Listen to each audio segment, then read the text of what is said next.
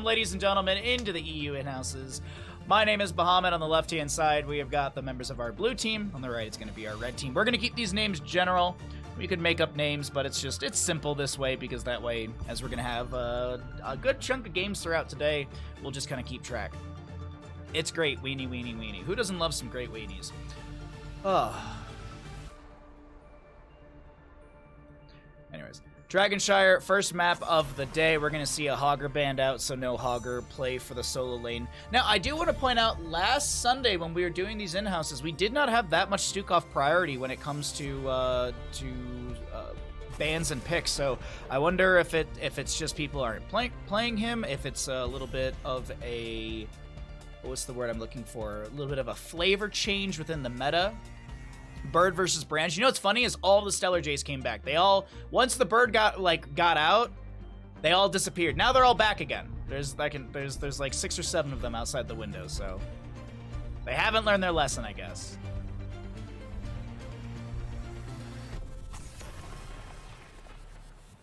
I approve Bird versus Branch. Bet versus Gamba. By the way, we have exclamation bid. I am selling a painting. We're gonna start selling paintings. So I have a window and everything for which the bid will be open and available. So if you'd like to get a bid in, go ahead and do so. There's all of the little general terms and stuff like that are in there when it comes to shipping and payment and blah blah blah and when it's gonna be announced, etc. Either way, we do have a Hogger Genji, Junkrat, and Lucio ban. Any early Brightwing? I was wondering if we get any early Brightwing, and there she is. Fairy Dragon going to make their way through for Dragonshire. Is there going to be any sort of consideration for Dahaka? He's fairly strong on a map like this, and we will see him immediately. And a Rhaegar on the opposing side. I do like the Rhaegar. Plays well with Ancestral Healing. Could see Bloodlust. Could see a double support composition. Dragonshire is a pretty brawly map in the core 4, so you could see like an Uther main tank. Rhaegar may be considering going into the Bloodlust if they want to go for sort of a bursty dive combo. Look for like an Uther Greymane, and then you could get maybe a mage in there, or you could just go for you could pick up another frontliner or something like that, something like an Imperious, and just get like a hyper carry with like a Vala. That's a possibility as well. Anyways, Anub'arak will be banned away, so no Cocoon action, no Beetle Boys coming out from him. Beetle Boys are very annoying. The summonables for Anub'arak are very annoying to deal with, especially in the mid lane when you're trying to train out the Jaganite. Also, it just allows him to control the usually the Moonshrine at the bottom of the map easily, because he can just have the extra little damage if you go into like Burning Legion and stuff like that as the game progresses. What you doing, bud? You got itchy lips? Next ban, though, coming through will be a Falstead. So, gonna get rid of the double global potential. That's another hero that could have been slotted in for like a hyper carry, but we'll see a Hanzo Muradin. So this is probably gonna be a solo healer Rhaegar. No double support from the side of the red team. And our last 2 picks, we're going to need... Blaze could be solo lane into the Dahaka. Blaze could be main tank. So we could see a main tank, a solo laner, like a Leoric or a Yrel or a Diva to go up against the Dahaka. And then something else. I mean, you could see hyper carry Sylvanas. This could just be 2 frontliners, realistically. So Joanna and what else? Chromie. Okay. Really, really, really good combo here from our blue team. Polymorph, Jet Propulsion, Mind Control, Blessed Shield, Chromie, damage in general. There is a cleanse through Rhaegar. There is a burrow from Dahaka, so sort of a self-cleanse on Dahaka with his E. You've got Rhaegar with Purge, Tracer. So I don't think we're going to be seeing any sort of, what's the word I'm looking for? Temporal Loop from Chromie. We're probably going to see Slowing Sands to control. We'll probably see Falling Sword for the Joanna for the cleanse factor. Either way, let's go ahead and get a gamble going, ladies and gentlemen. We've got that for all of you right now. The next 2 minutes, you can get your gambles in on which team will win Dragonshire, as we are going to load on into map number 1 in our EU in-houses. I'm going to go ahead and throw us over the casting screen while I drink some tea.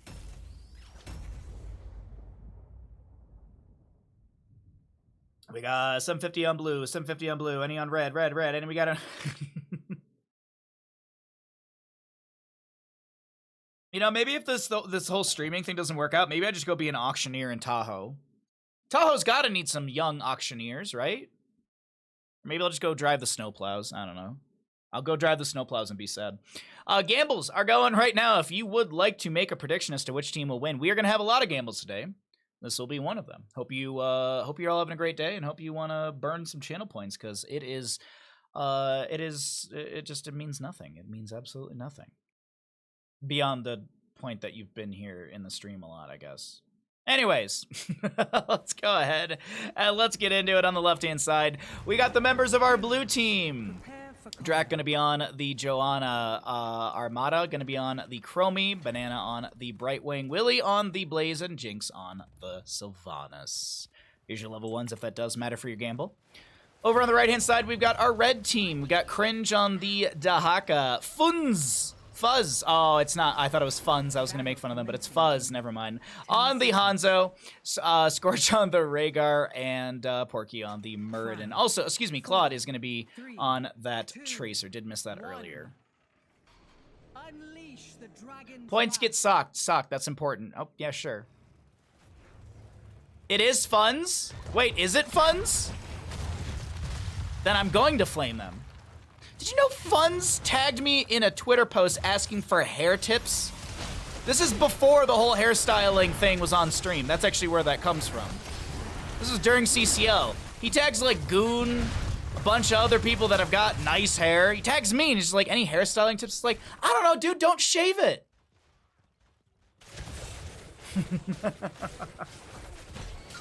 What a weird question. I don't know. Good diet and exercise. Get some sleep. Don't drink a ton when you're young. I don't know. Jinx taking quite a bit of damage trying to back away. There is going to be a brush talk in from the Dahaka. Pulse Bomb does connect onto Sylvanas. Drag just shy of the Brightwing as a chain heal connects on to Fuzz, the Hanzo. Prove it. Take control of the shrine. Let's see, Rhaegar Totem at 1. Looking through any other talents that we might want to note here. I'm just going to say Might of the Banshee Queen for the Sylvanas. Hanzo 9 scatters out of 20 already on the simple geometry. Porky looking to invade. No, he's just looking to scout and slow down the camp grab, as a few allies will do the same thing on the right-hand side. Hanzo, Chromie, gonna grab some camps. Insane camp timings from all these teams. It's actually wild how they all split like that.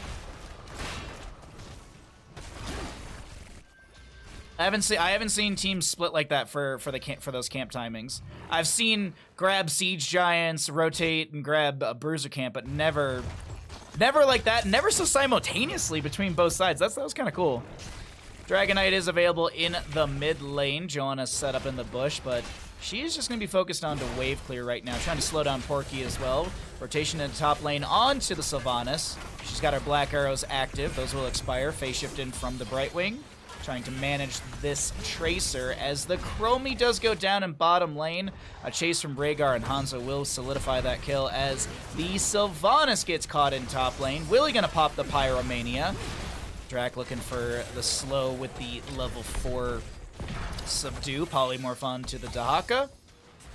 And the wave clear continues. Porky gonna grab the Sunshine. Tracer moving in for the Dragonite. Can she get it in time? Yeah, actually, she should be able to. I don't know if Joanna can get here with a shield glare. Nah. Maybe if Joanna shield glared from like here, she could have, but oh well. Dragonite, first one of the game, will go over to the side of our red team. Tracer going to be moving on down to bottom lane. Taking a look at some of the level 4s. Still nothing crazy, nothing out of the ordinary. Dahaka on 4 stacks of the tissue regeneration, nearing halfway mark on that. Fuzz getting low here on the Hanzo on the right-hand side, but Joanna's going to fall a little bit faster. That'll be another kill over the side of the red team. 4-0 in kills. 7 talent tier about to be here. Blaze gets kicked over by a tower. Muradin dwarf tossing in. Thunderclap on the ground. Looking for the angle for the Stormbolt. Don't even need it. Dragonite expires, and I feel like it didn't get that much siege. I really was expecting a lot more, but it does set up a 5th kill for the side of the red team, and they'll go ahead and grab this bottom lane camp.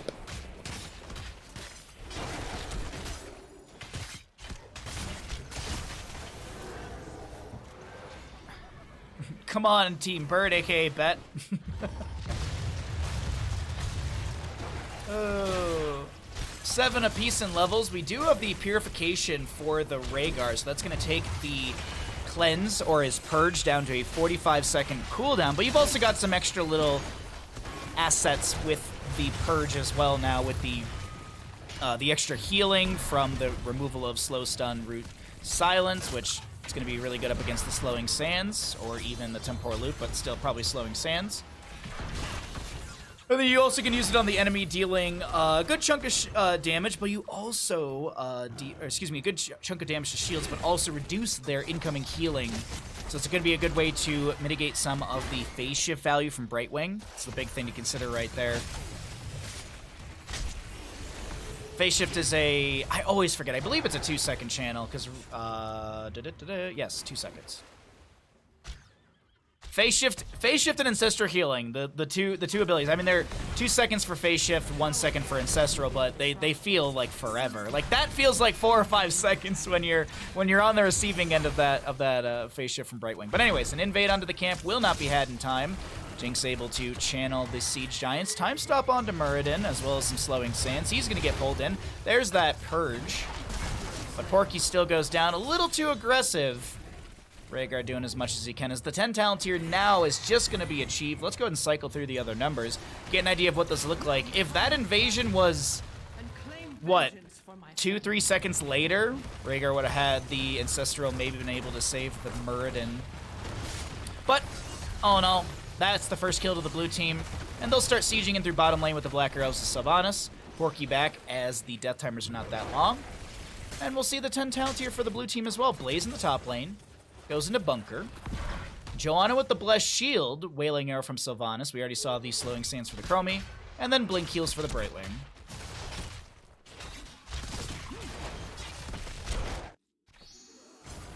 Okay. Was that phase shift? Yeah, phase shift into top. I couldn't see where the models overlapped. Cringe gonna get a bit of healing from their essence. Porky up here, looking for the Stormbolt into Willy. Dahaka is the channel for the Sunshrine at the north side of our map. Moonshine on the bottom side, still held by Chromie. There's gonna be a Hanzo, Fuzz and Armada,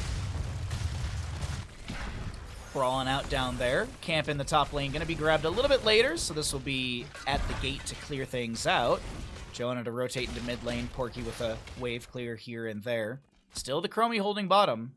Fuzz not going to be stepping too far forward, but in the mid lane, Stormbolt, drag, phase shift coming, not in time.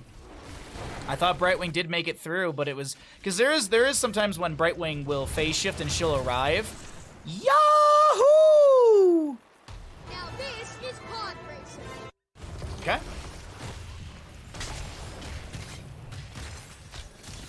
Nice arrow. Oh, it was a zoning arrow because it's an EU. It's never a bad thing from Europe.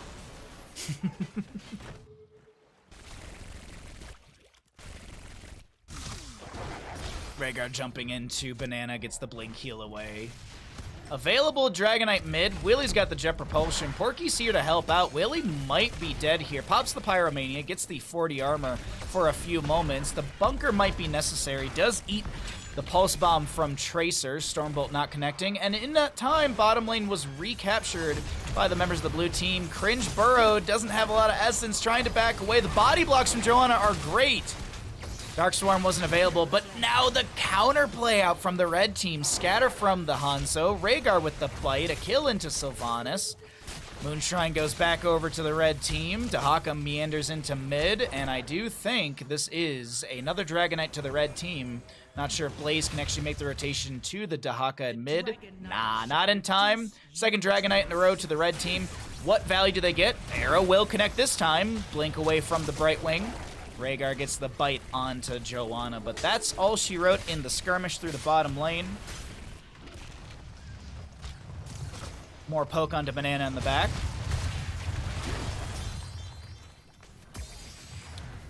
Alright, Dragonite into the top lane as well. We'll start working on the fort front gate. Blaze to meet up. Kick onto the Sylvanas. I think she already used the Haunting Wave. I was wondering if she was going to be able to use the Haunting Wave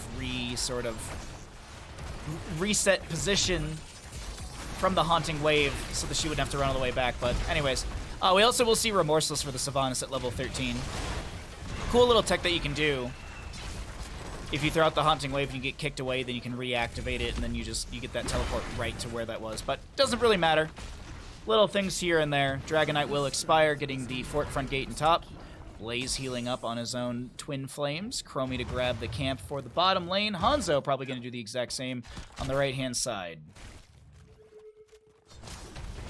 We're going to go Stormbolt into the Johanna, who will be able to slow down the Tracer's harassment. Some shield glares. Camp's grabbed on both sides. No contest. Dahaka, though, pushing up the top lane. I do want to note that really quickly.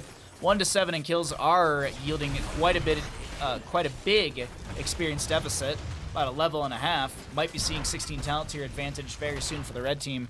And then, and then we'll probably see a very aggressive play from said red team as well. I want to say that was probably the isolation from Dahaka onto the Brightwing. It's got a cooldown of 60 seconds. When I saw the Brightwing die, it was around 50-something second cooldown. So probably isolation so she couldn't get away. And then Hanzo Dahaka were able just to burst her down with more CC from the... Actually, probably Hanzo had to throw the arrow out as well, now that I'm looking at the timers. Might have used the arrow to stall out the phase shift from Brightwing if the drag from Dahaka wasn't available. But anyways, cool little play right there in the top lane. Cringe gonna try and back away right now. Did get the tap onto the bush, but doesn't have the enhanced agility. Chromie goes down in bottom lane while the chase was onto Dahaka in mid. Claude is gonna be able to start racing this fort down. Shield glare from the Johanna. She's stepping in. Drag from Dahaka does not connect. He does have the elongated tongue, so not too crazy of an attempt right there. It's like, what, 20% increase? Yeah, 20% increase for the Dahaka.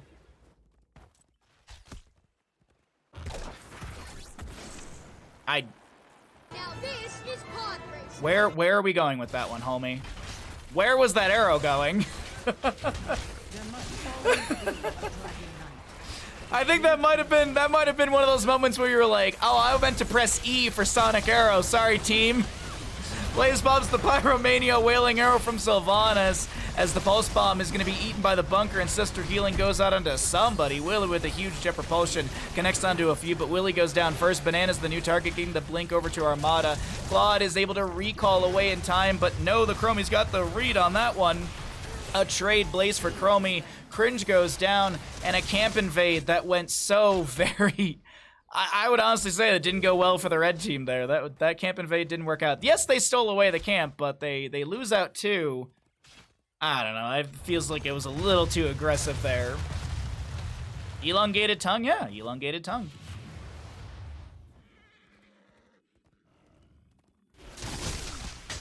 Elongated. What do you say? Elongated?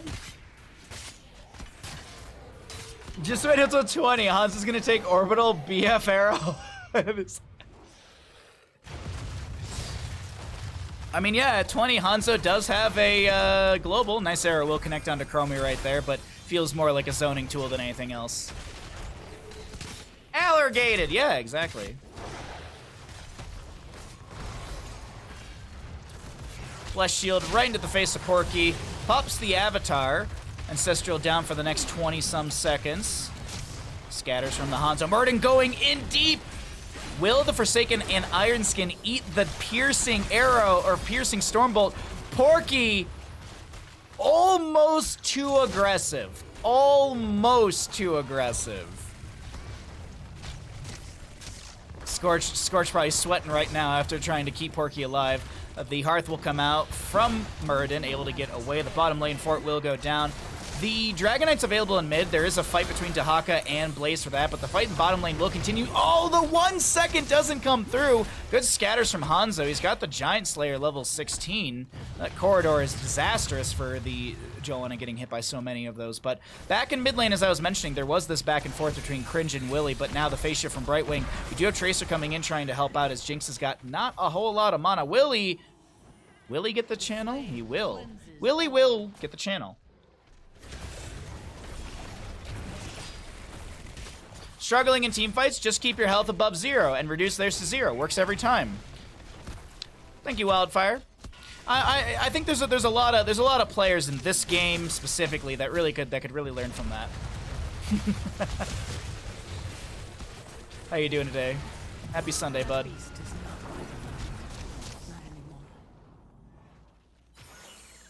Muradin avatar will expire right there. Actually, was that avatar expiring? No, can't be. He already has it off cooldown. It was. Maybe it was. Oh, maybe it was. Nope, he doesn't have heavy impact either. I don't know what that was. Blessed Shield connects onto 2. This is the sub 20 fight. Arrow. Now this is pod racing. Oh, we could be looking at the fight, couldn't we?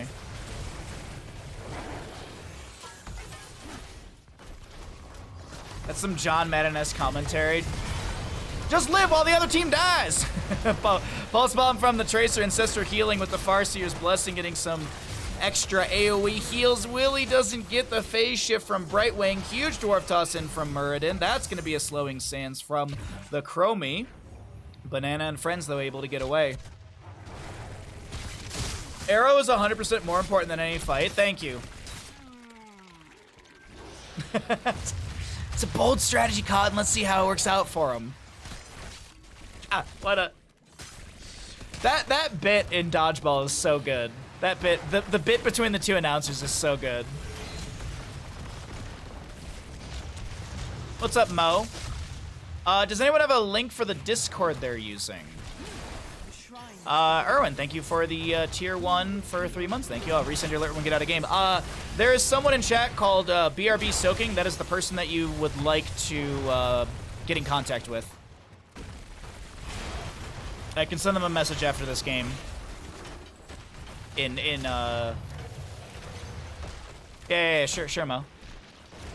I don't want to give out, it's not my Discord, so I don't want to give out links and stuff, but I'll get you in contact with the person that does, so. And then I'll let them decide. Earn the Dragon Knight's power. I just show up and do the casting. And talk about food eventually.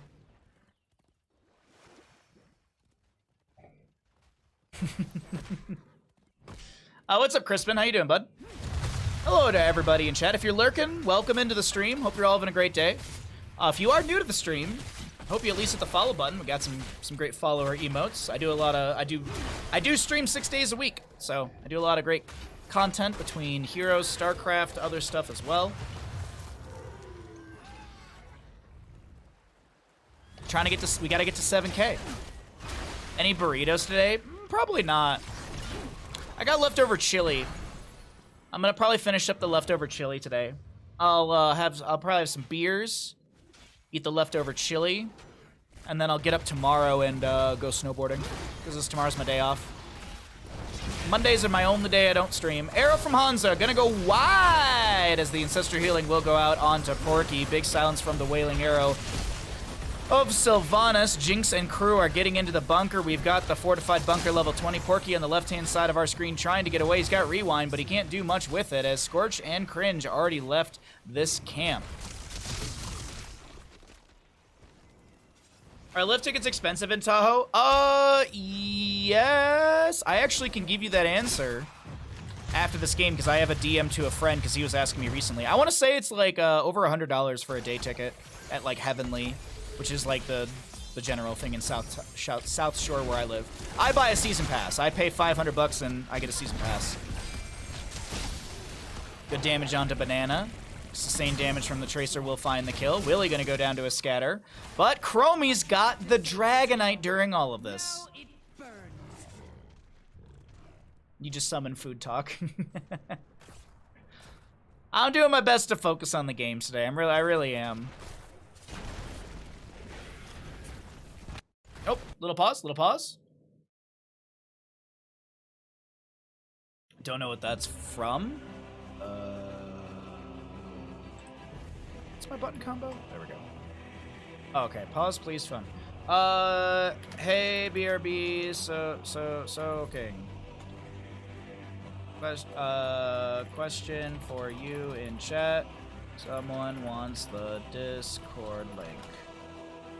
He isn't here currently. Ah, farts. 323. It looks like someone said pause please phone. So I guess they're doing that. There is a website. I should have a link there. Can you send me? Or is it in... Ah! Can I copy this? No, I can't. Okay, 1 second. https://beta.raven-port.com/. That work? Yes, it does. All right, there you go. Mo. Oh, Hunter. God dang it. Thank you so much, Hunter Orc. I appreciate it. Mo, if you're in chat, if you're listening, there's the link. There's the link to the website, which is a link to the Discord. Thank you, Hunter Orc. I appreciate that, bud. Thank you so much.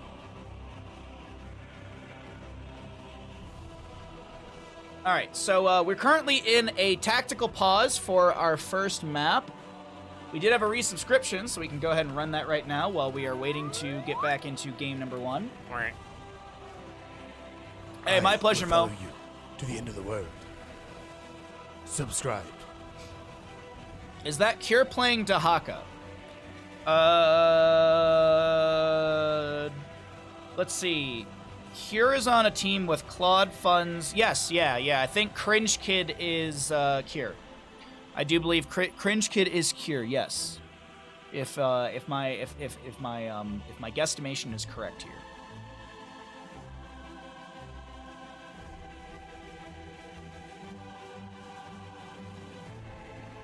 Well, I hope you're all having a great Sunday. Thanks for being here. Thanks for hanging out. Well, we might as well go fishing. While we're waiting for the game to resume, did you know that if you have Amazon Prime, you've got Prime Gaming? And if you've got Prime Gaming, you can hear me talk about this every single time I stream. All the time. You can use your Prime Gaming here at twitch.tv/Bahamut Game. Get yourself some amazing emotes, ad-free viewing, and John Cena slaps the shit out of Jeff Bezos. Yes, John Cena and I have an agreement that when you Prime Game, he goes to Jeff Bezos' house and slaps him in the face. And actually, I just worked out a new deal with Jeremy Rayner, and he also joins in and shoots Jeff Bezos in the knee. It's great. Don't you wanna harass a billionaire? Give me your primes today. All right, looks like we got about 30 seconds. We got about 30 seconds of time, and then we will get into the game. But yeah, thank you all for being here. As I said, if you're having fun, I hope you at least hit the follow button. If you'd like to support the stream further, it's always very much appreciated. I also am selling a painting, so if you're bored during this pause time, we do have a bid. I am doing a blind bid for a painting, so you basically fill out the Google form, you read through some stuff, it's very general, you sell me your soul because I don't have one, and then, and then I can pay my bills. But this is probably gonna be the format for any painting I sell, because I feel like this is the most fair.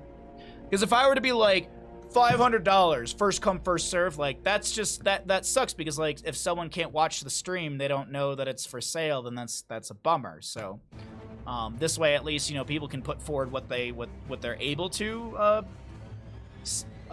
bid with, and then, yeah. So.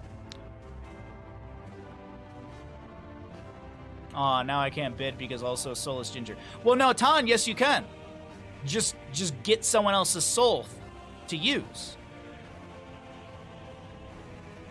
Hold on, I'm soulless. That's what I'm saying. You just gotta get someone else's soul. Like, you just gotta chuck that in there. Didn't you read the fine print?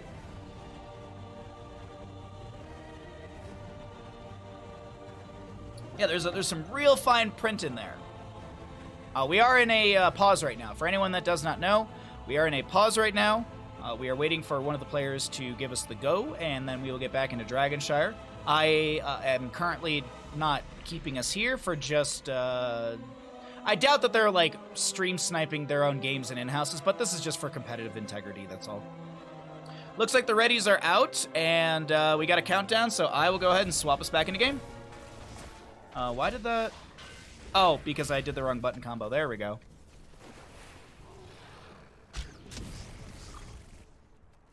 I happen to be in possession of several. See, there you go. So you go. Chess and Ton hit up Wildfire. Wildfire's got you covered, bud.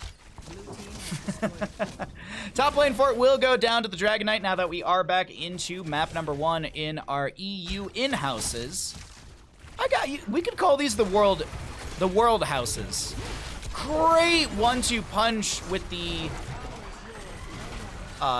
Dragon's Arrow. Sorry, I was gonna say Dragon Strike. The Dragon's Arrow and the follow-up Sonic Arrow, because the Sonic Arrow now has the bullseye. Ancestor healing with the Farseer's Blessing, allowing Porky and friends to stay alive here in the bottom lane. Getting the kill on Joanna, and the slowing sands are out from Chromie. Gonna try and just zone back Porky and the rest. Dahaka, over on the right side of our screen, gonna grab that Siege Giant camp. Joanna up in 40-some seconds. Chromie checking. Not gonna see anything. Are they drafting teams day of? What do you mean, like for the EU in-houses? It's there's a bot. They're using a bot that they have in a Discord. So so every game has like a redraft of players. So Porky could be playing with Funds this game, and next game Porky could be playing with Willy. Yeah, exactly. It's randomized, but between roles. So there is some overlap. Like, if there's only 2 tank players, then they're gonna be, yeah. There's an MMR system. Well, there you go.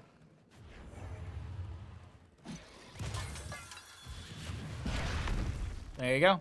I can see that there's a bot, but I don't know the intricacies of the bot, so I just do my best guessing. Because I know there was a bot before where it was just kind of like you signed up, you put your role in, and that was it. But this is, I'm gonna guess, a little more detailed. And I guess there's great. There's MMR. Wonderful follow-up to the Blessed Shield from the Joanna. That should be enough for a double kill. Is this enough to start running towards the bottom lane to go end the game? Dahaka, Muradin, Tracer to defend? I don't know about... well, you do have a Sylvanas. They're gonna get... I think they can get keep here. Sylvanas should have Black Arrows up and available. She does. She actually pops it right there. They're gonna sidewall.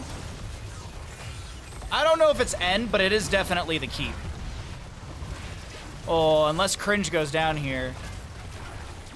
Isolation onto the Chromie. We had the upgrade at level 20 as well. Cringe goes down. Chromie times out, as this will be the keep still up and available, but Siege Giants are rocketing some rocks in. Jinx will have the Black Arrows expire, but still 3 dead. Muradin and Tracer. This is the green light to go core. Gonna push back the wave really quickly. Muradin and Tracer just working on the Siege Giants, but the rest of the team, the rest of the enemy is gonna be focused in on taking down the core shielding.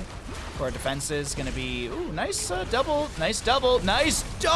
stun from Funds. Banana with 70-something HP as the Tracer will be traded, and Sister healing onto Porky. The core shielding has gone down. The HP is starting to drain, but is this the hold in place? Jinx goes in, might be stunned. Gonna have to Bolt of the Storm out right there. Level 24 Sylvanas.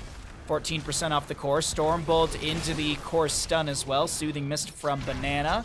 Twin Flames onto the core. The slow burn is in, but is it going to be enough? Dahaka in 4 seconds. Tracer 35. Stormbolt, but the Will of the Forsaken from Sylvanas.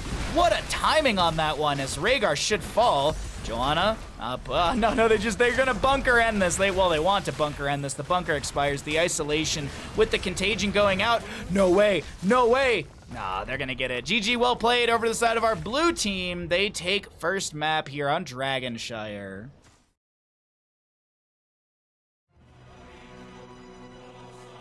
I thought Porky only played Hogger these days. Hogger was banned out. Hogger was banned away. Choose outcome. Who wins Dragonshire? The blue team. My points. No.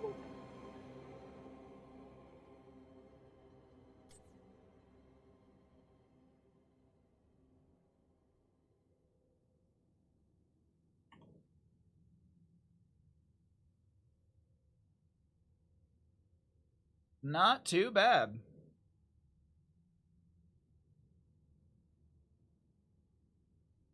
We'll be having some gambles for this today as well, or throughout today. Ugh. We'll have gambles on every games.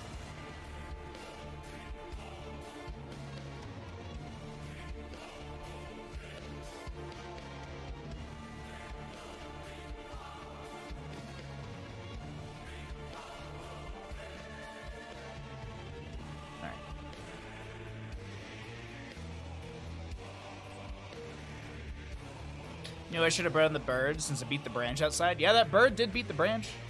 The bird did beat the branch. There's just 4 or 5. Yeah, there's like 5 Stellar Jays just chilling on the tree out there in the snowstorm today. It's a nice cozy day. It's a very nice cozy day here in my little ski town I live in. So, thanks for being here, everybody. Thanks for hanging out with us. Hope you're all having a great Sunday. Hope you're having a great Sunday and a wonderful weekend. Oh man, next weekend is Super Bowl Sunday. I don't care about the football game whatsoever. Do you know what I do care about? The fact that I can make I'm gonna be making brisket. Oh, I cannot wait. I'm gonna be making brisket next weekend. I'm not gonna be doing it on stream either. I'm just gonna make brisket. I'm probably gonna have it in the oven during the Baja Ross, because there is a Baja Ross next weekend as well. We have Baja Ross next weekend. We have, let's see. Tuesday will be ranked all day for heroes. Wednesday of next week is going to be the EU in-houses, and then we'll probably do some other hero stuff. Thursday will be StarCraft 2. Friday will be Jedi Fallen Over, and then, I don't know, maybe we'll find a new game. It depends on how much is left of Jedi Fallen Over. Saturday is... what do I have on... oh, probably Saturday will be StarCraft and Heroes of the Storm. We'll probably play ladder for both. I will attempt to do both instead of pigeonholing myself and trying to get one win in Storm League in Heroes of the Storm on a Saturday. That was a horrible idea. And then Sunday's Baja Ross. 100% chance of a riot in Philly on Super Bowl Sunday will be glorious. Well, stay safe, my friend. Please be careful. Make sure, you know, if you're gonna go and riot, be sure to wear your riot gear. Buffalo chicken dip is the reason to celebrate Super Bowl. Dude, honest to God, I don't care about big sport events. I just care about the food around them. Like, that's more what I care about. Like, oh, Super Bowl Sunday? No. Eating a lot of food Sunday. Yes. What's up, Lard? Falling over. I love, that game is so satisfying to force push people off of cliffs. Oh, so satisfying to force push people off cliffs. Yeah, food's the best. I mean, that's honest to God. Like, there was like a Michigan State University, the college football. And a lot of people I knew back in Michigan went to Michigan State, so they had like a whole party around it and blah, blah, blah. And my ex and I went, and I remember my ex going to me like, I didn't know you were really into football. I was like, I'm not, I'm into food. It's just, oh, okay. You saw Fallen Over as, oh, is it? Nice, yeah.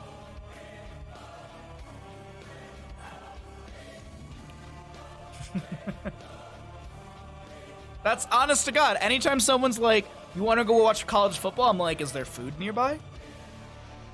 That's like, we'll go to my neighbor and I will go to the bar because he'll want to watch like one of the football games and he doesn't get like the channel on his TV or whatever. And I'll be like, oh, I'll go with you. Like, well, I'll go have some beers. And then immediately like, we'll be like halftime hits. And I'm like, hey, when this is over, do you want to go walk and go get like Thai fooders? Like, I'm just like the entire time just like, do I want Thai food? Do I want to go get a cheese pizza? Like, do I want burgers? Like, what do I want after this? We're waiting for the lobby for the next game, so that is the reason. Hopefully we get a new epic GIF, like the guy in the Dawkins jersey that ran the subway pole. I don't know anything about this, Ton.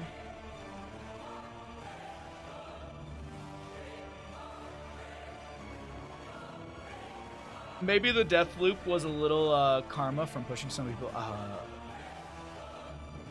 Oh shit, I forgot about Deathloop, just kicking people off the cliff in Deathloop. Yeah, that was fun.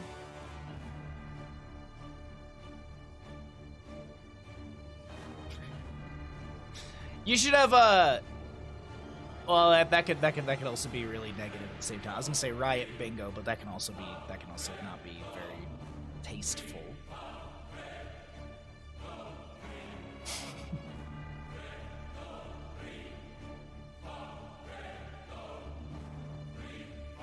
Last time, not loud.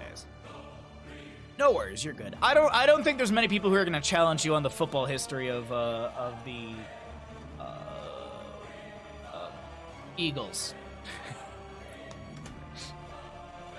I was watching what this is the extent of my knowledge. I was watching one of the games with like a neighbor, and we were like leaving, and I was saying goodbye. I was like, oh yeah, it's cool, you know, the Seahawks will be it, and he's like wrong bird, Chris, and I'm like, oh, just. Oh right, yeah, okay, it's wrong bird, different side of the country.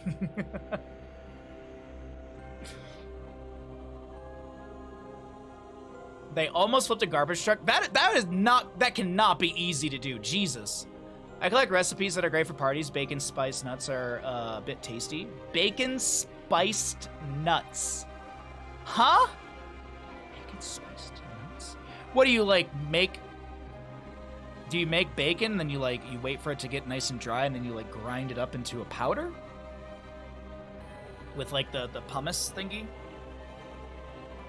Is that it? No, mortar and pestle. Mortar and pestle is what you use. Did I hear someone mention bingo? Yes, indeed. I should do another bingo day soon. I also need to figure out what day we're gonna do Community Day this month. I'm behind on so many things. I want to do a Community Day where we like do HOTS viewer games and StarCraft 2 like co-op commanders if people want to do it. Jackbox again.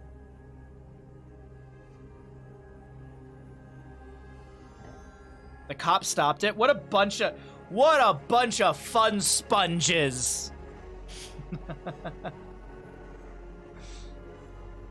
That might be a better Saturday experience than Storm League. You know, Chess, you're probably right. You're probably right. Ashmantle, thank you for the redemption. We're just waiting for a lobby here. I don't know what they're up to, but we're just waiting on a lobby. I don't know, honestly don't know what's going on. Like, I see a good chunk of people in a voice channel, but no one's splitting into their own 5 stacks. Mr. Good.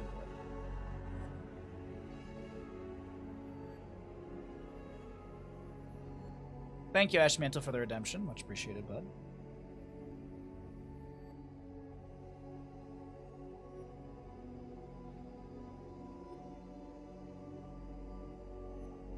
That way, you can get angry at your community for pushing top lane instead of ending bot, rather than random people on the internet.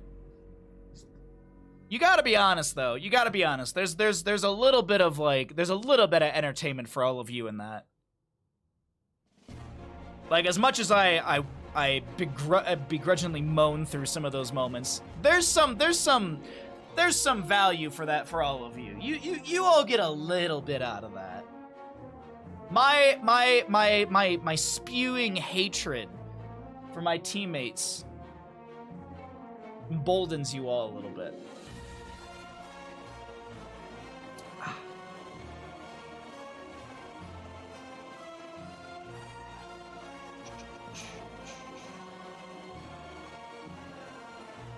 So what's going on?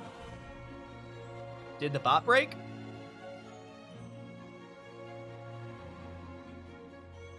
I don't know. I do not know.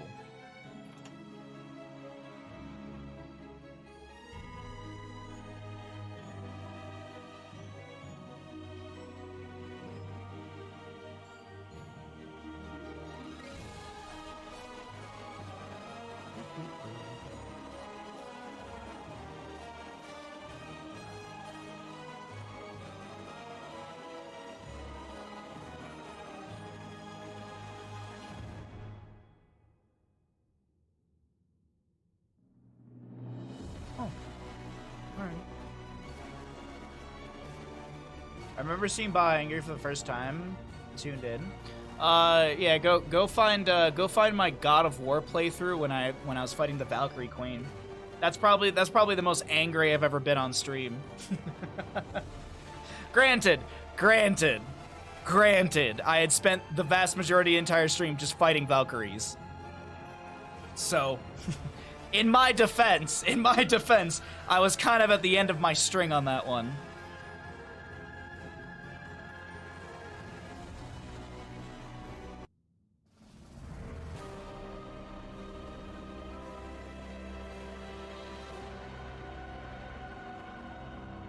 Yeah, if you want to go see me be annoyed. Oh, you go find my playthrough of the One Reborn. That's a good one too. That's a great time.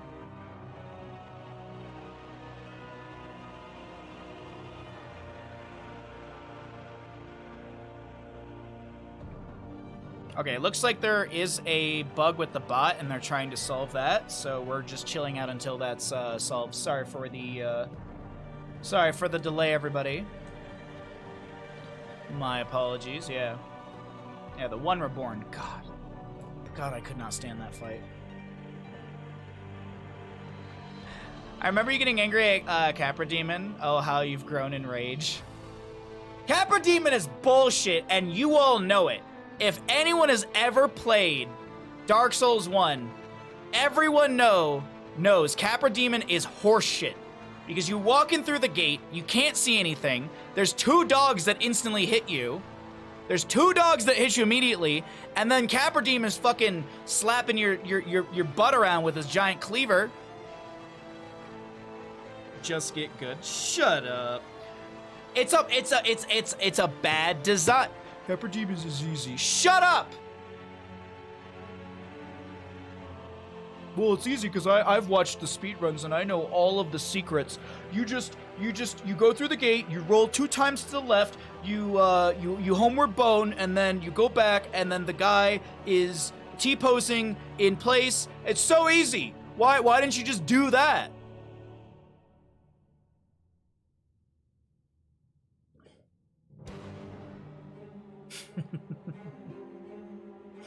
Well, if you just go to this one part in Undead Parish and you click this one obscure thing on a wall, Capra Demon is super easy. He's got like half his HP.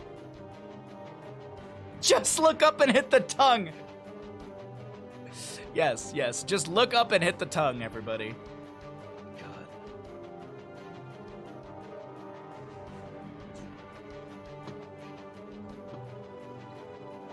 Oh, I love my Twitch community. I really do.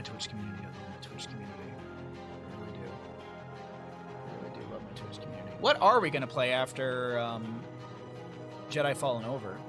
I actually don't know. Fridays have been kind of the Souls-like day.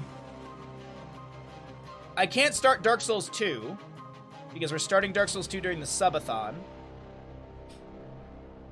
I don't know, I think maybe I'll just shoot from the hip on that day and just play whatever I feel like playing. Alright, there are 22 people online waiting for a lobby. And I think the lobby is starting. Game 4 has been started, but we're only on game 2.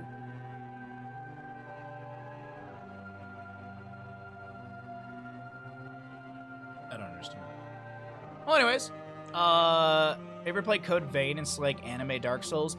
I've seen stuff with it. It doesn't look appealing to me. I think Code Vein is in the same vein, if you will, of like it's like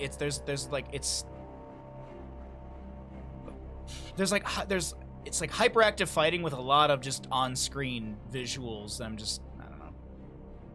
I'm pretty sure I've seen the game and it just did not really entice me. Do we have a lobby? Do we have a lobby? I do like on-screen visuals. If I'm not mistaken, isn't that game like, doesn't it have just like a shitload of just visuals on the screen? Will you be playing Sons of the Forest when it comes out on February 23rd? I don't even know what that is, God Fenrir. What's up? What is that?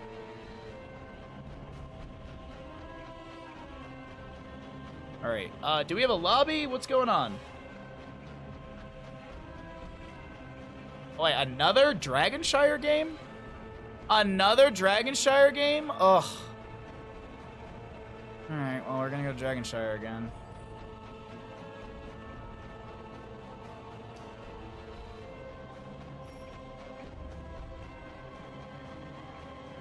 Are you doing QMs? What? Oops, all Dragonshire, right?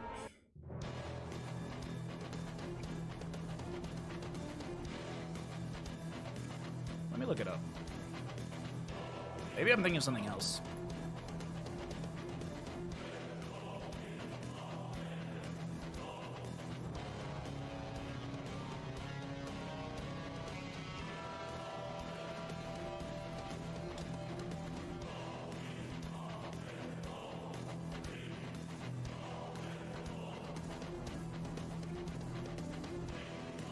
Yeah, this one's just, there's a lot. There's a lot. I'm sure it's not that big of a deal when you're actually in it playing, but... Sequel to Forest on Steam is an open world survival horror. I've never heard of any of it.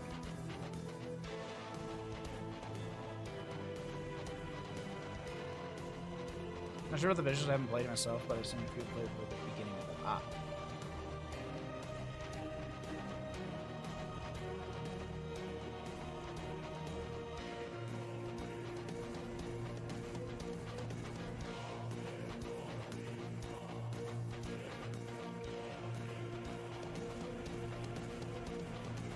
Alright, I think we're good. Okay, I think we're good.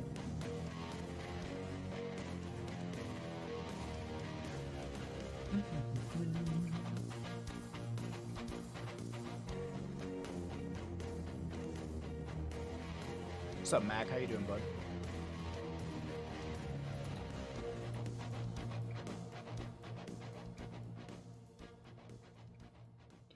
Let's see. The Forest. A lone survivor of a passenger jet crash. Find yourself in mysterious battling and stay alive. Survival horror simulator. This does not look up my alley. This looks like a game where it's like, go run around the forest and go collect a shitload of X, Y, and Z resources, and then you can do the next thing. I don't like games like that. It's like Subnautica looks cool. I don't think I could ever play Subnautica. It's just I get so bored. I get so bored of like, oh, go collect all the plants, and now you can craft this thing, and now you can do a new thing. But before you do that thing, you gotta go and collect more plants. I don't like games like that. I really don't like games like that. That's why, like, World of Warcraft never appealed to me. A lot of those games never appealed to me. All right, everybody, back into Dragonshire. Oops, all Dragonshire. Welcome back, ladies and gentlemen, into the EU in-houses. We are back, we are live, we are in-game, and we have got on the left-hand side our blue team, on the right side our red team, and we are heading back into Dragonshire.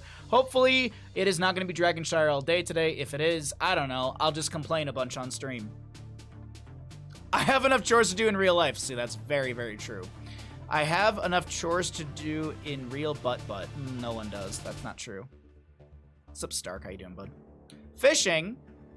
Did you know that if you have Amazon Prime, you've got Prime Gaming, and you can use your Prime Gaming here at twitch.tv/Bahamut Gaming, get yourself some amazing emotes, you support Bandit, you get yourself ad-free viewing, and Jeff Bezos gets slapped in the face by John Cena. Facts. Facts. Missing the ban! Good job, Funds! Let's go! Let's go, Funds! Woo!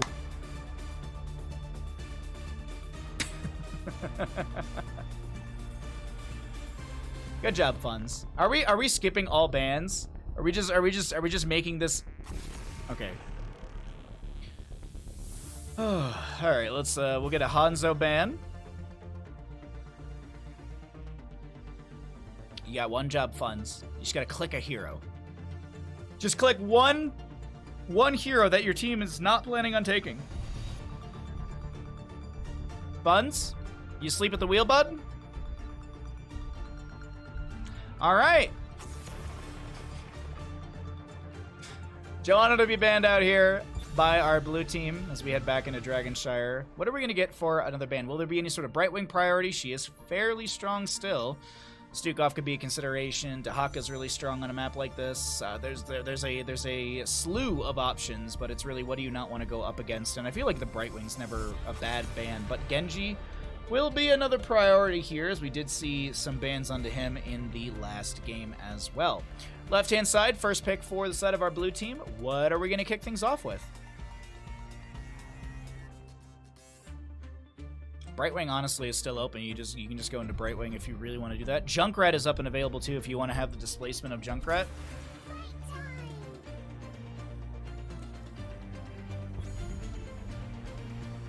Tea's done. Yeah, second cup in the kitchen, but I'll get that a little bit later. Hey! We actually get to see a Hogger. Since there was a skipped ban, we have the opportunity. Okay, so a Hogger for solo. Do they go into the Junkrat? I feel like Junkrat is such a strong tool on a map like Dragonshire for control, displacement, poke, wave clear, team fighting. It's such an easy grab. But Rhaegar will be the pick. Rhaegar, once again, as mentioned in the last game, does have some really, really good tools to be able to reduce the healing for Brightwing if you go into Purification. You've also just got the baseline Purge 60 seconds. If you go into Purification at level 7, you do get the 15-second reduction passively, and then some other little abilities here and there. Big Sid, what's up, bud? Happy Sunday. Hello, everyone in chat. If I missed you, hope you're doing well. Diablo! Ooh! Sorry, my nose is itchy. Diablo Malthael. Medivh ban? Medivh ban? Honestly, you can go Medivh and Greymane. Or you could look at Greymane and Li Ming. What's up, Darth? How you doing, bud? Happy Sunday, everybody. Tell Bandit he's perfect. Mr. Bandit, you are perfect. Thank you very much for the redemption. Hope you're doing well, bud. Hope the family's doing alrighty. Hope you're staying warm. Hope you are staying warm. I'm pretty sure... I don't know how bad it is for you in Texas, but I know a lot of people in Texas are quite cold because we live in a first world country. Nightingale told me you're casting EU. Well, thank you, Nightingale. Much appreciated. Nightingale, did you know that if you... I'm just kidding. Muradin will be grabbed with the Hogger Rhaegar. No Medivh ban, by the way. We could see the Medivh. Hell, it's about damn. Tychus to shred through the Diablo. Okay. Honestly, like, Li Ming, Greymane would be great here. Greymane, Medivh, Li Ming, Medivh. I feel like those are three options for the blue team, realistically, with their draft. Yeah. Ooh, interesting. Okay, so Brawly Nature of Thrall. Really good damage from Malthael Thrall into the Hogger, so we could see rotations into the top lane, whether it be Thrall solo, Malthael makes the rotations, or vice versa into the Hogger. Two heroes that can get into percent-based damage really heavily within their talents. Lunara is just great for sustained damage. She's got poke ability if she wants to go Thornwood Vines or if she wants to go into Leaping Strikes. Cassia for some blinds here. I love these two drafts. These are great drafts from both sides. I really don't know who I'd give this over to. I think there's a lot of huge utility from both teams. Healing reduction from both sides as well. Rhaegar can go into Purification at 7 and reduce the healing that Brightwing's Phase Shift does give. I believe it's 40% for 4 seconds. Malthael can also reduce the healing from Ancestral with, I think, isn't it the level 13? I always mix it up, but either way. Let's go ahead and get into the cast. I will start a prediction right here, right now. Who will win Dragonshire? Who will win Dragonshire? You got 2 minutes to get your gambles in.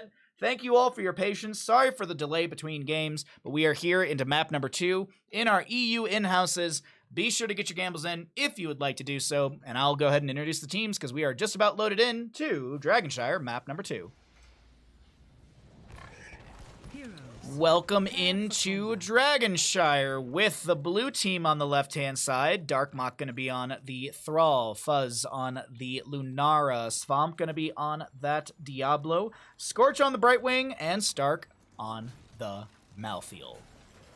Over on the right-hand side, we have got the members of our red team. There's your talents as well, if that does impact your gambling. Banana on the Rhaegar, Amada on the Tychus. We've got Johannes on the Muradin, Sven to play the Hogger, and Captain Rex on the Cassia.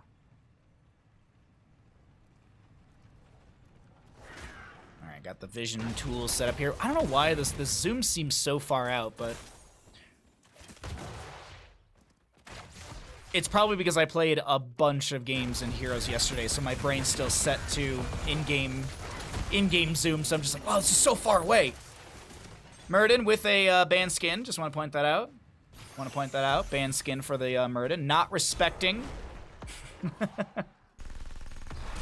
It's a band skin in like leagues and stuff like that. EU in-houses, I don't think anyone really cares. Good dive onto Hogger in the top lane. He will go down. That was I was talking about percent damage from the Thrall and the Malthael. Thrall did go Rolling Thunder, which was the assumption from me at level 1, which is going to be that percent damage, the extra health from all of that, and you also get another Chain Lightning charge. Pretty equal betting. Good job, chat. Thank you for taking part. Diablo with the Shadow Charge, with the Wallbang into the Fire Stomp Overpower. Muradin not going to be able to land the Stormbolt into Swamp here. Camp on the right-hand side will not be really invaded. We do have this top left bruiser camp. Ooh, will Muradin be able to invade this over here? I do want to point out as well, this is the vision of Sentinel Wisp level 1. So of course it expires when I'm trying to show the edge, but here you go, you can see. This is baseline Wisp vision, and then there's going to be that 5 seconds, and you see that's the edge of it. I just always want to point that out. It's so much utility that you can get from that. If we were still getting patches in this game, I would have loved to see that like Sentinel Wisp becomes part of Lunara's base kit, like kind of like Jaina with Ice Block. Deal X amount of heroic damage, or deal X amount of damage over time from your poison status effects or whatever. Deal 10k or whatever, and then you get Sentinel Wisp value. I think that'd be something cool like that. I really loved the baked-in talents that we were getting towards the end of the development of the game. Really, like Muradin getting Piercing Stormbolting, cooldown reduction at 10, Stitches with the hook, range increase at level 13. Stuff like that I thought was so cool for the game. But, alas, maybe when we get HOTS 3.0, you know, when Microsoft totally saves everything. That's going to be a kill into Malthael in the top lane. Armada not going to be pulled behind the gate, continuing to deal some great damage into the face of Diablo and Thrall. Thrall's already done with level 4? God dang! Must have got like 2 triple stacks in this top lane engagement, but either way, Dragon Knight's available in mid lane. Scorch delaying out the Muradin. Does have the magic spit, so increases the range by 1.1. I believe that gives Brightwing a 6.6 range, allowing her to poke from a little bit of a safer distance, staying away from the Tychus and the Muradin. Tychus did go into his own range at level 1, which I believe gives him 5.5 range. Yes, because I believe he's 4.5 at the start. Actually check right here. Yeah, he's got 5.5. That's from the press the advantage. You see it's Brightwing, but it's just a little visual misinformation. Sure, we'll say that. Level 7s first for the side of the red team, but our blue team will be able to grab that as well. Keeping things pretty close, 2-2 in kills. A slight experience disadvantage to the blue team, but really not much. We're looking at maybe a quarter, a little bit less than that. Good damage, but Fuzz is fine. Overpower onto the Muradin. We do see Cassia falling first. Malthael sticking to Muradin. Actually, gonna rotate really quickly to mid, making sure Tychus doesn't get the channel onto the objective. Also continuing to soak up for the allies. 10 talents here right around the corner. Swamp Grotto's got the 10 souls, or the 100 souls, excuse me. Polymorph on to Muradin, trying to get away. Able to back off just fine, as Fuzz will clear out the bottom. Malthael getting chased, but he's fine. He does pop his level 1, that Fear the Reaper. That's why you're seeing him move so quick right there. Also allows the Malthael to move through enemies, but now Thrall getting a route onto Armada, but is the chase going to be enough? Not from just Thrall. If Brightwing and Malthael were able to close the distance, maybe there would have been a kill. Sunshine being channeled by Stark. Well, he's getting into the 50% mark as Sven's going to be looking for staggering blow. North-south bounce, but it goes to the side. Kind of lucky there. Root from Thrall does not connect. Mid lane does have the Dragon Knight available. Diablo in the bush. He gets the Shadow Charge, but no wall bang as the fight will break out in the top lane. Staggering blow from the Hogger. Armada very low. No 10 talent tiers. Sven and Armada have to back away. Muradin anchoring by the gate just in case any sort of Fire Stomps are stepped up. If Diablo were to step up and use Fire Stomps to try and delay out. But now Muradin... Nah, he's just getting pressured by Dark Mach and Scorch. I don't think there's going to be an actual kill into Muradin here. As we're cycling through those numbers, I'll point out that the 10 talent tiers will pop up at the top of the screen in just a second. Look at the heroic damage for the Hogger and the Thrall. It was actually about like 4k difference between the two. Excuse me, 400 difference between the two of them. Really, really close between the Thrall and the Hogger. Just brawling at a ton in that top lane. Thornwood Vines for Fuzz. I did want to point that out as well. I mentioned in the draft that we could see Thornwood Vines or Leaping Strikes. Thornwood Vines are a really good tool to be able to kind of poke from afar, get those dot stacks onto the enemy. But God, the layered CC onto Diablo, he just wants to go home. Poor Diablo, it was a Stormbolt into a shockwave from the Hogger, a staggering blow into the trash. God, that poor Diablo just couldn't move. And that'll be a nice kill for the red team. Souls from Diablo were popped. He is post level 10, so he only consumes 75 of the 100. You'll see that 28 already. He's got the Soul to Flame at level 4, picking up a few extra souls from these Fire Stomps. Quite a few, actually. He's picked up a nice 11 stacks right there. Keep in mind, a heroic kill does give Diablo 10 souls, minions giving 1, but of course, as I had mentioned, that Soul to Flame. Fire Stomp grants 1 soul every 3 times it damages an enemy hero and heals you for an additional 1.3% of the damage dealt per soul. Swamp looking to step in here, but finds 4 enemies. The phase shift from Brightwing, the dieback from Diablo.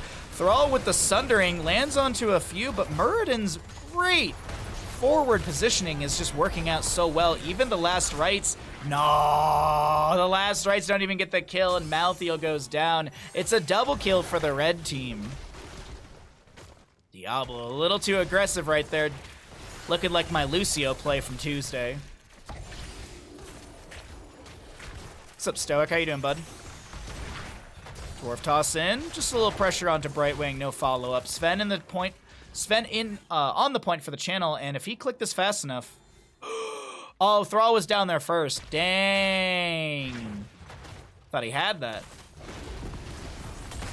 Fire Stomp from Diablo, still pressuring out, looking for those Fire Stomp resets to keep getting these souls. 48 right now out of the 100. We got Hogger on the top right of our screen with a little bounce around onto the Bruiser camp. That'll get some extra pressure for top lane as Malthael will get the Sunshrine. Thrall clearing out the bottom. About a quarter level to level 13 for the blue team. And no stacks for the Last Rite. 63 for the Tychus on the In the Rhythm. Gonna look to get a few more right here onto Malthael, but he pops that Fear the Reaper and is able to zoom away. Excuse me. Ooh, bottom lane, bottom lane, bottom lane. Captain Rex pops the Ball Lightning. The focus is gonna be onto Diablo, who lands onto Muradin, landing a Stormbolt onto Darkmach, who does want to back away here. Scorch does have actually has 2 stacks of the Blink. I thought the Brightwing was maybe in a bad spot, but no. We're 13s. Brightwing can blink around. We do have the inevitable end. There's that self-cleanse for the Malthael that I was talking about in the draft. That was the one I was mixing up with the healing reduction. I'm just skimming talents really quickly, level 13 as well. Oh, Healing Static. I didn't even see the Thunderburn. I didn't notice that. So Healing Static with Thunderburn. Survivability for the Muradin. We could see him going to Stone Form at level 16 for some extra health pool augmentation. Malthael getting a mark onto a few. Hogger with a bounce out. Tychus is just pushing up the top lane all on his own. And Brightwing will back away. At least she'll attempt to, but the Ball Lightning comes out. There's a bit of volleyball from the players. Scorch looking for a Blink heal. Gets it. Shockwave from the Hogger not connecting. Now Diablo looking to pull away the Muradin. Can he split the Muradin away long enough? Avatar is available. Last rites to be used. Unfortunately, Last Right's not getting the value, and Lunar goes down to the Cassie. I went to go see if the mid lane was going to be grabbed quite quickly, and yes, it is. Malthael, there's the inevitable end. Stormbolt does not connect. Oh, man. What a play from our red team. They are controlling this map so very well.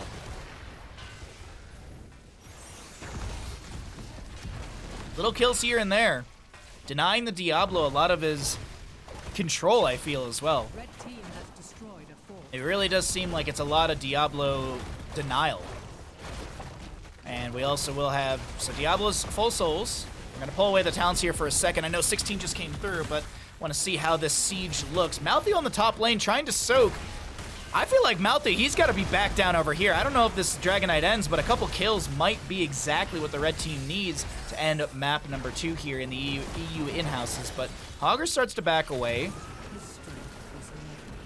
The signs are there for the retreat. Muradin getting a little bit low. All heroics are actually available for the red team as well. Hogger mounts up, feigning that they're leaving. Lunara will scout the bush with the Wisp, and unfortunately, there's no play. Now, another Shockwave is available for Hogger if he wants to try and line something up here for his allies. Oops, there we go. No? Okay. Bottom lane keep is going to be on 25%. I thought the siege was going to be enough. I thought they would have enough siege to take that down. Tyke is going to be going into sizzling attacks. Basic attacks deal bonus damage to heroes equal to 1% of their maximum health, stacks with minigun. You also will be seeing Cassie going into martial law. Basic attacks against enemy heroes deal bonus damage equal to 1% of their maximum health, increase to 3% if they are stunned, rooted, slowed, or blinded. Shockwave from the Hogger to be utilized right there. Last rights on to Muradin. He did pop the Avatar as the ball lightning goes out from Cassia. We have a phase shift from Brightwing onto Darkmok. That was the wrong target as the Sundering does come through. We have Muradin with a Dwarf Toss out. Stormbolt thrown back to try and save Cassia, who goes and drops the blind. A great staggering blow from Sven resets the souls of Diablo. He'll be back into the mix over here. Speaking of the mix, we've got bottom lane pushing in. That's going to be still Chase from the side of our red team. Dash forward from the Tychus. Minigun is active. Blink heal forward from the Brightwing. Diablo, he's back. Is this the dieback? Swamp Grot is trying to get in here. Last rights is available in 30 seconds to try and make a play with that one, but none of the red health bars are that low right now. Thrall gets a great route through a few. This is Commandeer Odin from Tychus as the Diablo goes down. I think Brightwing was looking for a phase shift onto them, but doesn't land it in time. And with Diablo dead for 37 seconds, Muradin goes in, lands a double Stormbolt. Oh my god. Double kill. Triple kill. Control both shrines. Muradin with the launch in right there from level 16. Slow totem from the Rhaegar. Sven gonna be backing away from the core defenses here. Core shielding start to drop. Malthael jumps in. Malthael so very low. He drops the last rights, but it doesn't matter because it's a... All that's left is a lone Darkmok to try and defend right now. The slowing totem is there. The Wind Fury just to get a little bit of speed and back away. Stun from the core as the Diablo's back here to help out, but it's not going to be enough. This core will fall, and map number 2 goes over to the side of the blue team. The red team, excuse me. GG, well played.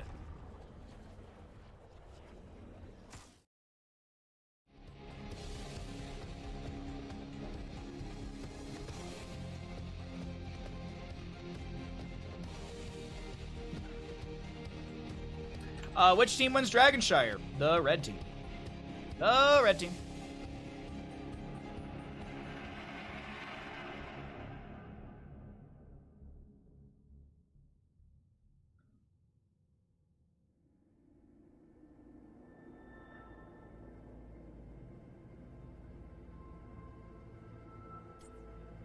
All right, while they get ready for another lobby, I'm going to go to the kitchen, grab my other cup of tea, and I'll be right back. Enjoy the stats and stuff while I'm gone. Here, I'll leave you on stats, actually.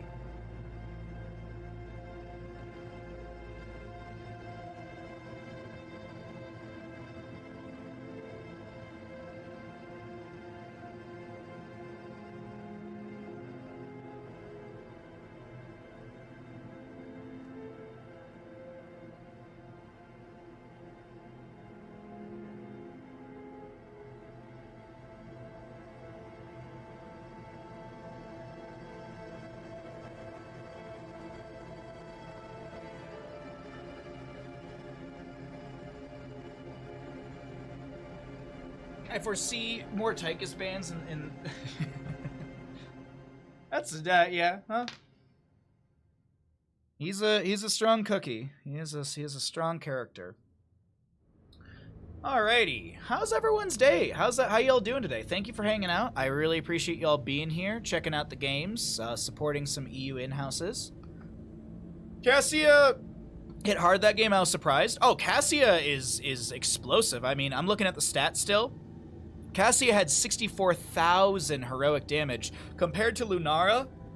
Lunara was second highest in the game overall with 53,000. We're rounding these numbers up and down. So, you know, throwing an extra 700 damage here and there. You're good. You're playing HOTS. Nice. Well, good luck in your games. Yeah. No, Cassia, especially with level 16 was really big for Cassia, that martial law. So basic attacks against enemy heroes deal bonus damage equal to 1% of their maximum health. Diablo has got a pretty decent health pool. Thrall is okay. Malthael's meh. But the big thing is then increase it to 3% if they're stunned, rooted, slowed, or blind, okay? Slows from Rhaegar, Totem. Stuns from Muradin, stuns from Hogger. Like, there's so many tools that amplify martial law. And then sizzling attacks for the Tychus as well was a great way to shred through. But yeah, Cassia is huge. Cassia is absolutely great. She also went charged strikes at level 1, which is gain 15% attack speed gain 15% attack speed. And then every third basic attack deals an additional 20% bonus damage and bounces to nearby enemy heroes. So you also have some extra splash. Do these houses happen for NA as well? Not to my knowledge. Not to my knowledge. From my understanding, they are only on EU. So that is. What's up, Ninja? Happy Sunday. Happy Sunday to all of you. Hope as I said, hope you're doing well. If you're new to the stream, hope you at least hit the follow button. If you'd like to support the stream further, it's always much appreciated. There's kind of consensus to wait for the second lobby to end as well to mix up the lobbies a bit. Sorry for the wait times. Hey, no worries, BRB. Thanks for the update. I appreciate you letting us know what's going on. I don't mind waiting. Look, y'all set everything up. I just show up and start casting games. I'm not complaining at all. I'm not complaining at all. I appreciate everyone hanging out and supporting the stream. The only thing I could ask for is your love and affection, chat. That's all I can ask for. It's just your love and affection.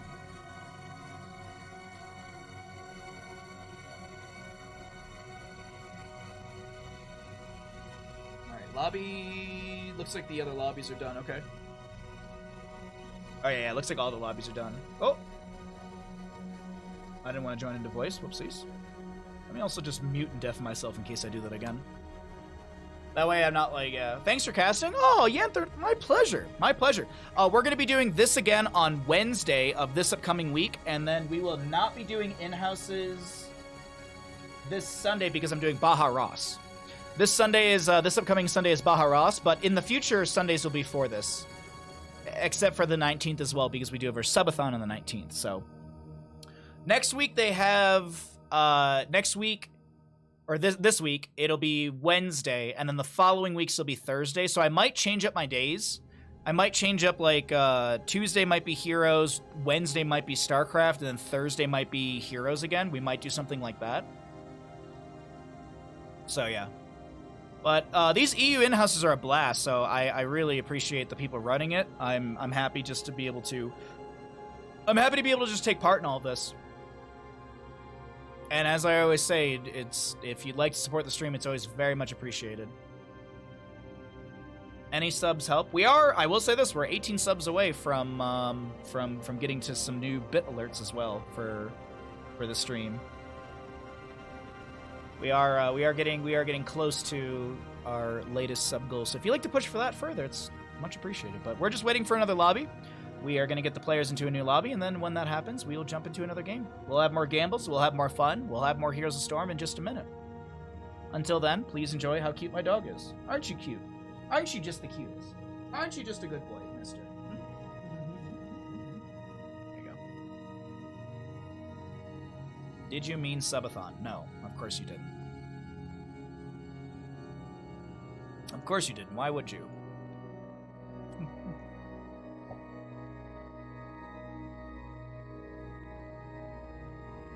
Oh, we also have a new tier 2 emote that I made today. Or I made yesterday. Well, it was right before D&D. I was making a new emote, so we do have. There you go. There's our new tier 2 emote. So if you're feeling like, ooh, I love that. There you go. I've been trying to update the tier 2 and tier 3 emotes because I feel like they've been kind of lackluster. This is the biggest stick Bandit ever got. Back in Detroit, there was a tree branch that fell, and Bandit broke off all of, like, he basically, when Bandit was a puppy, he didn't care about, like, chewing on a stick. He liked to break sticks into smaller pieces. That's it. He just liked to break sticks into smaller pieces. Like, you would hand him a stick, he would break it in half, and then that would be it. That would be the whole thing. So a giant tree branch fell in the yard after a storm, and we were just like, this is back when I used to smoke cigarettes, so I would go outside and have a cigarette, and, you know, Bandit, I would hang out and play and throw the ball and stuff. And so he was, like, ecstatic about it because he was able to just break the giant stick into smaller sticks. And then eventually, like, it just became unmanageable for him, so. I will follow you to the end of the world. Witch? Subscribe. Holy crap, Witch, thank you for the brand new Prime Gaming. I know you have a lot of places you can use your Prime Gaming, but I appreciate using it here. Sorry, I'm making sure I'm getting put to obs, but I want to just say really quickly, thank you so much for this Prime Gaming. Look at this delicious fish. I think Bandit and I are going to be eating real good tonight with a delicious fish like this. Thank you so very much for your Prime Gaming. I really do appreciate it. Thank you, seriously. I can't believe that we're in 2 weeks. In 2 weeks, it'll be 2 years of full-time streaming. 2 years full-time streaming. That is wild. And hopefully to many, many, many, many, many, many, many, many, many more years of full-time streaming. Here's to never having to go back and work in construction ever again. Please.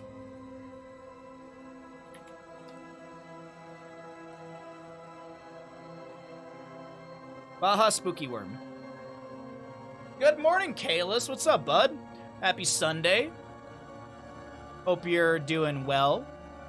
Hope you're ready for the upcoming week and the challenges ahead of you. I'm sorry.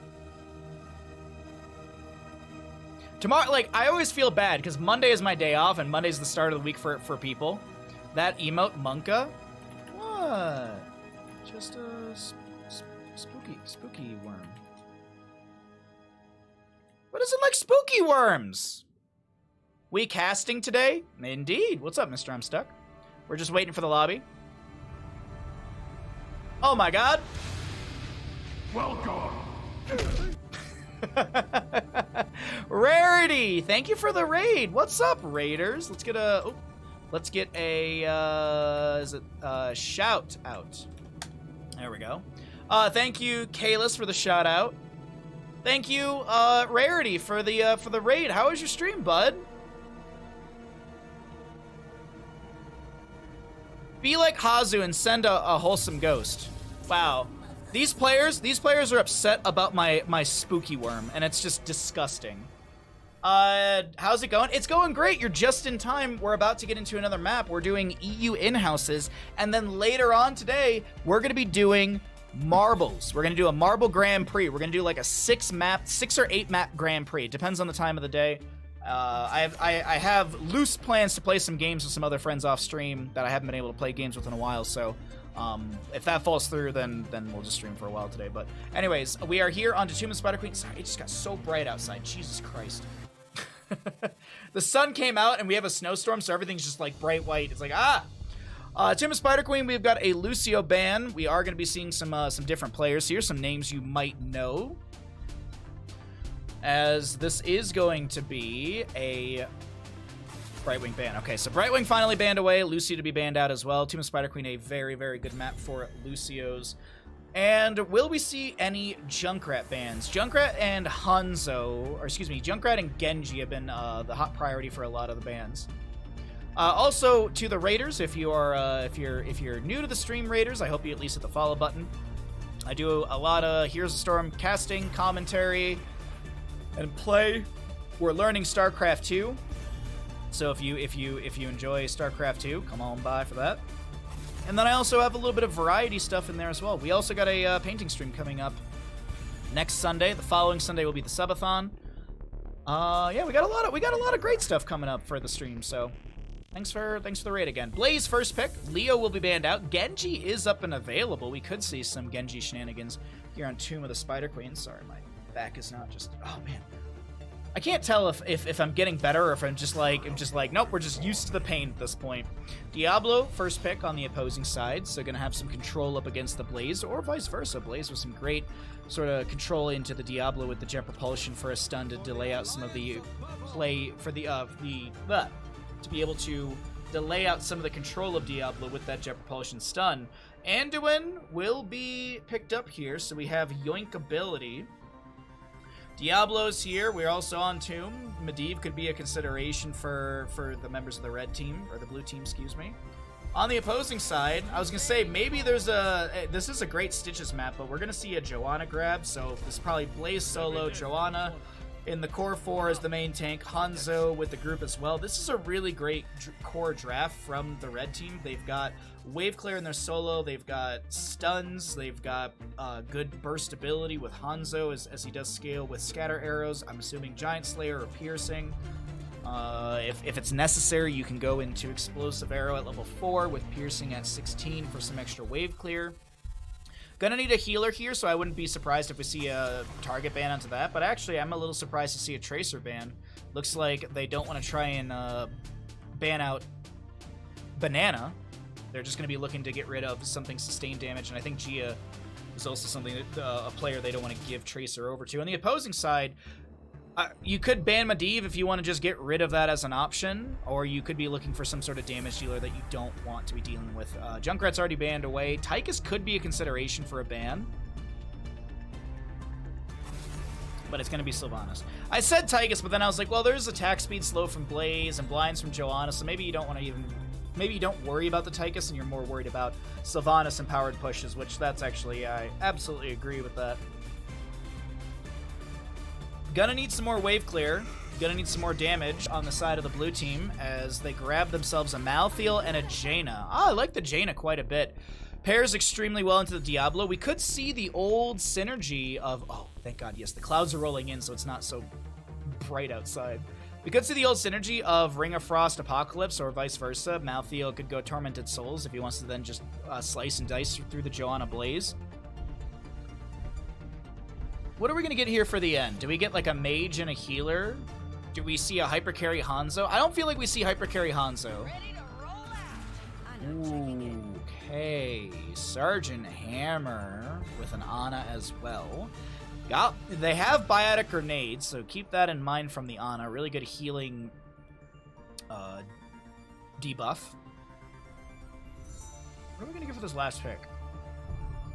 I don't think it's a hypercarry Jaina. I feel like they need some extra... Like a Greymane would be great with this, actually. Greymane or Raynor. Something sustainy or bursty. No!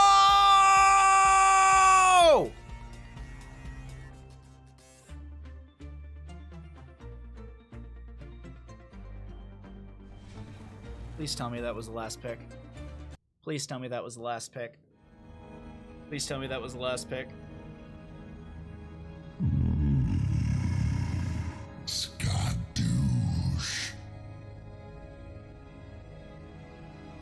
Please tell me that was the last pick.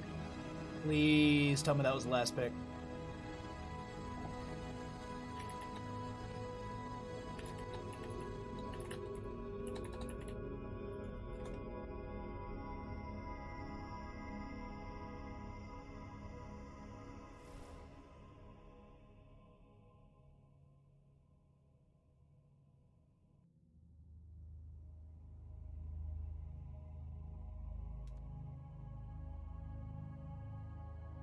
Oh, I'm just waiting so patiently.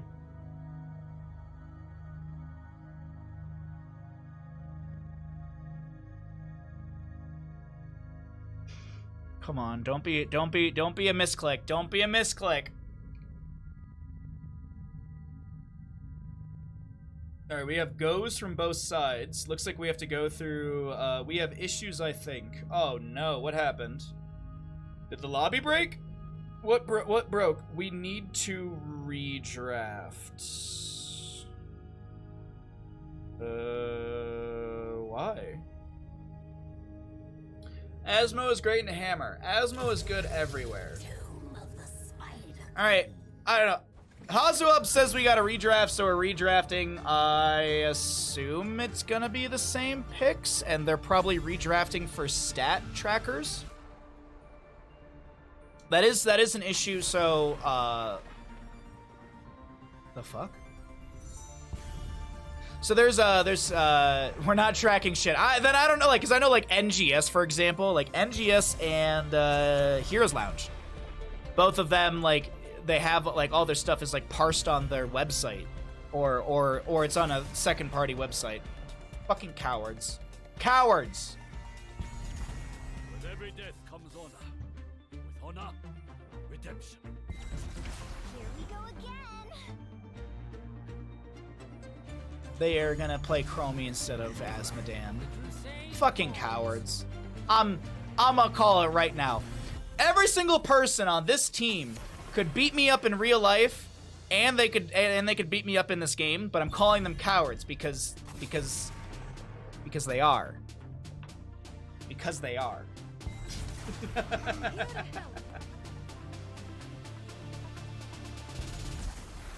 In-houses are supposed to be fun. Why not play some fun heroes? I don't know. You tell me. Oh, I played Game of Shogal last night. Hell yeah, brother.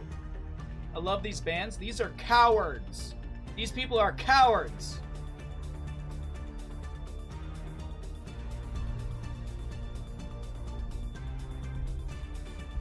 Oh, all right. Who wins Tomb of the Spider Queen? Spider Queen is 2 words. I always forget. I always make it 1. All right, I'll start the prediction once we get into the game, so that way you can see talents and all that good stuff. I'm glad Crush wasn't around to see the Artanis ban. Well, as you can see, they banned away some of the best heroes at the top. We're all winners in houses. Well, we'd be bigger winners if people played Asmodan and weren't cowards. I'm just saying. I'm just saying what we're all thinking, okay? I'm just saying exactly what everyone in chat is thinking.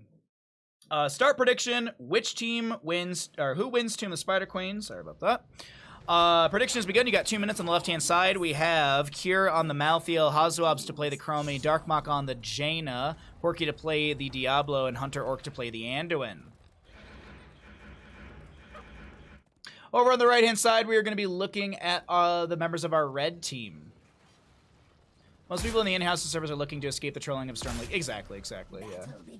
The in-houses are supposed to be fun, but it's also about, like, getting good games. Like, that's really where in-houses originated at, is just getting actually, like, people that want to play the game and enjoy it. Ultralisk on the Hanzo, we've got Orsamanthus on the Joanna, Gia gonna play the Blaze, Banana on the Ana, and I think it's Gafflo, or I'm just gonna go with Flo on the Sergeant Hammer.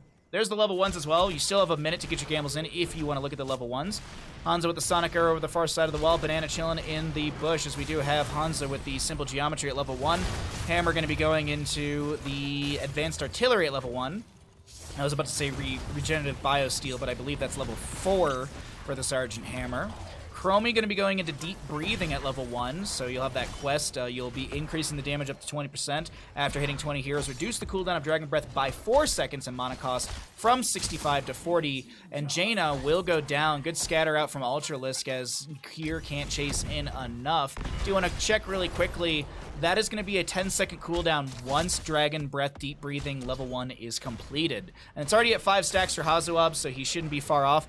Against the Sergeant Hammer, this shouldn't be that big of a deal pre-level 7. Actually, even with level 7, because Sergeant Hammer doesn't move that quick. But you know what? That's going to be another set of kills here, or this can be 2 kills, actually, in the top lane for the blue team.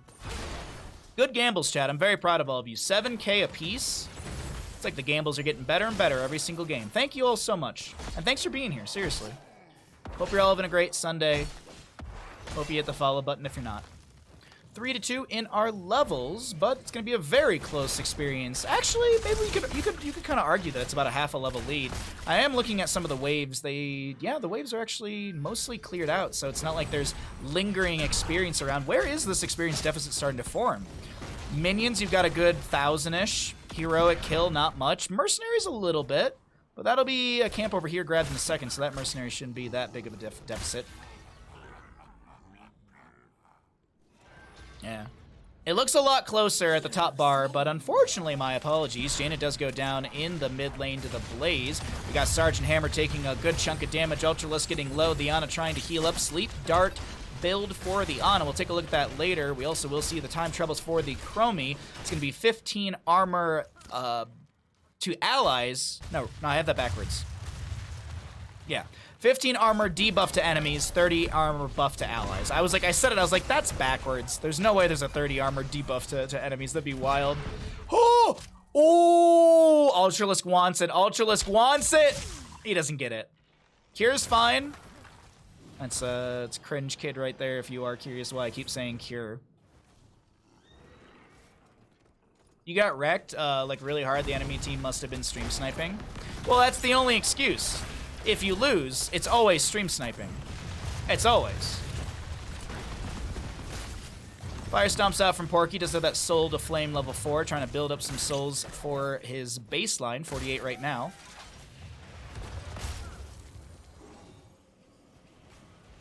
Neither team has enough for a turn in. More fire stomps out from Diablo. Delay the turn in.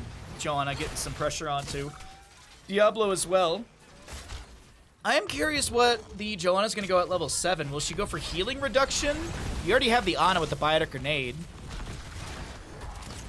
Wonder what the Joanna will go into. We'll have to see here in just a few moments as fight in the mid lane happens. Gia goes down. 13 gems, I believe, are dropped for the red team, and the Joanna can't get in for those. That's a little rough to the economy, and Joanna will fall. She only has 1 gem to drop, but still, that's going to be experience over to the blue team as Ultralisk is really low once again, but he's not going to go down. I know, right? I get stream snipe every single day. Don't even stream, so go figure. I know, isn't that wild, Quid? Like, even when you're not streaming, you get stream sniped. It's almost like they're hacking the planet. They've hacked the planet. Angelina Jolie's running around and they're hacking things via, what was it? It was like phone booths in the subway or some shit. It was such a weird movie. It was so good. Stream snipe Baha and I don't even play. It's the only thing to be. Yeah, there you go. Exactly. Fire stomp from Diablo, still building up more souls as the biotic grenade connects onto 2. Orc Hunter, excuse me, trying to get a little extra healing out as well. Temporal Loop onto the Sergeant Hammer. She did go into Siege Tactics at level 4. Porky getting real low here. But I think he's okay. I honestly thought the Joanna was going to step in and try and take down the Diablo, but respect from the Joanna player as Hazuabs is done with his deep breathing. It's a 10-second. That means that it's a 10-second cooldown on that W. That reminds me I need to grab my tinfoil hat. That's a follower emote now, by the way. And if you subscribe to the stream, you can use follower emotes in other Twitch channels. I didn't know this. I was watching some other streamer and they had mentioned it. So yeah, if you're following the channel and you're subscribed here, you can use all the follower emotes in other channels too. So that's pretty cool. I think we got some fun follower emotes in the channel at least. Gio gonna be dove onto. Yeah, goodbye. Yeah, Malthiel's got the stickiness. 10 talent tiers almost here. Let's go ahead and cycle through the other numbers. I'm sure you want to see the damage, healing, and experience between these both teams as 10s will pop at the top of the screen. You got that Chromie with Temporal Loop already. That's going to be thrown on to Chromie. I think it might have been the Joanna. Either way, we might get a counter kill onto the Sergeant Hammer. She's trying to boost away. Last Rites will get a stack. Malthiel taking her down. We do have Diablo hitting level 10, so that orange means that he's got the reduced consumption. He still needs to be at 100 souls, but he only consumes 75 of the 100 now that we're post level 10. The difference is just the color. Blue means that he finished out his current stacking of souls, or you could quite literally look at the center little icon underneath the Diablos. You can see he's got that little He's got that little soul stone right there that signifies that he is done. That is visible to both teams and all players. Hanzo done with his simple geometry level 1.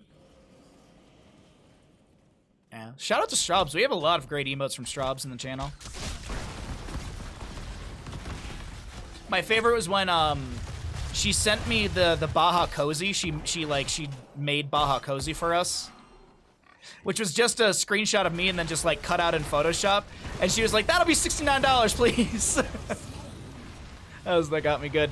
Hanzo goes down. Good dive onto him with the light bomb from the Anduin as well. Sleep dart from Ana goes out. I don't think it connected onto anyone. We do have Ana going into the Nano Boost. Yeah, Nano Boost. I was gonna say Nano Infusion, but that's the level 20 upgrade.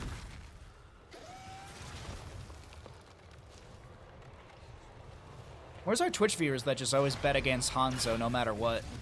Are they in chat today? I thought I heard a temporal loop. Oh no, I think it was a time trap being armed. Yeah, it's 7 seconds.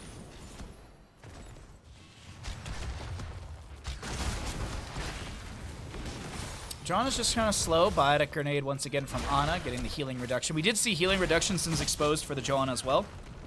35% healing reduction for 3 seconds. Sleep dart from Ana not connecting. Top lane cleared out by Flow on the hammer. Gonna siege up over here. Does have the Hover Siege level 7.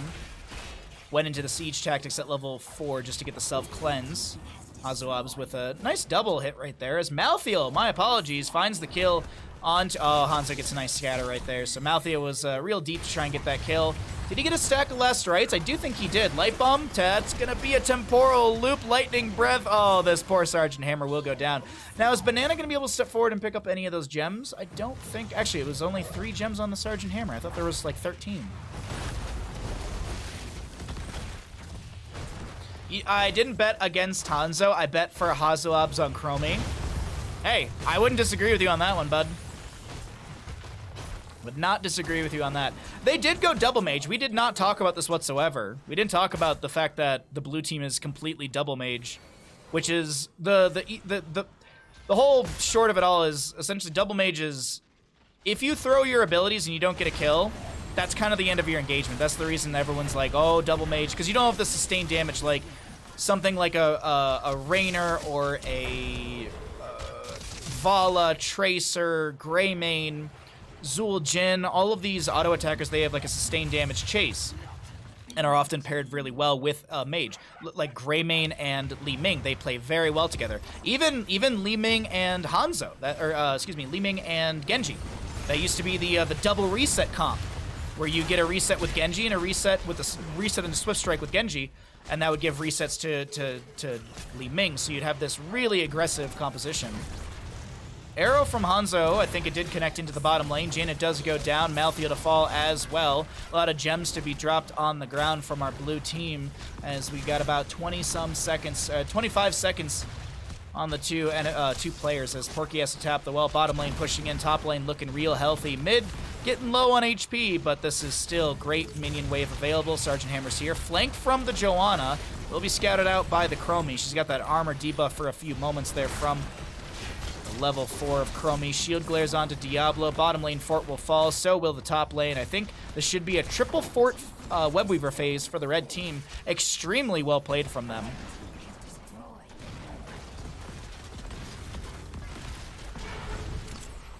Wow. Really, really well played in this objective phasing. Just pushing in on all fronts to the blue team as this Sergeant Hammer continues to do what Sergeant Hammer does best. Poke at towers from range, and if anyone steps into the umbrella of Sergeant Hammer, that's kind of the little AoE around her. Step into the umbrella, that's the green light for the allies to fight. Now, light bomb from Diablo. Oh, light bomb onto Diablo. I don't think he could find the shadow charge targeting, so he'll drop the lightning breath. He's taking a lot of damage on the damage on the ground. Oh my god, Nano onto Hanzo. Can he step forward? No! So many low blue bars, but there's no kill to be had. Wow. Okay.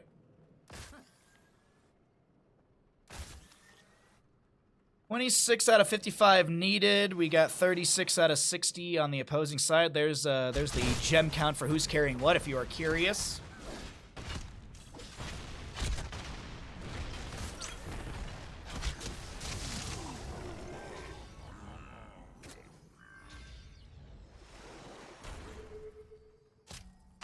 Something weird happened. Sorry, I was looking over at my stream stuff and I was like, Rarity just raided me? I was like, wait, Rarity raided me a while ago. What's going on? Might be a little stream elements bug right there. But anyways, Joanna's still stepping into Porky here. Healing reduction from the Sins Exposed.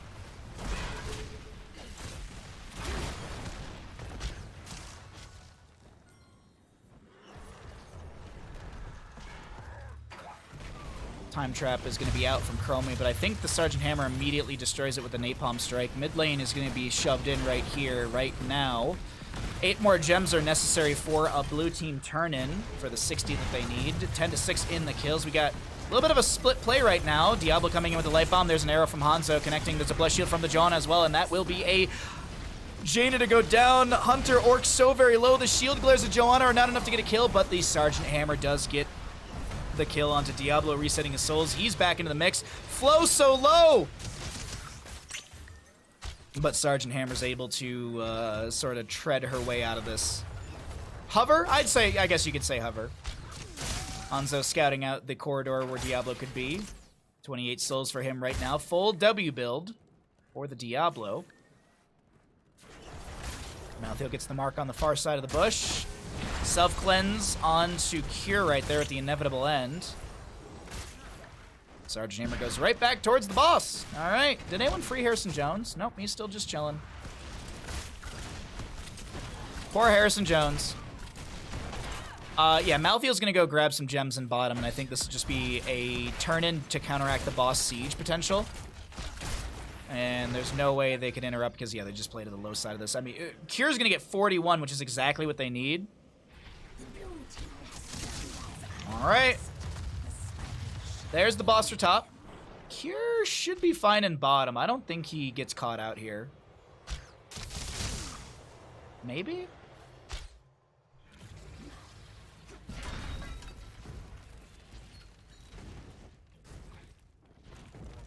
He's out. Oh man, nice juke from Cure going over here.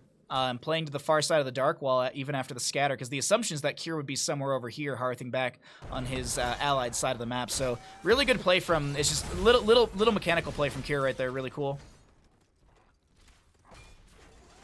Webweaver in top will be managed by the minion wave. Not completely, but mid is furthest forward, so you try and shove this in, try and take down the mid lane fort and find parity on the map when it comes to the periodic catapult pressure. Taking down those forts do allow your core to summon a periodic catapult in the lane. If you take down a keep, you get a catapult every single wave. 10 to 8 in kills, and we are approaching level 20s. Let's cycle through the numbers again. Go ahead and take a look at some of the other numbers. We have Stuck in a Loop for Chromie at level 20, as she does get her talents earlier than everyone else. Turn-in availability exists to our red team. They've got 42 in their pockets, 22 already turned in, 55 necessary. Y'all can do the math on what's needed, as Diablo is going to be hit with a Jet Propulsion. Porky getting low here. Leap of Faith will come through from the Ana, or from the Anduin. Ana with some good healing from the far side of this engagement. A lot of the gems are split between allies. Chromie will delay out once. Diablo looking for the second delay right here. Sleep Dart going to read that immediately. Joanna stepping forward to pressure. Oh, Gafflo so low, able to get the zoom, the boost out. 64,000 healing from the... to 64,000 just about from the Anduin. Arrow will connect from Ultralisk as the Nano is placed onto the Hanzo. I feel like they could have gone Eye of Horus, to be honest. Maybe Eye of Horus is a little memey, but I feel like you could have gone Eye of Horus.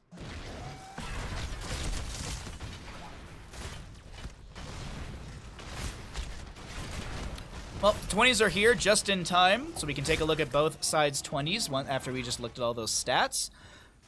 We got the No One Can Stop Death for Cure, the Hellgate for Diablo, 69 souls. Very nice scatter with the Giant Slayer. Hanzo did go into Bullseye, gets the stun. Chromie with a time stop onto Diablo, giving 30 armor.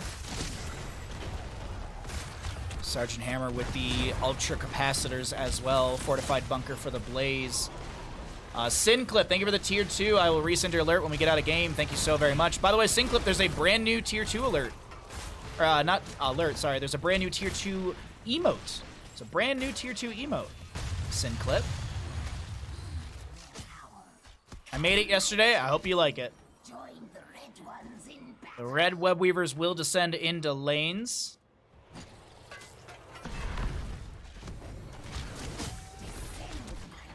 Ultra Capacitor is going to start. Ooh, good damage from Hazuabs. Healing darts out from Banana on the bottom right. Arrow from Hanzo connecting right onto Malthael. There's a self-cleanse. There's also going to be a kill onto Jaina in all of this. Temporal loop going onto somebody. Not sure exactly who, as there's just so much on the ground.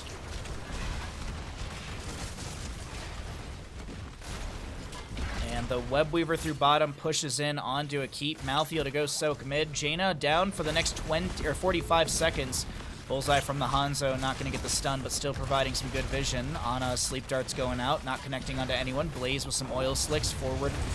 As the Malthael looks to jump in, maybe here. Cringe Kid taking a lot of damage. That's Cure for anyone that doesn't know. Ultra Capacitor shredding through as Flo has to boost away. Malthael does buy back. If he dies within the next, 3 minutes, he'll have a very long death timer, somewhere in the 80-second area. And it's Porky a little bit low here. Webweaver in top takes down the keep. Mid lane, no Webweaver available, but this is going to be a triple keep to fall. Malthael goes down. Look at that death timer, 80 seconds. Go take a nap, Cure, because this game is over, and you still got the death timer. Hazuabs will fall, and that's a team kill. Diablo may be back in the mix, but either way, that is going to be map number 3, and our EU in-house is going over to the side of the red team. GG, well played.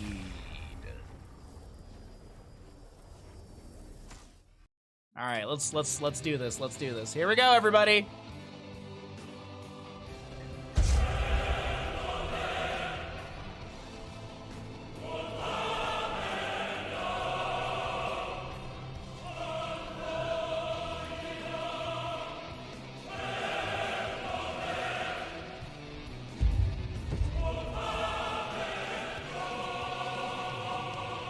Bahamut Baha. That's it. Sinclip, thank you for the tier 2, my friend. Yeah, enjoy the new emote. Enjoy the new emotes. Are you sure the red team is the correct outcome? Yes, the red team did win because they had the Sergeant Hammer. The bet has been paid. Ooh, I will say this. Hazuabs is really the victor in this matchup right now. Hazuabs is the real victor in this matchup, as he has the nicest amount of heroic damage I've seen all day. GG's Hazuabs, you're the true victor in all of this. Alright, let's get set up for another map. Let's update our scores, and we will continue casting in-houses. I hope you're all having a great day. Thanks for being here. Thank you again, Sinclip, for the tier 2 for 23 months. Nearly 2 years of support. Thank you so very much. I appreciate that, my friend. There are 2 types of Ana player. Those that play like Banana, and those that have no business ever playing. Yeah, I'm in that latter category. I am in the latter category on that one for certain. Let me check my phone really quickly and see if I got any.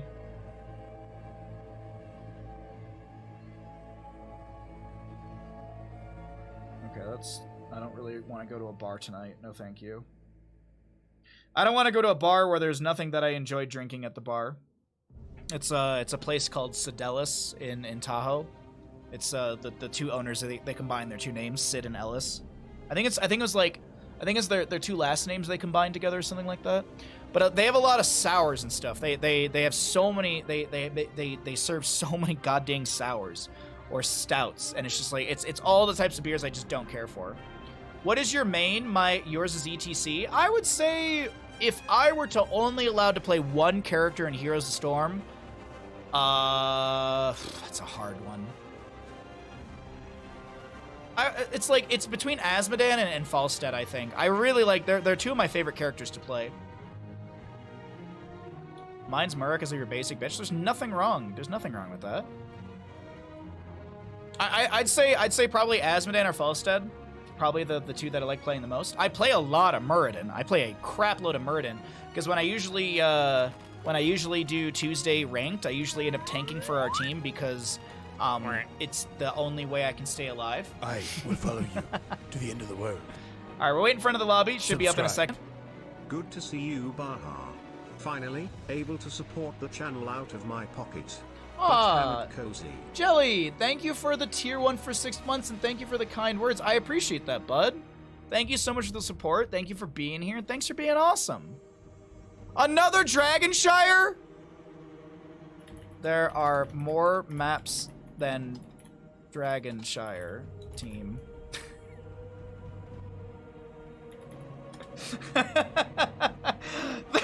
Why are we going to Dragonshire again? This is the 3rd Dragonshire map today. Why do they love Dragonshire so much? Just...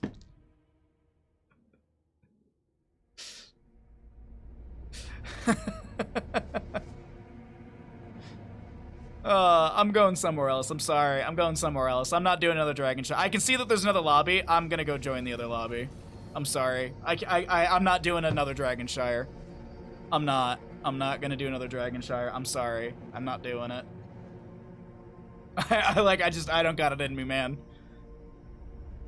I've, like, on a casting side of thing, I've casted so much goddamn Dragonshire.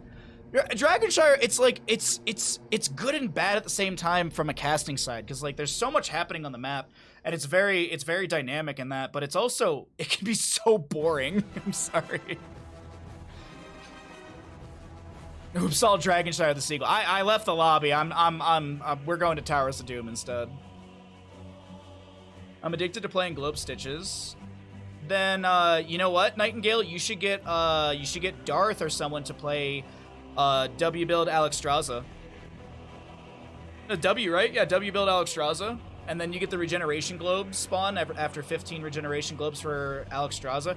And then you just do, like, you go to Tomb of the Spider Queen or Infernal Shrines, and you literally play W build Ana with, or W build Alexstrasza with Stitches, and it's insane. Excuse me. I want to say I saw Leon Black do that in the old iteration of CCL when it was the Celebrity Clash League. And I believe he had, like, some insane amount of globes. Like, he was, like, 60 or 80 globes by, like, 20 minutes in game. It was fucking wild, man. The VOD's got to be somewhere, but that was a really fun one. Towers of Doom. All right, everybody, welcome back into the EU in-houses. I jumped the ship and I went into a different map because I did not want to cast another Dragonshire map. Welcome into Towers of Doom. We've got some repeated players, we've got some new players, so I hope you're all ready for a fantastically fun map. Towers of Doom is one of my favorite maps to cast and play, and it's just because there's so much potential for either team. It's not like, oh, this team that, you know, it's 40-2, that team with 2, there's no way they're coming back. I mean, some cases, yeah, that does happen, but I feel like there's so much potential for a map like Dragonshire, or Dragonshire, like Towers of Doom. So we're gonna go ahead and we're gonna get in some bans, and we're gonna get into our 4th map today here in the EU in-houses. Thank you all once again for being here. Thanks for being awesome. Thanks for hanging out. Hogger Lucio banned out immediately. D&D time. To go smash things with my human fighter. Have a great stream. Hey, good luck, Gatto. Try not to get party wiped. Enjoy your rage. Oh wait, not rage. That's barbarian. I actually don't know the fighter class very well. Because I have to look it up. Maybe that's what I'll do. Probably what I'll do tonight after stream. I think she's playing 5e. I'm pretty sure she's playing 5e. I don't know many people that play 3.5. Beyond, I think, Darth, actually. I think Darth in chat is the only one that I can recall that plays 3.5. I think everyone else I know plays 5e. Blaze Dahaka also banned out. We still have things like Brightwing up and available. Stukov is up and available. Genji is great for this map. Junkrat is great for this map. There's a lot of really good opportunities. I'm not sitting here trying to be an oracle. I'm just talking about what potentially could be picked up for either side because of what's valuable for these teams. As the Brightwing will be grabbed here. Still Junkrat's up and available if they want to grab that. They could look for a strong tank in a Joanna. She's great for rotations. Garrosh is actually fantastic on this map as well. He's got so much displacement and control. But we're going to see what is going to be the next pickup here with the Brightwing. I always like grabbing healer and tank to start out because it doesn't show a ton of what your draft is beyond just maybe your heal style. But even then, like, Brightwing is so versatile with their play. Like, this doesn't show anything of the draft. And even then, like, this is also... Let's put Hazoabs on a very, very strong character. They're gonna get a Hanzo for Hazoabs, but still Junkrat's up and available if you want to get some displacement. You could see actually. Ooh, you know what you could see? Really? All right. I was gonna say you could see a Stitches. Stitches is actually a possibility, like Stitches plus Junkrat for the blue team. So Gorge, Polymorph into Steel Trap, Hanzo good burst ability. That could be an opportunity. Stitches is great on Towers of Doom. Rhaegar will be the ban. No Ancestral Healing. Did a lot of fun things with 4E, but I understand why it's not played much. Yeah, I started learning about tabletop games. I guess we'll just use the general term. I started learning about tabletop games around 4E, and that's when everyone was like, oh, dude, learn Pathfinder. Like, because it was right after 3.5. It was right when 4E came out. Because I was like, oh, I had heard that I was like, there's a new thing of D&D. And I was talking to another guy that I had known. He graduated from high school, the same high school as me. And he played a lot of tabletop games. So we were on a train to Colorado for a ski trip. And I was just talking to him about it. And he's like, no, dude. Like, he's like, 4E sucks. He's like, I've been playing it since it released. He's like, I don't like it. He's like, go play Pathfinder instead. And Pathfinder's great. Pathfinder's got some really cool things. It's got some issues too, but hey, Pathfinder's fun. And if you don't like high fantasy and you want to try tabletop games, you can always look into Starfinder, because I believe that's like the Star Wars version of like D&D. If I'm not mistaken, there's Starfinder, which is I think it's Paizo. I think it was the same people that made Pathfinder. I think. Anyways, Dragonshire draft is unfolding in front of our eyes, and I like after I see Vikings, I just don't even know what to talk about. So, let's. No, realistically, it's a push composition. You get Vikings, you run Vikings like a 1-1 Viking top, Viking mid, then you use Eric for harassment between, and then you hard push bottom lane. I don't know. Wait, Keck, wait. All right. Well, our players have no idea how to draft. Starfinder is Paizo, not Star Wars, but it's a space exploration. Yeah, exactly. Sorry, yeah, it's instead of it being like high fantasy with elves and orcs, it's more sci-fi based. It's more sci-fi based. Whoops, no healer. Hey, they drafted it. They gotta play it. Wait, Doom, how did you see that there's no healer? According to Twitch chat, it says that you're currently listening only. How did you know? How did you know? How you doing, bud? I hope you're having a great day. Thanks for coming by the stream. We've got a gamble. I will start the gamble once we get into the game. Wait, the Rhaegar was banned out! Dude, the Rhaegar was banned out! Lobby might be bug. I think we have to rehost.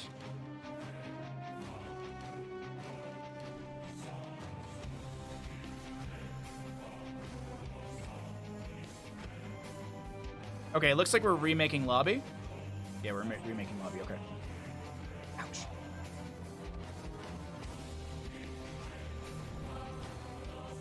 Alright. Where's Hazoabs? I'm just gonna mark him. There you are. Join game.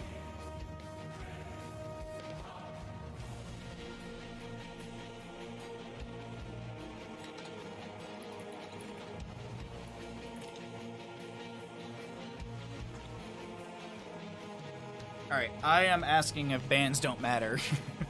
'Cause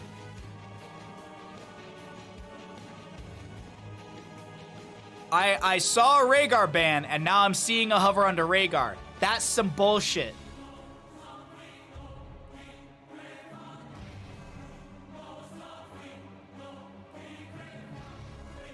I heard the voice line, so I straight up choked when I heard that only DPS and it's supposed to be Viking, some sort of support. Generally had no healer.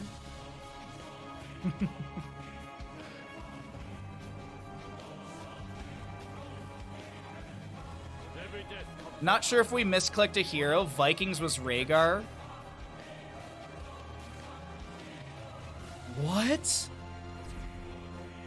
How are Vikings Rhaegar? Dude, this is dumb. This is dumb.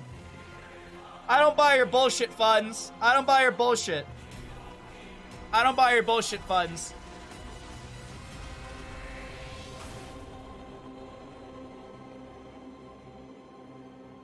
Apparently they said Vikings is Rhaegar since the person didn't own it, I think. Bullshit! You drafted this, you play this. These teams are cowardice today. I mean, Tomb of the Spider Queen, there was an Azmodan pick. Instead, we get a Chromie. Cowards. Absolute cowards.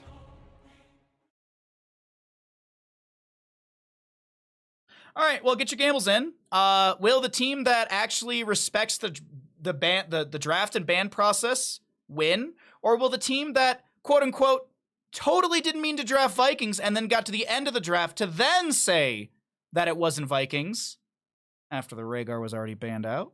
Who's going to win? Respectful players in the blue or rude players in the red?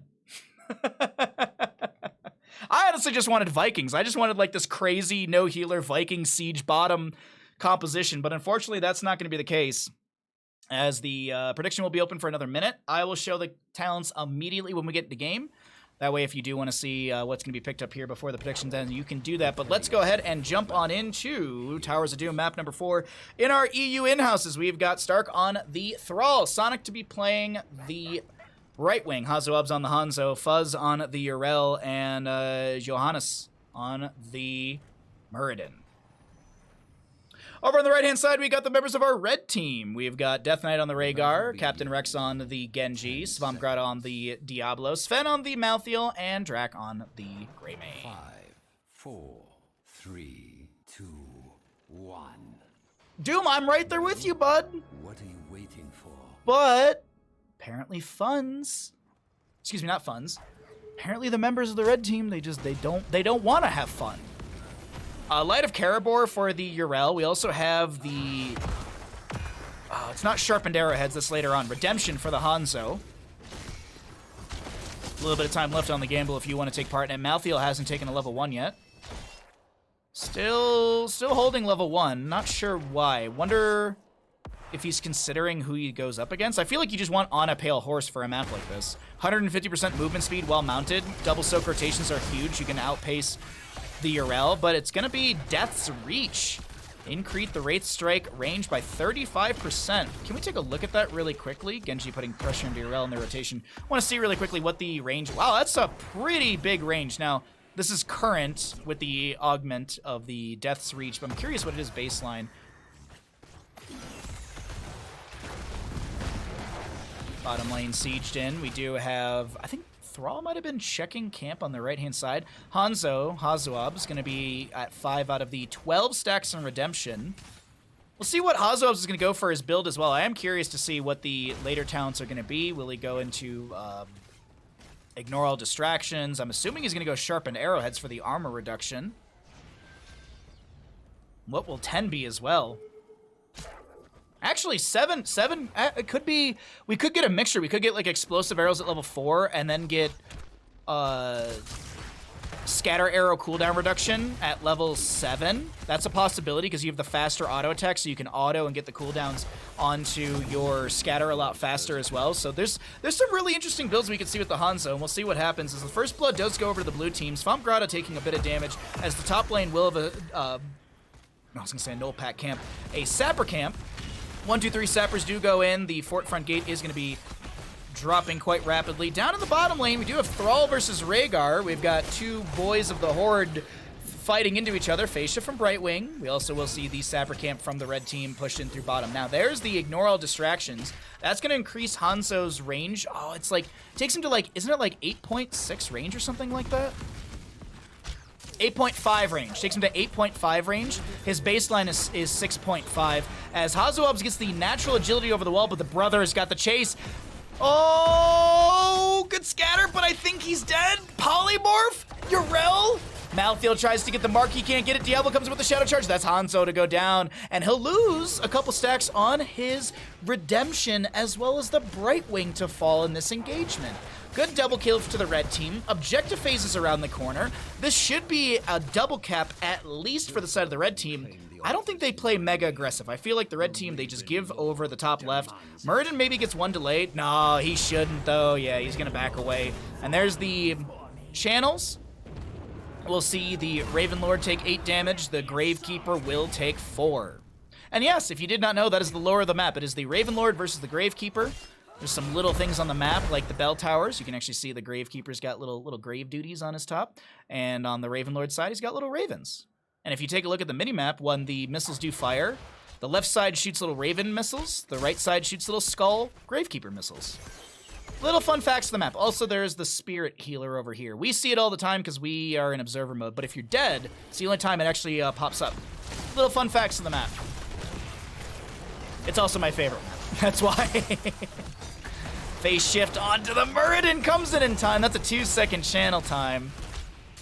And it looks like Muradin will back off for a second. He doesn't have third wind at level 1. Does have those block stacks, though. You're able to go soak up the top lane. Fire Stomp out from the Diablo. He didn't go Soul to Flame. He's going to be going into Feast on Fear, Sacrificial Soul, and Malevolence.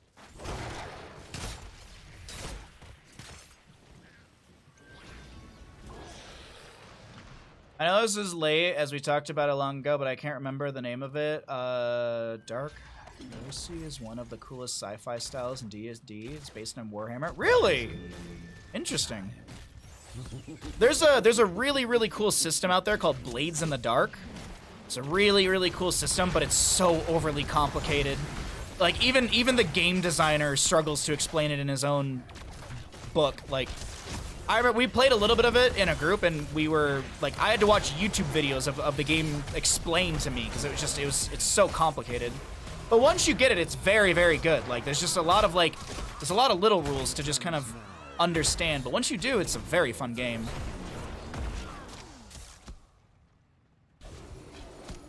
Alright, Hazuab still poking. There's that level 7 I was talking about, the never outmatched, so reduces Scatter Arrow mana cost to 50, but basic attack against enemy heroes lower the cooldown of Scatter Arrow by 3 seconds. Synergistic with the poke ability of Ignore All Distractions, and you also have the cooldown, or the faster attack speed, 50% faster as well after you get the 12 stacks. But Hazuabs has not been able to reach that so far in the game. This might be the first time he actually gets that.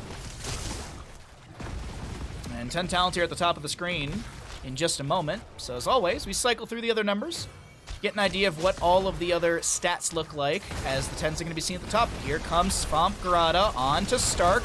Muradin, does he get the avatar off? No, he's not even level 10. I thought I saw some sort of avatar go off from him, but that's not the case whatsoever. We do have a Thrall and a Brightwing to fall. Thrall finishing out his level 4. Gilnean Cocktail through the gate.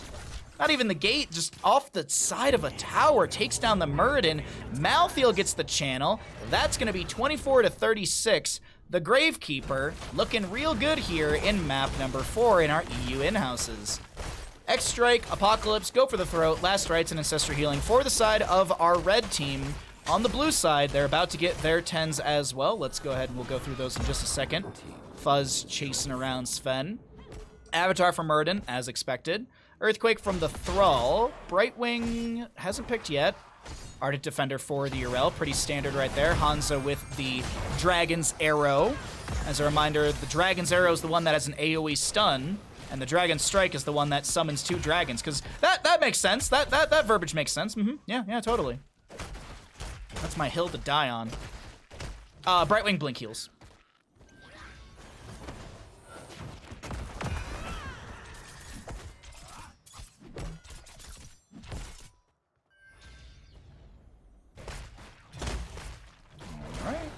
Stormbolt into the Rhaegar. this is pod racing. Arrow goes very wide. Genji going to be done with his Shuriken Mastery level 4. Just skimming talents as well to see if there's anything of major note. Stark is going to be able to grab, or at least throw out a Frost Wolf. Diablo not able to step up. There's 6 sappers, I think, in this bottom lane. They're going to be trying to, that are attempted to be pushed in. One goes down, overpower onto the Thrall, gets the Earthquake out. Gonna retreat a little bit here on the bottom side of this lower lane. Trying to pull the enemy around the fort, but it's not going to work out. Single altar on the bottom side over here as well. All 6, if I'm not mistaken, sappers are cleared out. Diablo to go get the channel, and if anything, I think it's going to be delay from Genji, Rhaegar, and Greymane. Actually, I don't even think the enemy can step up here. This is just going to be 5 shots eaten. Little skull missiles into the Raven Lord core, down to 19 HP. And in the bottom lane, the hold is still here for Death Knight and crew. 2 to 5 in our kills. Ooh, Malthael. Malthael gonna try and dip dive, dodge around. That's an Apocalypse from the Diablo gonna be coming out. Self-cleanse from Malthael as Hanzo trying to get the sustained damage onto the Malthael. Doesn't work out.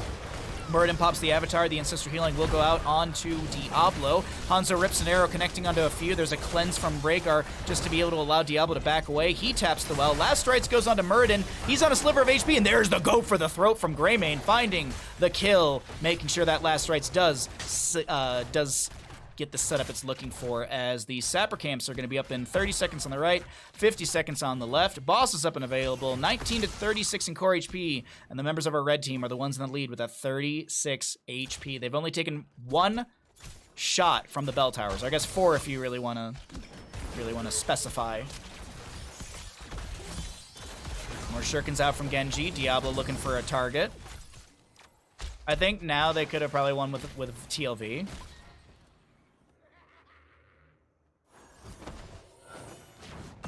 Sappers on the right just now up. We've got a single altar in the center of the map. 13 to 14 in our levels, so even talent tiers. Slight stat advantage to the members of the red team as they have that higher level. A little bit of extra scaling. Whatever low percent increase onto everything. I always forget because everyone changes. Not everyone, but there's some slight augments onto the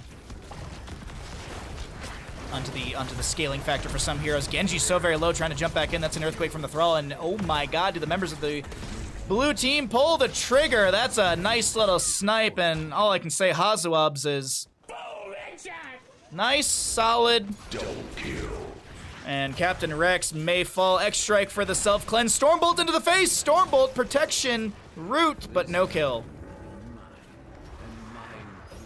Gravekeeper going to take a couple shots right there. 19 to 33 in core HP, and the gap in experience has has quickly been closed between the two sides. Greymane to grab a camp for the top lane. Sappers in the bottom. Looks like these will be cleared out in the lane. No real wave, so it's going to be Hazuabs tanking, a little bit of Muradin tanking as well. He's trying to wiggle his way out of the range. Bottom lane, Bell Tower goes down. Thrall with the reset. Top lane, Boss. Now, I did not look and see. Was this scouted out by Yrel? I don't think so. Yeah, and Fuzz can't even go in over here, so this is, whether it's known or not, this is not good, actually. Ardent Defender will be used. Yrel at full HP. She'll get the Avenging Wrath out. Greymane going in. The Mark, the phase shift from right wing. Righteous Hammer to knock back a few. Here comes the Thrall and the Muradin. Stormbolt not connecting, but the Frostwolf will. Hanzo in mid still clearing things out. We got a Sapper camp in bottom lane. 16 talent tier will be simultaneously hit between, actually slightly faster for the blue team. But still, very close. Point blank arrow from Hanzo. Follow up. Root from the Thrall. We got a fight breaking out. X-Strike from the Genji. Disconnect onto the Muradin, but Captain Rex needs to back away. Last rights on a Muradin. He's got the Avatar active, but it's not enough. We do see Death Knight very low on the bottom of our screen, chased away by Hazuabs. Fuzz getting the Avenging Wrath over the wall. Malthael self-cleanse. The Earthquake from the Thrall. Malthael goes in deep! And he's a little too deep as Malthael to be traded for the Muradin. Triple altar phase coming up. How is this going to be split and played between the 4 members available? Heroes, I have opened a tunnel near. That's hot. Need to turn that off. Gilnean Cocktail through the gate to try and get some splash kill onto Hazuabs. Doesn't find it. Genji gets the channel in the bottom of the map. Top right, look at this though. We can see on the mini-map that there is going to be a little bit of an advancement from our blue side to delay out Death Knight. Root from the Thrall. Oh my god, the Thrall almost going down quite quickly from the Greymane Diablo dive. We do have Genji pushing up the bottom lane. I'm a little surprised he didn't join the allies here. Genji gonna try and burn down a structure. I know he's got Shuriken Mastery, but this feels a little miscommunicated. That's a great arrow. A follow-up scatter as well. Sven, this is a little suicidal. Good self-cleanse. Hazuab should get the channel here as Genji won't be able to take down the bell tower. Wait. No, he won't be able to take down the bell tower in time. Still 4 shots go into the Gravekeeper. I feel like Genji should have just rotated and joined the team. This felt like too many ideas. Too many ideas. Genji will convert the bottom lane, but now a quick bell tower burn down from our blue team in the top. Keep in mind, Hanzo has level 7 and level 16 synergy, as well as level 1, realistically. So you've got Never Outmatched, which reduces the cooldown of your scatter by 3 every time you hit an enemy hero with an auto attack. You've got Redemption at level 1, which is going to be faster auto attacks. And then you've got Giant Slayer at level 16, which is going to be a great tool, as we saw taking down Diablo quite quickly. Good burst ability into the Diablo with those scatters. I mean, honestly, anyone who gets hit by a full face of scatters from Hazuabs is gonna be really, really feeling it the next day. But this will be Sapper Camp cleared out in the top lane. Diablo anchoring in between everything. Fuzz taking a bit of damage. Does have the Ardent Defender. Gonna be able to get the Hand of Freedom movement speed. Now Fuzz still being chased. Face shift from Brightwing. And now Captain Rex is the one who needs to run away. Hazuabs lands the arrow. There's a scatter and a kill. Brother killing brother here on Towers of Doom, as the top right bell tower does go back over to the side of the red team. Double Ultra Phase coming up here. Genji will not be respawned by that time. Feel like they try and trade these realistically. Hanzo looking to clear out the bottom lane. This should be cleared out before the objective phase, but the fight breaks out in mid. Righteous Hammer not connecting right there. We have a good root from Thrall. The Ancestor Healing will go onto Diablo. Fuzz still does have the Ardent Defender available. Hanzuabs gets the bottom lane bell tower reconverted to the team. 25 seconds on arrow for him. I was looking what the Dragon's arrow would be. There's going to be Swamp Grata and the and Stark trading out. 7 to 21 in core HP, 20 talent here, just about to be here. Faster for the side of the blue team. One. I don't know how many sappers went in through bottom. It's kind of looked like one. Some pings onto the bottom lane bell tower. We'll have the priority push in here. Malfield to go soak up top lane to try and close that gap. It's 20. All right. Boss is up in 30 seconds. Boss doesn't end. Righteous Hammer with the armor reduction from the Templar's Verdict. Now here comes the Muradin for a flank. We also do have the 20 apiece. That's a lot of damage onto Diablo. He has to Hellgate out. Hellgate used. Hanzo lands a huge arrow, chasing it onto Rhaegar. Captain Rex and Swamp Grata needing to back away. Captain Rex jumps into the mid lane as the mid bell tower is getting some good defensive shots out onto Yrel and Muradin. Double Altar Phase coming up soon. That laugh signifies the boss is up and available as well. Genji goes to bottom to go clear things out. Help a Greymane as well. Diablo's at full souls. Muradin Dwarf tosses in, lands a Stormbolt. Greymane taking a lot of damage, tries to Razor Swipe and roll away with the disengage, but good rotation, good gank from the members of the blue team. I don't think they're going to try and boss. What? Are they really going to try and boss on this?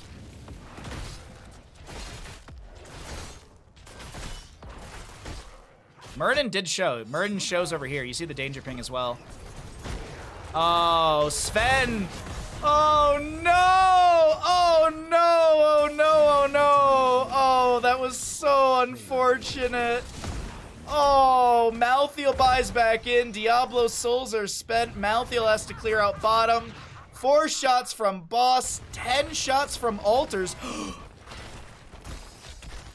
12 shots from altars? 12 shots from altars. Apocalypse used by Diablo. He went fishing. No prime subs for him. Hanzo gets the channel in bottom. Thrall pushes up top. And mid lane still being reconverted. Brightwing gets the channel as well. And this is what I was talking about. I love Towers of Doom for this.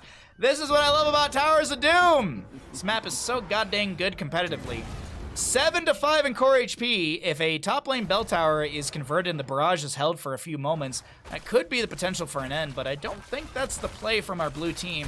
We've seen the 20s here for a few moments. Let's go ahead and cycle through the other numbers, get an idea of what those look like, as sappers are available through the bottom lane.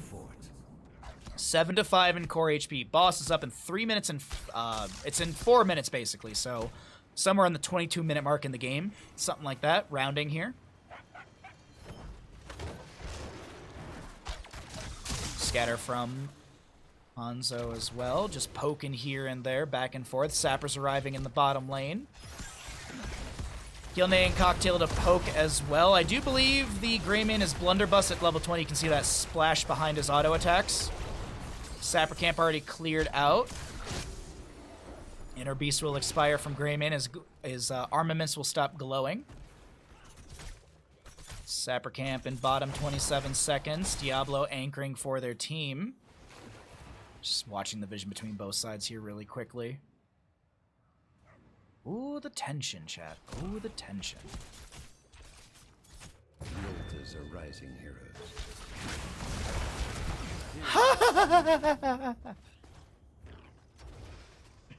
Wow, just absolutely just smooshed.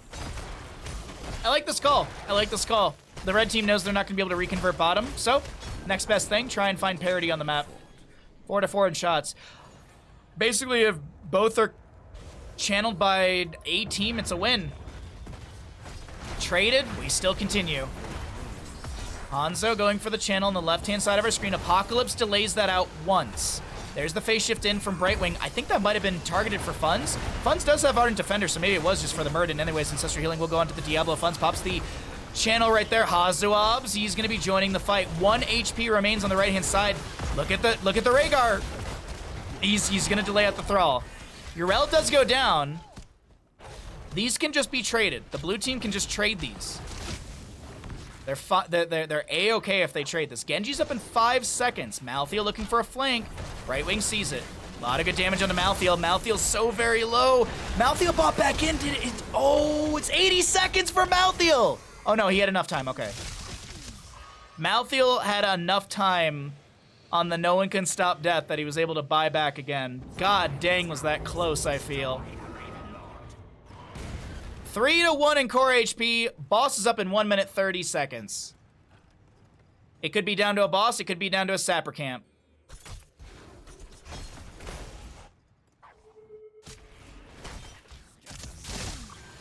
Camp for the bottom. Left-hand side stolen away. Diablo gets the mount up. Camp will be cleared in wave before it really... Actually, yeah, they're playing this safe. They don't want to get initiated on because no Yrel for 2 seconds. Genji is back, but this will be bottom lane focused in by the Genji. Group up with me. Enemy is going to be seen over here clearing their bottom. 1 sapper did go... 2 sappers, I think, went into that bottom lane bell tower. Malthael to grab a camp for the top. This is such a good game. Oh, this is as I said, like, this is why I love Towers of Doom. It's such a good back and forth map. There's so much good tension within the map itself. 23-22 in the levels. Slight scaling advantage to the blue team. Not for long, though. Top lane will have to be cleared out. We got the rotation coming across the map from said blue team, who are grouping up. They're all a little bit lagging, but he's got the Brightwing right next to him.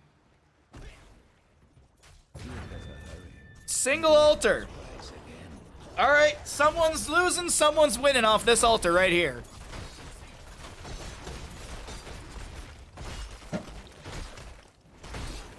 This is actually huge, though, when it comes to control for this engagement, because that means that the enemy has one way to rotate in, and it's this basically through this area right here. That's why Diablo's a little farther forward, but the timing on the camp is not available just yet. Big arrow from Hanzo onto 3 Earthquake from the Thrall. That's going to be Yrel bopping back the Genji in the backline, and Ancestral Healing with the Farseer's Blessing and get some splash heals to some allies. We have the Greymane rolling back. Diablo so very low, he has to pop the Hellgate. Now look at Hazuops. He's going for the channel, and Rhaegar's trying to get in there in time. Can Rhaegar get in there in time? The Earth Grasp Totem will slow things down. It's not over yet. Thrall's dead in the engagement. Hazuops low. Last rights onto Muradin. Hanzo goes down, losing all of his souls. We've got Yrel to fall as well. Sonic to be chased away.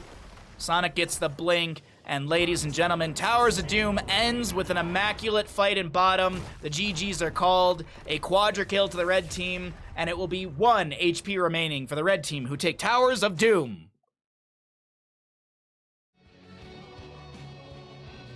Cheaters cheated well enough to win. I mean, you're not wrong. Way better than Dragonstar? For fucking real, dude. For real. Which team wins Towers of Doom? The red team. Give me 1 second, let me blow my nose.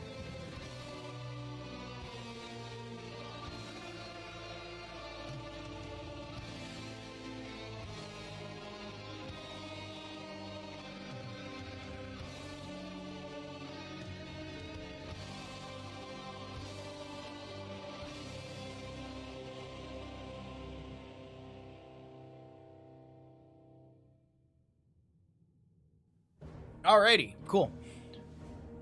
I am going to quickly run to the bathroom. And when I come back, we'll get into the next game. BRB, really fast from me. Enjoy some stats while I'm gone, okay? BRB, don't go anywhere. We got more games coming up. Or, you know what? Now's a good time for you to run to the bathroom. Grab yourself a beer or some popcorn.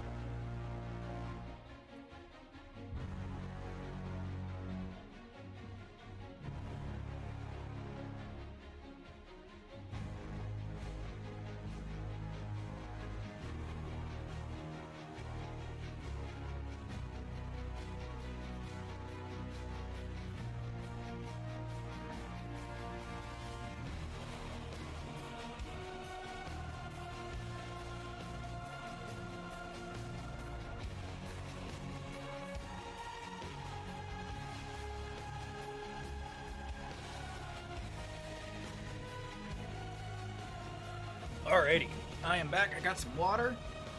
Let's continue casting, everybody. Thanks for being patient. Thanks for hanging out. Okay, cool. We don't have a new lobby or anything like that. Alrighty. Did I update the scores? No, I didn't. I need to update the score. It doesn't really matter, but we're just keeping track of how many games and such we've been doing. So, fun stuff so far today. If you're enjoying the stream, if you're new, hope you at least hit the follow button. If you'd like to support the stream further, it's always very much appreciated. We do have some great emotes if you would like to subscribe to the stream, and yeah, it's always very much appreciated.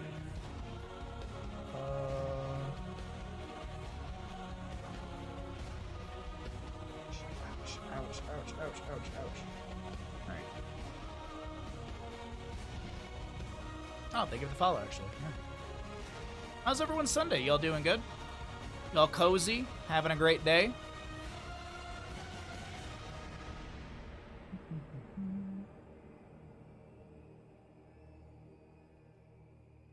Love to see you're still casting after the last CCL stuff. I haven't gone anywhere. Still casting a couple times a week during streams and stuff. Yeah. As I said, I'm you know, it sucks, but I don't plan to really go anywhere. I love Heroes of the Storm. I am learning StarCraft 2. We are learning StarCraft 2 in preparation for Stormgate, so hopefully we can get a big break on that one. Honestly, I just need a break in general. I really need to figure out a way to be able to pay bills a lot better, because god dang, our bills sucking right now. God dang, do bills suck? Everything's too expensive.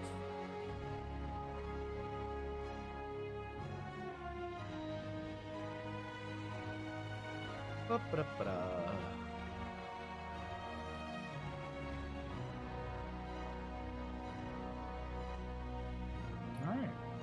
Alright. No lobby just yet. No lobby. We're just waiting for a lobby here.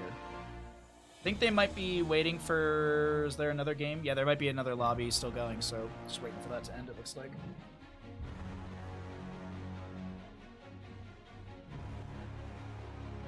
Alright, yeah, that last one ended. Cool. Alright, we're gonna get a new lobby in just a moment.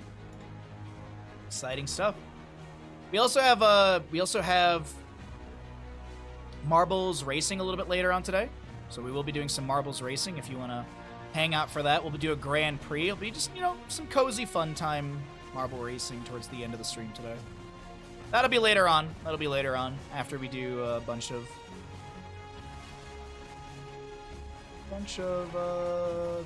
games. Sorry, I forgot that.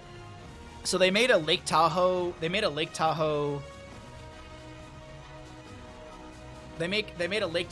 Monopoly, and there was an opportunity to get your business into like one of the squares or whatever.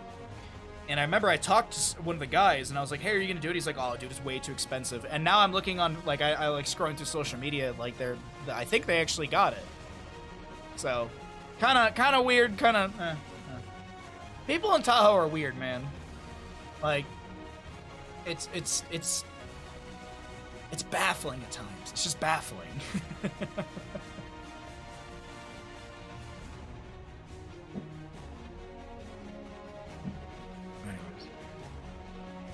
Well, either way, thanks for being here, everybody. Thanks for hanging out.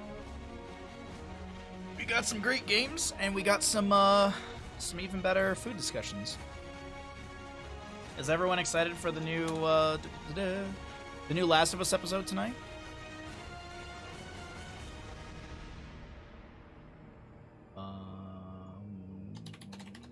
Nope. Did you need...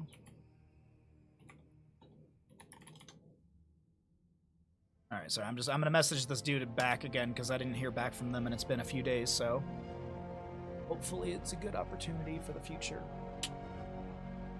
Any lobbies? Any lobbies? Where are we going to for our next map? What is it gonna be? Are they gonna make us play Dragonshire again? Are players gonna make us play Dragonshire again? Maybe. Just maybe, maybe, maybe.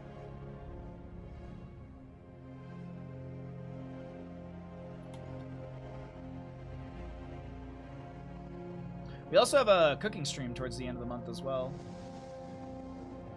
Did you know that Stormgate will have distributed game servers? You want to know how rollback netcode works in RTS? Check out our summary. Okay. Any lobbies? Yes. Excuse me, god dang.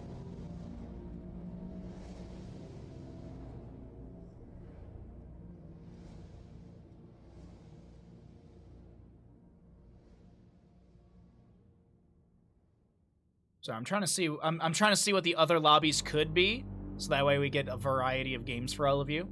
I'm fine if we go back to Tomb of Spider Queen. I'm fine with that, honestly. Oh wait, Porky's in this game. I better leave. No, I think we're gonna do a Tomb of the Spider Queen game. We'll go to Tomb of the Spider Queen. Indeed.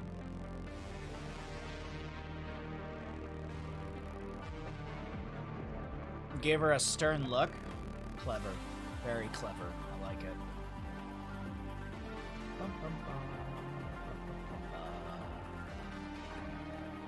All right, yeah, I think we're good to go.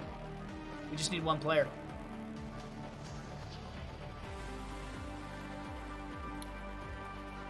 And we're almost out of water, which might be time to grab a beer. Might be time to grab a beer soon. I heard a new tournament will happen in 2023 in collaboration with Calder. Will you be able to co-cast there? I have no idea, bud. No idea. It depends on how they run their tournament. if there's a clean feed and stuff, I'll cast like I did for the international. If they, yeah, I mean, it really boils down to how they run their stuff. Unfortunately, I really don't have much control over it. If they have lobby slots or a clean feed, then yeah, I'll do what I can. But they've never reached out to me for anything. So I like casting Heroes of Storm. I keep doing it as long as I possibly can. As I said, we're learning StarCraft because at least there's like still, I mean, we still have leagues for Heroes of Storm, but they're a lot smaller than by comparison of what StarCraft has. So doesn't hurt to learn something and maybe even just get my foot in the door with ESL. I mean, who knows? Who knows what Stormgate's going to do when it comes to their competitive nature. They already have, like, they have an entire, not an entire, but they know that they have, like, people working in the esports development side of Stormgate. So I'm very curious to see what's going to be going on with that. But, yeah, I love Heroes of Storm. I'll do as much as I can for the game, but it's also what I have available to me. Some people, if they make a tournament, they want to have their own sort of, what's it called, exclusivity to the tournament, which I understand that completely. I absolutely understand that. Like, if you make your own tournament and someone just wants to pop in and start casting it, like, imagine if I were to, like, do another StarCraft 2 tournament and let's say Pig comes in and was like, oh, I want to cast your StarCraft 2 tournament. Like, I probably wouldn't do that. I'd probably be like, well, you can either co-cast with me or something, like, because then it pulls viewership from the thing I made and blah blah blah. It gets very weird, yeah. Follow the money, you gotta pay them. I do gotta pay them bills. I really do gotta pay them bills. We had a huge power outage in December. We had like a huge power outage during a snowstorm in December. So I had the fireplace on. I have a gas fireplace. I just got my bill. Oh my god. Oh, it's just, I looked at the bill yesterday before D&D, and then I just closed the email, and I was like, fucking A. It's like almost $400. It's so expensive. But I mean, it's we're in a snowstorm. It's, what are you gonna do? What are you gonna, because like the other thing too is we didn't know when power was gonna come back on. It was a snowstorm where it dumped over 2 feet at lake level, which means at the higher elevations, it usually doubles, triples, etc. Gas and propane is sucks. Oh, dude, for real. So, it is what it is, but, full-time streaming, it is difficult at times, but we're doing our best. $400 for gas, man, I wish I could get that back. We are double that in EU. Well, honestly, that's like the bad side of it. I would say in the winter, my average is about $250. I would say 250 USD in the winter, I would say, per month. And then in the summer, my gas bill is like $10 to $30. It really just depends on, like in the spring, my gas bill goes up a little bit because I'll turn on the fireplace here and there at night, but only for like 20, 30 minutes at most.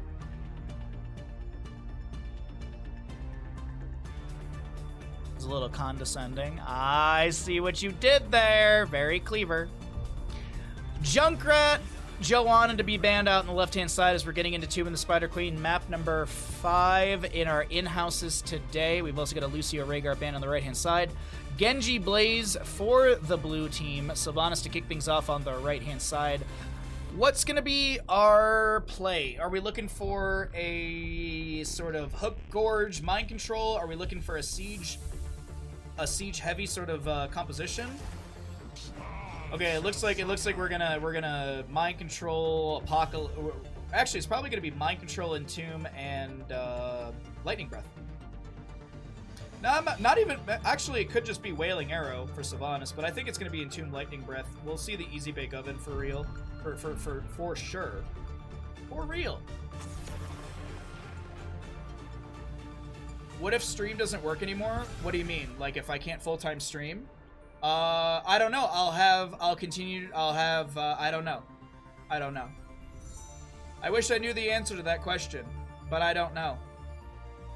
I mostly wake up in the middle of the night and have panic attacks for like 3 to 4 hours about that, and then I pass out again. And then I just repeat that every single day. That's what I do. I don't know. I like doing this. I really would like to continue doing this, but it's a fickle beast. So I don't know, man. People ask me that question all the time, and my only response is, I don't know. I just have panic attacks about it. I really wish I had an answer for you, but I've invested very much into this. Something for backup. I don't know. I'm going to have panic attacks about it. I have no answer for you. Just because you rephrase it a different way doesn't mean no, it's still the same answer. I shall do what I must. Mephisto Alexstrasza for the members of the red team. So we got a Sylvanas, Leoric, Diablo, Mephisto Alexstrasza. Genji, Blaze, Stitches, Anduin on the left-hand side. We will see a last pick what? We still need... We could see a little... Yeah, we'll need some extra damage in there as well. Is Junkrat... Yeah, Junkrat is banned. I was going to say, if Junkrat got this late in the game, I would be blown away. But we will see some Alexstrasza Mephisto shenanigans, which would be exciting. Jaina to be grabbed here as well.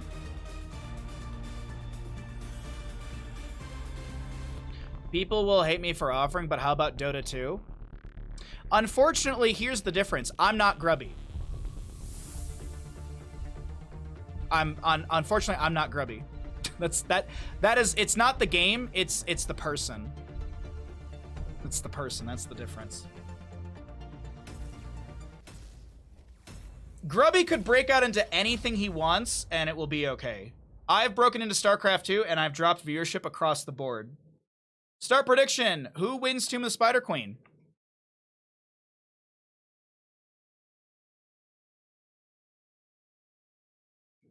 On the left-hand side, you got a Jaina, Blaze, Genji, Stitches, Anduin. Over on the right, it's going to be Alexstrasza, Diablo, Sylvanas, Mephisto, Leoric. You got a minute and a half to get your gambles in. Go ahead and do so.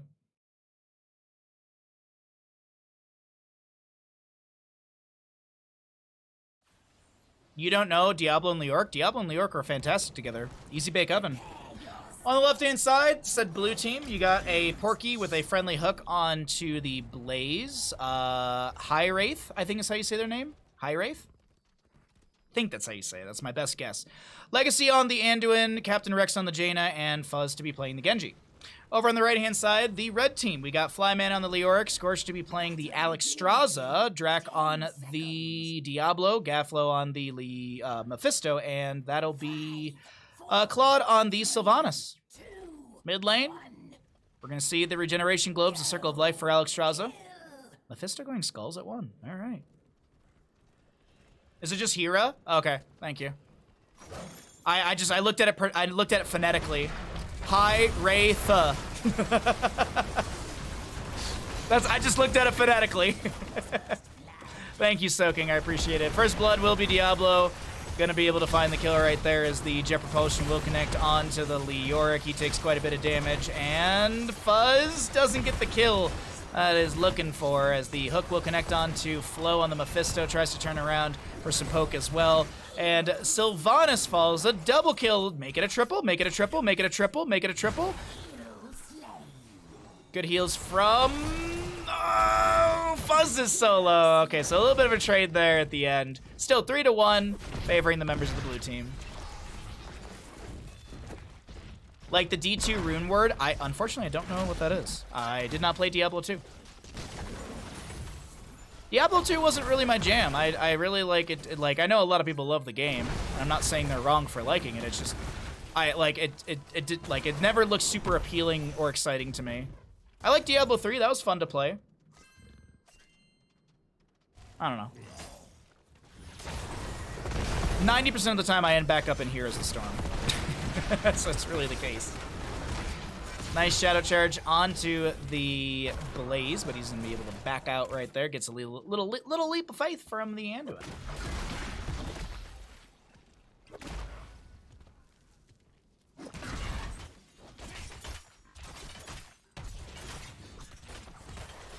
Captain Rex will clear things out easy peasy on the left-hand side. We will see Claude as well as Scorch, excuse me, sir. I was trying to remember their model. I was like, I don't see enough Alexstraszus. The model was throwing me off completely.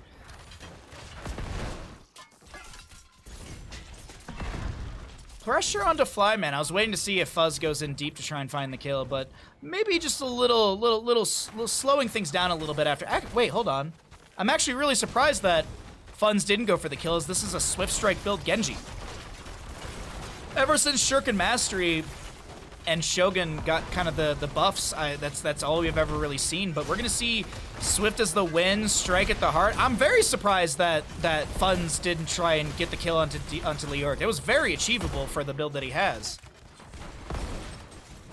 Oh, all right, we got a little bit of a DC going on, so let's pull it back to us.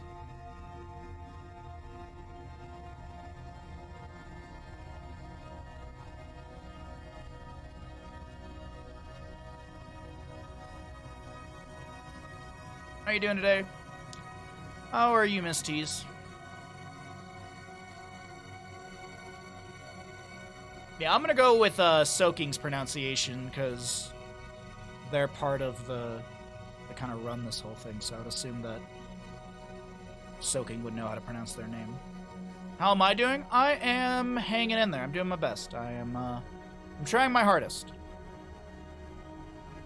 Last night I had a nice little 2-hour anxiety powwow with my brain, so that was fun. So, yeah. Anyway, since there's some downtime, can you tell us about your D&D? Yeah, sure, absolutely, yeah. I'm always happy to talk about D&D. I play in a group with a bunch of friends that are in Twitch chat. A bunch of them I've known for a very long time from casting actually Heroes of the Storm, and then just played D&D with them. They've been good friends throughout a lot of my streaming life, if you will.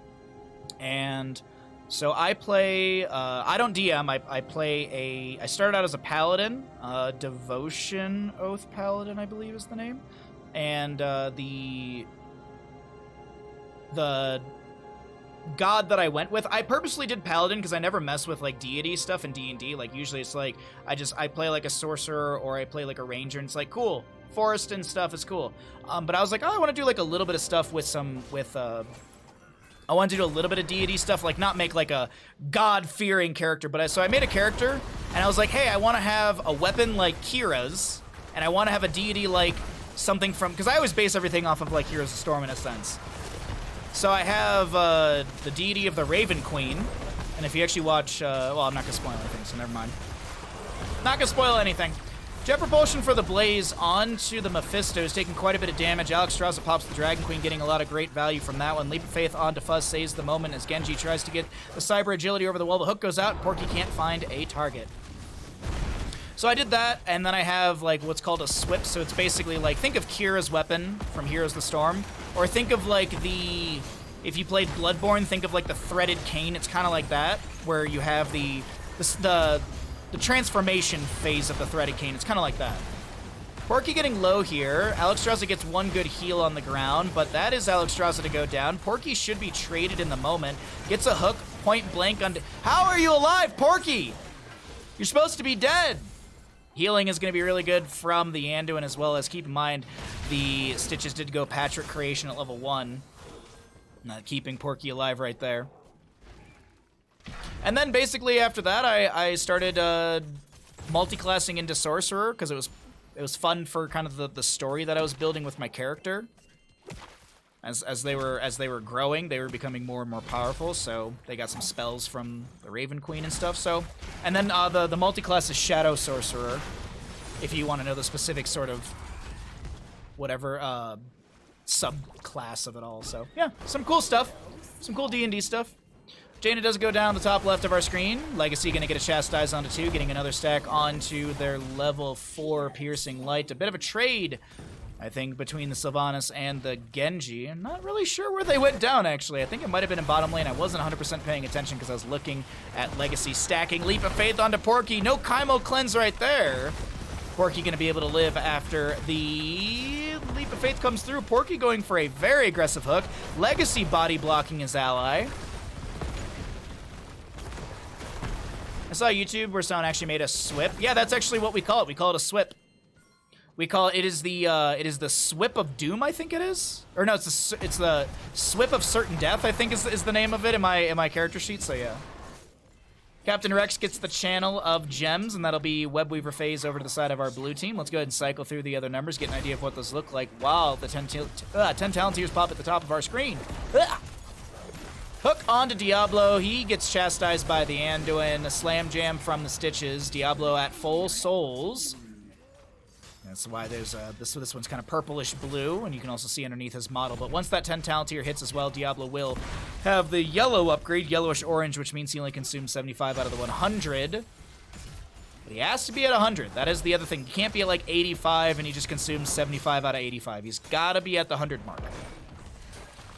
10 talent tier first. Water Elemental. Blaze Holding. I don't see a world where he doesn't go Bunker. Yeah, there you go. Bunker, Dragon Blade, Gorge, Light Bomb.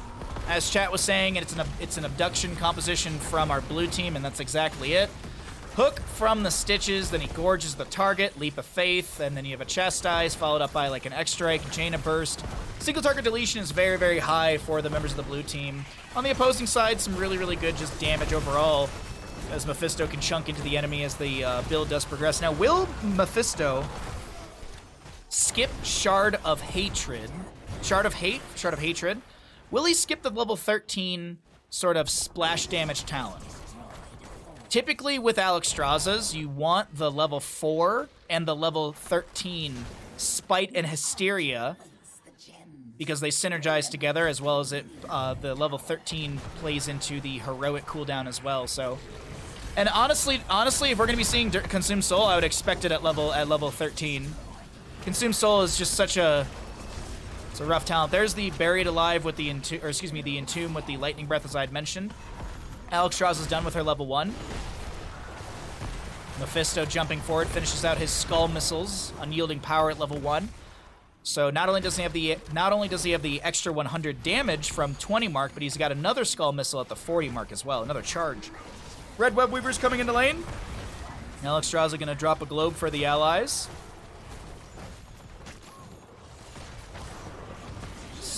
Swip it good. Swip it real good. There's Jaina gonna be popping the Water Elemental, Winter Elemental, whichever you want to call it. Porky with the hook will connect on to Gafflo. Shade of Mephisto out for a second. Chastise does connect, and that is a dead nervous system. Alexstrasza to clear out the top lane. Leoric to push up the bottom. Or sorry, not clear out the top lane, to push up the top lane. She was clearing out the wave that was available. Fire Stomp from Diablo. He's full souls. Soul to Flame as well at level 4. You have the Soul Shield at level 1. Jaina's done with Ice Block. Level 13 is almost here, and that'll give Porky the 40% range on the hook. The extended hook range is unlocked at level 13. I mentioned it earlier in the stream, but I love those talents. I know the game doesn't get active development anymore, but God, if we still had active development, I would have loved to see that on more heroes. Like, I think, like, Lunara is a good example. I think Lunara would have been fun to have. You can replace Sentinel Wisp at level 1 with something else, so you can take a different talent, and then make it so that after Lunara deals 10k damage over time to enemy heroes, then Sentinel Wisp is now unlocked, essentially. I think that'd be really cool. Like, I think there's a lot of little things you can do with those sort of rewards for hitting a certain point in damage or even experience, like Muradin's level 10 or Stitch's level 13. Just really, really cool things that change up the game and give a little bit of extra spice so you're not forced into a specific talent. Great hook, gorge, light bomb combo from the side of the blue team. That's that single target deletion I was mentioning earlier while we were talking about the drafts. Now, turn-in availability exists to both teams nearly. 1 gem is necessary to be picked up for the red team. Hook! Oh, that was a little bit earlier. Would have connected onto Scorch there. But I do think the waves will be pushed up a little bit, and we'll see another Web Weaver for the side of the blue team, as 13 is just about to be hit by our red squad. I want to see the talents. Let's see what we're going to get from Mephisto. I feel like 13 should be the Hysteria, but I don't know what we're going to get. We're just clearing up the wave here. He does have the Paralyzing Rage level 4, which is going to be a 20% buff to his slow, totaling out at 60% slow. Hook from Stitches onto this Mephisto. He tries to get away. And Mephisto went into Skull Missile at 13. Not what I was expecting, but hey, either way, Lightning Breath from Diablo. There's a Consumed Soul from the Mephisto. Takes down Funds. Leoric catches Anduin, but the friendly hook is in place.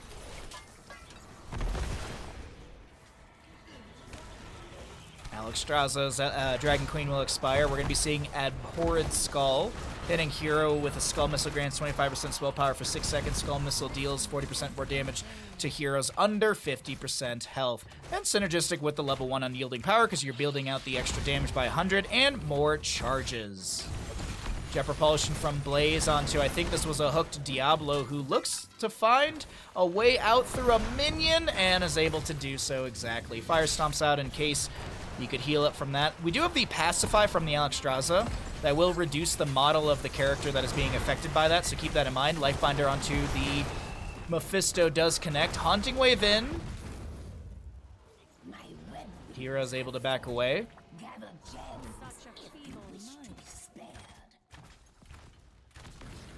How do you get a Hera from that? Man, people on the internet, when they make up their names, they're just like, all right, the phonetic spelling is this, but I'm just going to throw in some other syllables really quickly.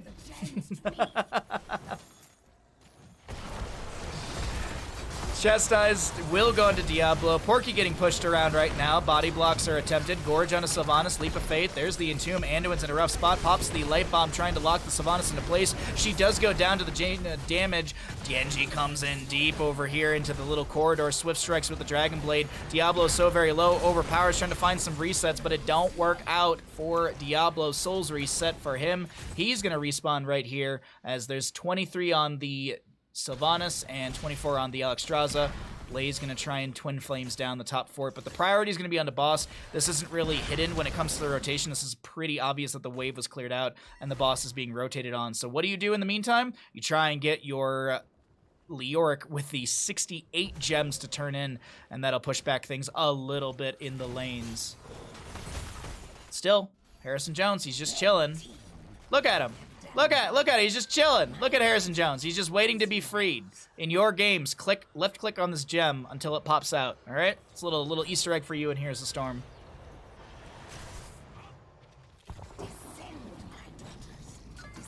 Is that Sim Porky?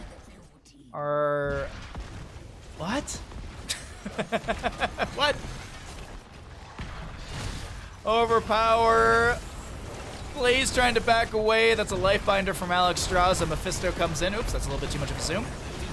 Alexstrasza goes down first. The bunker down from Blaze. Diablo to fall. No souls to bring him back. Swift strike in from the Genji. Gets the good sustained damage. And that's going to be a solid triple kill, but the waves need to be cleared out. Boss pushing up onto the keep front gate will be taken down. No, actually, okay.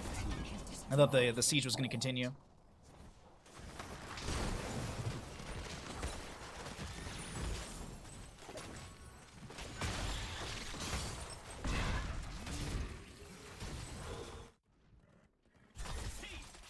Okie dokie. Well, funds will easily clear out the Webweaver through bottom. Top lane to be managed as well. Not a whole lot lost here from the side of the blue team as we're approaching level 19 to 16. Oh, the members of the blue team feeling pretty confident here. Turn availability doesn't exist either side. Closer for the blue team. Jet Propulsion from the Blaze will connect onto the Mephisto, who gets some healing out from the Alexstrasza on the left-hand side. Flyman is doing as best they can to control the enemy. Leap of Faith will connect. There's a Light Bomb into the Entomb, a Wailing Arrow as well. That's going to be a Blaze Anduin to fall. The fight's a little split here. Captain Rex moving towards the lower side of our lane. 39 to 35 in the available gems as the Sylvanas locks down the tower with the black arrows, and mid lane fort shall fall. Maybe they moved into top lane to try and find parity on the map and structures. No, it's a quick rotation towards the bottom lane, or the mid lane bruiser camp to amplify the available siege. Still 34 on Blaze and the Anduin. I could see the keep front gate to go down here. Diablo, he was considering to rotate out, but no, not the case. 2 minutes on boss, 2 minute 30 on boss in the top lane. And, okay, it is going to be a double fort play.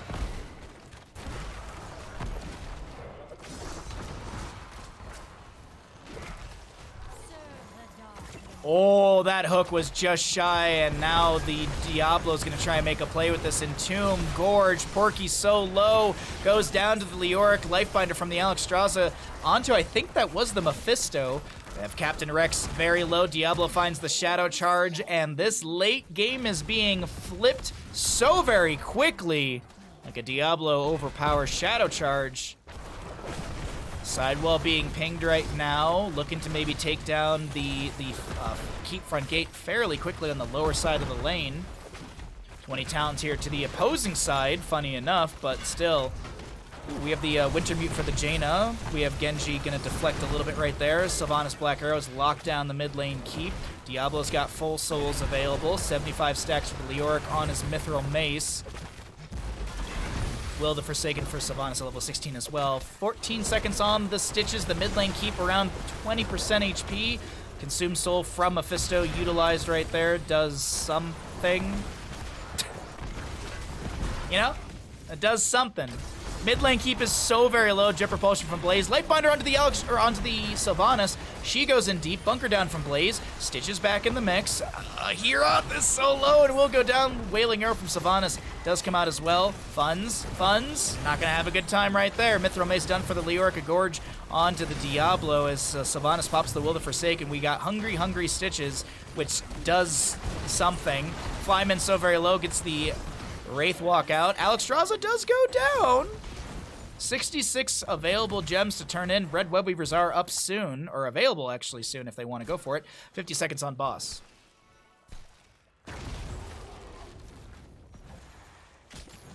Nope. Uh-oh. Uh-oh. Oh, Hellgate will be utilized to back away. What's up, Stark? Good to see you, bud. Happy Sunday. Hope you got some sleep last night. Some actual sleep. I had panic attacks all night, so I hope you got some sleep. You know? If I'm not getting sleep, I hope my friends are. That's the trade. Good times. Red Web Weavers will descend into lanes. These lanes are pushed back a little bit here, so it's going to be not the greatest. 16, 15 seconds on the Alexstrasza. I don't actually know if this Web Weaver phase gets much value.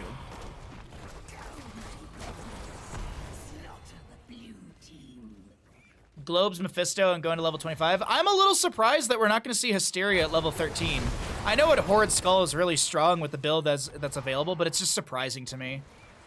Because you have Consumed Soul, like why not? And you have the Alexstrasza Circle of Life, like why not? But anyways. Life Bomb, Will the Forsaken, Lifebinder, everything being utilized here. The Entomb with the Buried Alive, the Alexstrasza pops the Dragon Queen form, the Lightning Breath from the Diablo will be coming out as well. Keep in mind, he doesn't have the Hellfire level 20 because he did use the Hellgate earlier. That's going to be Consumed Soul, doing Consumed Soul things. Mephisto is Mimic at level 20, so he doesn't have the reset on Consumed Soul. Hook from the Stitches on to Leoric. He'll go ahead and Wraith walk out. Gorge is down for the next 30-some seconds. Webweaver in top lane finding a lot more value than I was anticipating. I thought these were going to be cleared back way further down the lanes, but keep in mind, mid lane is being pushed in as well, but mid lane will expire just as it arrives at the core. Top lane keep going to be locked down by the Sylvanas' Black Arrows, and she is looking to make something happen here. Diablo coming with a Shadow Charge, Jet Propulsion from the Blaze as well. Wraith walk out from the Leoric as the Black Arrows will expire for the siege value in top lane. Hook on to Flyman over here, tries to get some slow. Huge Buried Alive with the body blocking in place, and the double kill will be achieved as well. Lifebinder with the upgrade at level 20 for the Ritual of Life. Activates 3 times over 6 seconds. Fun's gonna do whatever Fun's is trying to do right now up against Mephisto. I don't think they really care. Hungry Stitches does that. Yeah, just okay. That's my breakdown of Hungry Stitches. It does that. That is what it did. And that is what will be had here in map number... Oh, nice. Team kill. Map number 5 in our in-houses here in EU. We'll go over to the red team as they are a little OP today. And we'll pay out the people in just a second. Man, there was not a whole lot of betting on this game.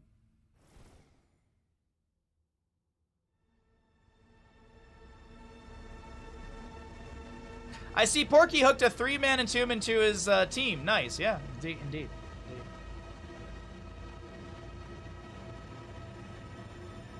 Q13 is too essential for the Q build as a whole. Oh, I agree with you, King Andrew. I agree with you. I absolutely agree. I just don't know why we went Consume Soul then. I honest to God, and this is just me. Like I could be wrong with this, and I'm okay with being wrong with this. But in my eyes, if you're gonna go consume soul and you got the Alexstrasza, why not go into Hysteria instead? Like if you're gonna go for the Skullmus ability, you're not gonna go Hysteria at level 13. I think you just take Durance of Hate. Yes, they still won, and that, you know, my point is moot in that sense. But that's me. That's just my opinion on the matter. But as I said, I don't mind being wrong if I am. I just think that synergy is weird. It's just weird.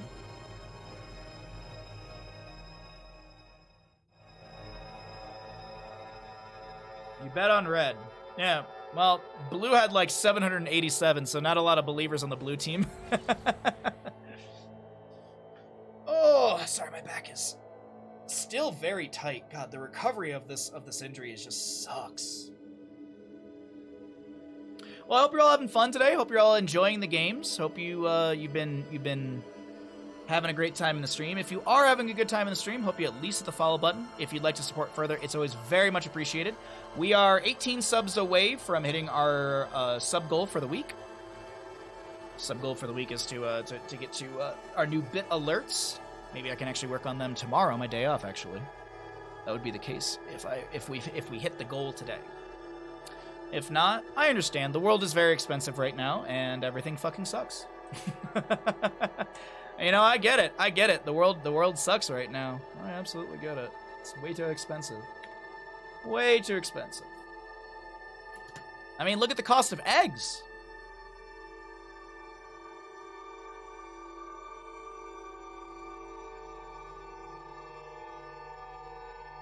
I also really need to stretch my back. I'm starting to hurt.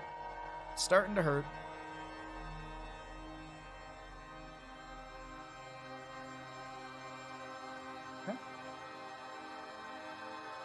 Work on my day off. Should we explain the meaning of day off?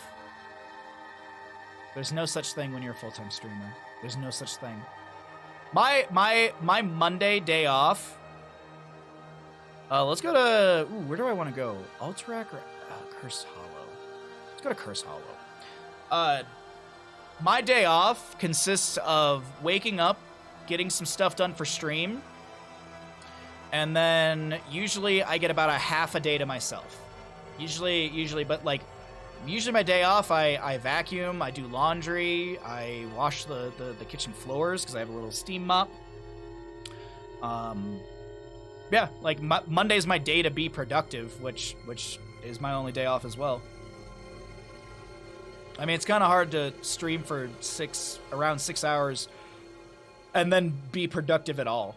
Like, usually when I finish stream, it's like 4 or 5 o'clock. I'm hungry. I usually want to walk Bandit and then sit on the couch and chill out. I stopped getting days off when I had kids. The longest I ever went without a day off was like 60-something days. Because it was back when I was still an engineer and I was working CCL. So I would literally work Monday through Friday as an engineer. I would stream Tuesday through Friday. I would stream like Tuesday through Friday as well. So I would work, then I would stream, and then I had CCL Saturday and Sunday, and then I would repeat. And I did that. I like the most I ever, it was like 60-something days of just that. Like there was no actual like day off. So I try my hardest, man. I really try my hardest. I really try my hardest for streaming.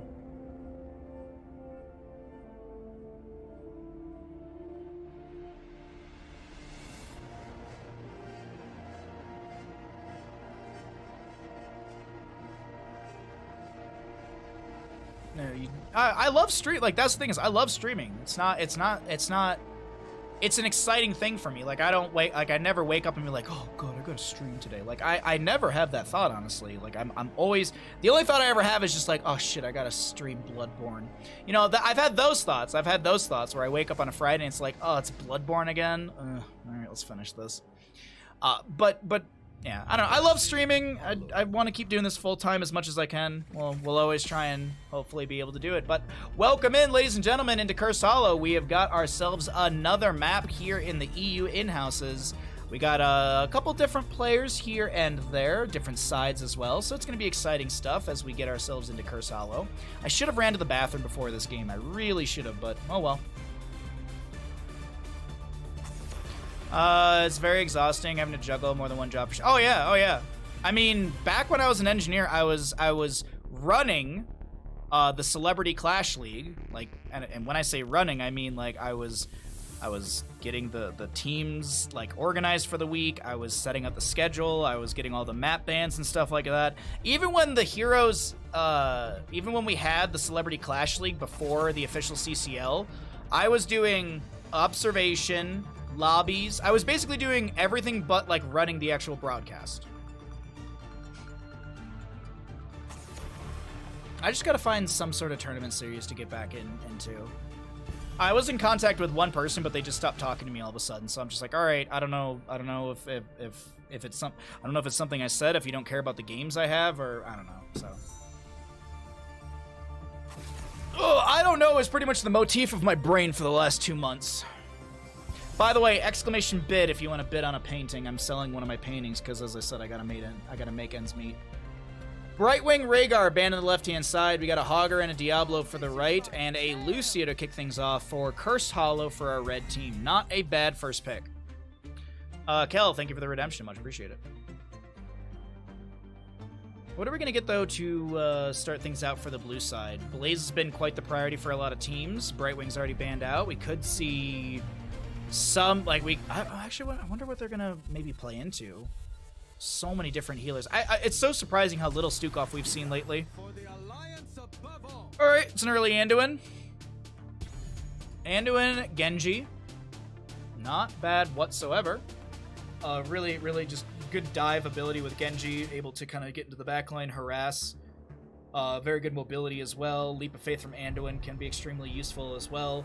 Lucio and what? Do we get an early Garrosh? You know, Lucio Garrosh is a great synergy. You could see Lucio Lucio and Stitches as well.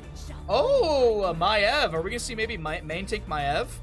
We do have the Dahaka to kick things off here as well. I really like that. Junkrat is up and available if a team wants to get rid of him. We could also see a ban onto I'm blanking. I had a whole train of thought and it's just completely gone all of a sudden. No, I lost it. I just gone. Sylvanas will be banned out. Okay, so no siege amplification for either side. There's the Blaze ban very, very quickly into the last ban phase of Curse Hollow. We get a Genji Anduin. What else do we get?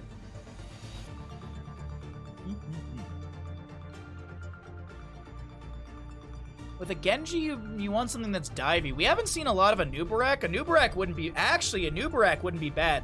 Cocoon to Lucio or a Maiev. Like a Nubarak and like a Greymane wouldn't be bad for a dive synergy. But we're gonna see Joanna and Sonya instead. Okay. So far, Hypercarry Genji. I would like to see some sort of mage for the side of the blue team, but we'll find out what that last pick's going to be in just a moment as we have 2 more picks to the side of the red team. Lucio, Dahaka, Maiev. Do we get a double support with like an Uther here? Are we going to see main tank Maiev? So it's going to be a Muradin. There's a Greymane. Okay, I like it. What if we get a double reset composition? What if we see like a Li Ming here for the blue team? Get the double reset with the Genji. Li Ming can get very aggressive into the Dahaka, or excuse me, yeah, into the Lucio and the Greymane. Even Maiev, who wants to kind of dive in. Damage over time, I was gonna say like Lunar could be a consideration, but Lucio's got AoE healing. He's not the worst healer. Oh, interesting. We're gonna get some Zagra action. Alrighty, let's go ahead and get a prediction going for this next map. Let's go ahead and see which team will win, who wins Cursed Hollow. We'll throw 2 minutes on that prediction, and I will go ahead and swap us into the casting screen. Y'all can get your gambles in, and good luck, everybody. Good luck in your gambles. Who is going to win Cursed Hollow?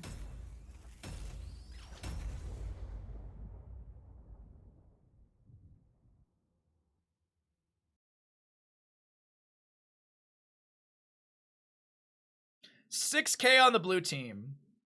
It's a 1 to 9 odds if you bet on the red team right now. Oh, nope, never mind. That's those odds are changing. All right, nice gambles, everybody. As always, I'll do my best to show these talents right when we get loaded on in. Of course, the players have to choose them, so there's a slight delay.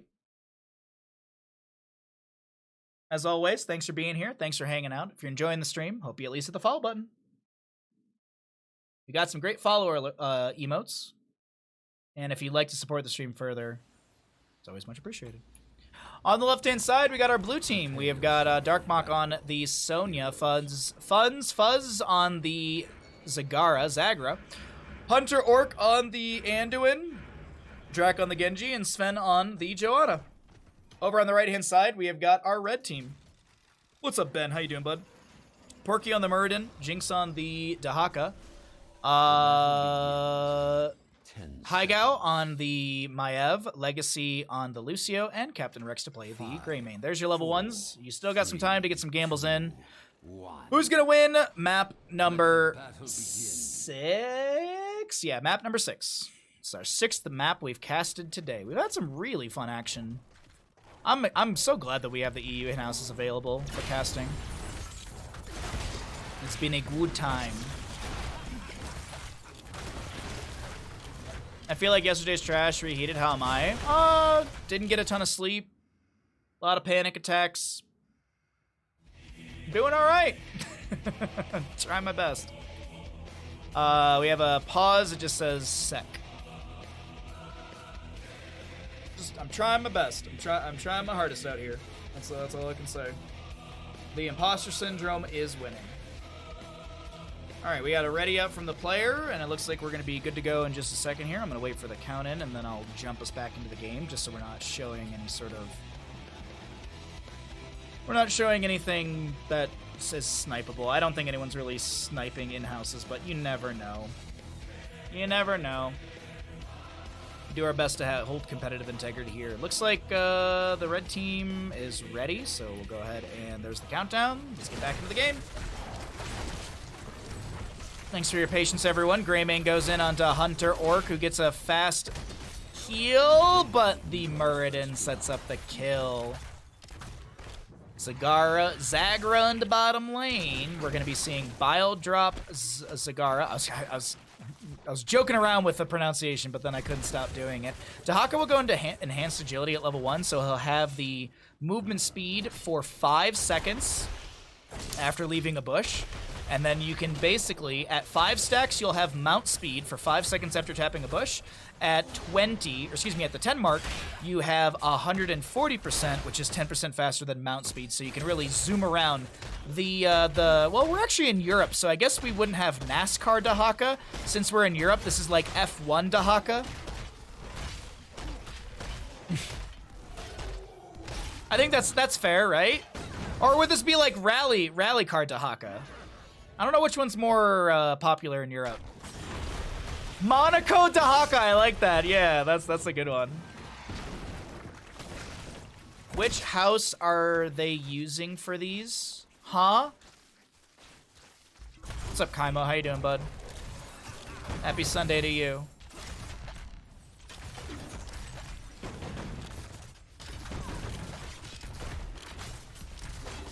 Darkmach with just the clear in the wave. Porky looking for a... I don't even think Porky's looking for a Stormbolt here. It's probably just going to be... Yeah, just holding it for now. There's way too many minions. No piercing value, no level 10. Maev going to go pinned down. We've got Shot of Fury for the Sonya. Zagara going to be going into... Oh, is it Envenom? Is that the name of it? Envenom Spines. Activate to have Zagara's next basic attack apply 269 nice damage over 5 seconds. It's EU in-house. Which house? Oh, I am sorry. I'm so sorry. As I said, I didn't get the best sleep last night, so we're firing on a couple cylinders here and there. I'm trying my hardest. It's the House of the Ravenlord. Because we're at Cursed Hollow. So it's the House of the Ravenlord. 24 hours of Dahaka. the Le Mans of Dahaka.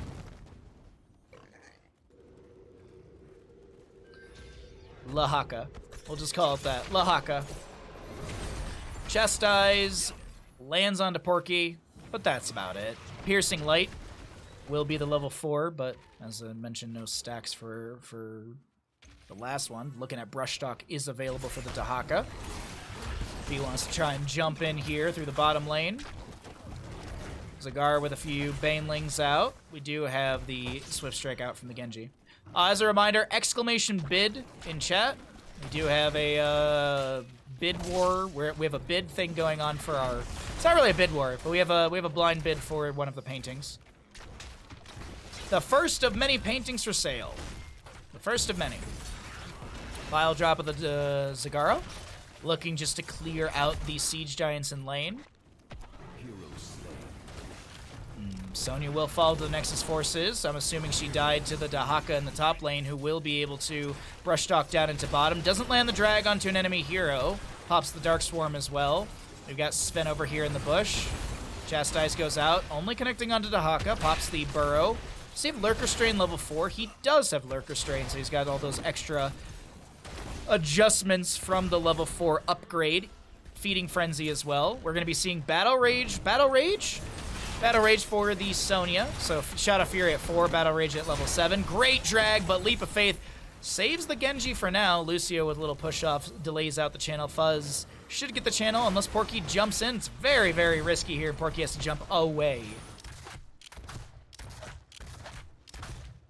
Greyman has his Inner Beast active. Gonna keep poking at the Sonya, who actually tries to back away to let that expire, but it's not the case. You can actually see there's the Inner Beast active, the combo hit right there. Meanwhile, around the objective area that was channeled over to the blue side, we got a Thunderclap and a Swift Strike out. Objective phase on the top on the bottom left of the map. Lucio skating his way up and over into mid. Is his Inner Beast still active? It's about to expire. Wow, 52. Sven gonna round the corner. Slow. Oh, Greymane goes in for the Dark Flight. Sonya with a spear to the face. Still chunks the Greymane. Gonna tap the well. As the next objective is gonna be up and available on the bottom left of our map. Zagara not even leaving bottom. What are you doing? Are we asleep at the wheel funds? What's going on, bud? What is going on there, guy? What's the cooldown on this? 30 seconds. I saw the Envenom thrown out to Jinx, and I was wondering how low of a cooldown that was.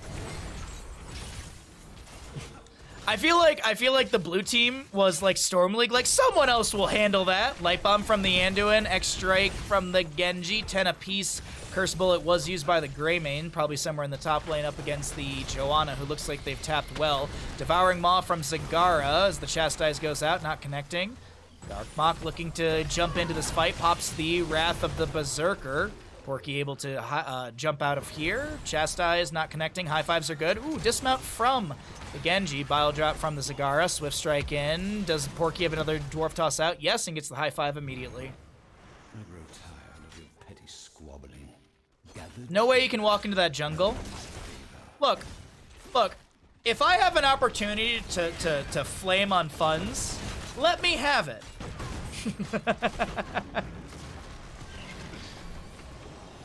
I don't care if it's safe or not. I'm gonna flame funds. Isn't that what we're all here for? I guess like casting as well, but I think we're mostly here to flame funds.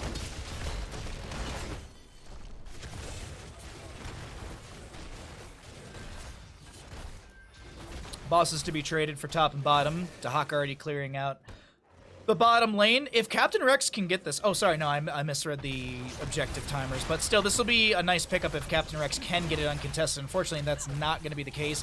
Leap of Faith onto funds over there, left-hand side of our screen. Save for a moment. Do I have a farther out zoom? I do. Devouring Maw delays out. Man, so much priority onto the Zagara, but none to be found. Blessed Shield immediately onto the Maiev, and no Vault of the Wardens for her. Captain Rex does get the channel during all of this. Boss in bottom lane, with the help of Sonya, does take out the fort. Top lane boss arriving at said fort.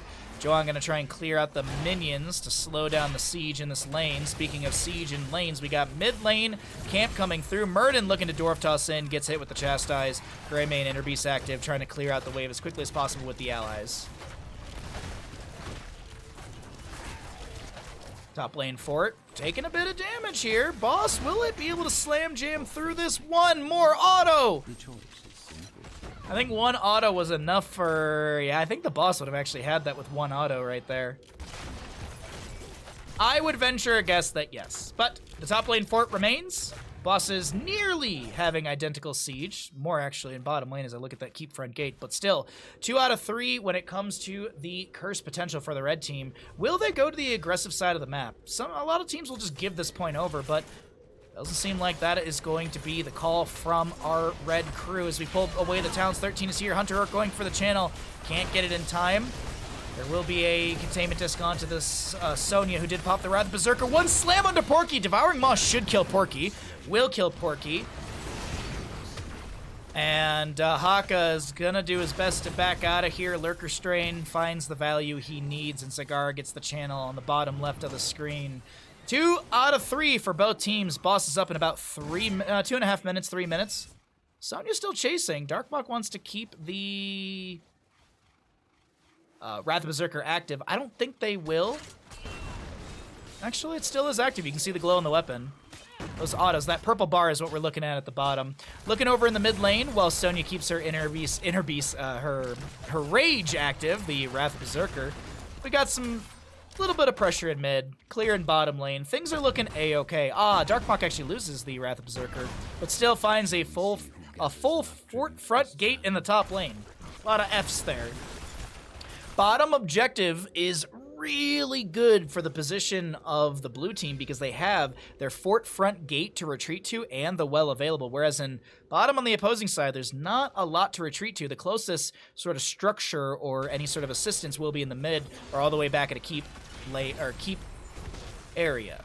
Wrath Berserker up and available. We have Devouring Maw up as well. Dahaka gets the top lane fort. Sick of seeing that over there. Zagara, Light Bomb onto the Genji. Swift Strike's in. Containment Disc will connect onto them. Devouring Maw onto 2. Man, I gotta say, these Devouring Maws have been so on point. Consistently grabbing somebody, if not multiple people. That's a quick kill onto Lucio. No high fives. Ho fives. No ho fives available for the Lucio. Genji Swift Strike it. Oh, Captain Rex! No check of the bush, and Captain Rex gets the hearth out, but now the bottom siege is called. 20 on the Muradin, 16 on the Lucio. Wrath of Berserker popped by the Sonya. Actually, it still might be active from earlier, as she's trying to keep that up and available. Playing to the far side of the keep. They want to end off of this. This is an 11-minute game? Nah, they can't end here. Death timers are too low. Or are they? Bottom keep goes down.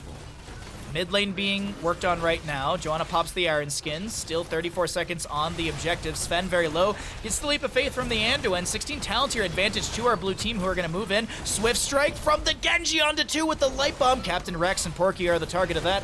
Bile Drop finished out by Funds as well. At level 7 talent, not the easiest, as we have a nice armor reduction from the core defenses. Dahaka goes down. Huge condemn from the Joanna as Lucio goes down. Darkmaw keeping the Inner Beast, or god dang it, keeping the Wrath of Berserker active, and now autoing their way through this core. 20 to 30 seconds on 2 heroes. Darkmok, that's a Stormbolt from Muradin, but the spear back in!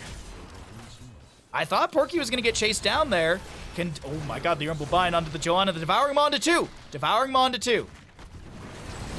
Spin from the Sonya. I honestly didn't even see the Maiev explode. I was like, where did she go? She disappeared. Nice counter kill from Porky, but the core shielding is already down. Porky's the lone defender. Dahaka is back. Okay, Dahaka's the lone defender now, as we've had like a...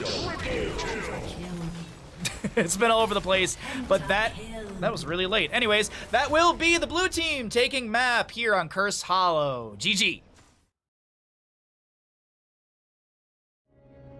God, the Maws were so on point that game. Those Devouring Maws were fantastic. Blue team always wins on Cursed Hollow, then why didn't you bet for them to win? Why didn't you bet for them to win, Kaimo?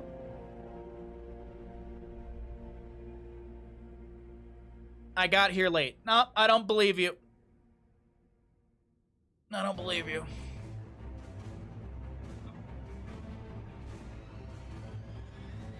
Okay, I super bad need to run to the bathroom, so I'm gonna leave you with some stats, and I'll be right back. And when I come back, we'll do some more casting. Also, while I'm away, just want to remind you that if you would like to subscribe to the stream, we're only 18 subs away from our sub goal. If you want to try and hit that sub goal today, BRB.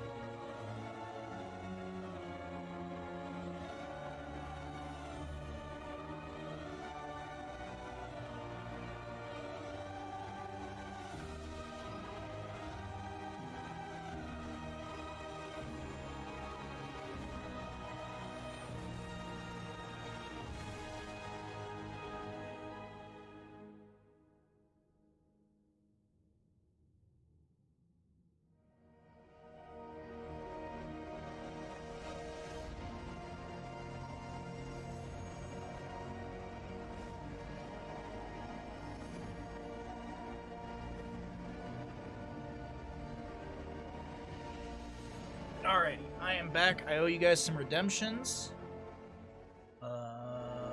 Okay, so I'm just making sure I'm not missing the lobby. Alright, so the blue team got paid out. Let's update the score for that. And then we did have treats for the good boy from Kel.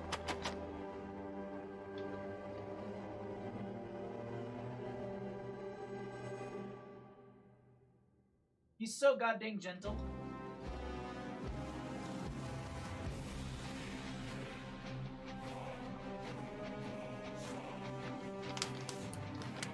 Thank you for the redemption. Much appreciated. Oh man, after stream, I get to go snow blow. Oh, yes, I'm so excited. You may be sitting there saying, Bahamut, no one gets excited about clearing snow. I get excited about cleaning up snow. Especially when you have a working snowblower that broke at the start of the season and you weren't able to use it for a while. Oh, I'm so excited. For anyone that might be new to the stream, you don't know, I live in a mountain town, so we get on average, we get 300 inches of snow is like the average that we're supposed to get. So conversion, I think that's 750 centimeters. Is that right? No. Yes? 750 centimeters? Want to give me a snow blow? I don't know. Do the birds want to individually sub from your house? If every bird in your house subs to the stream. Sorry.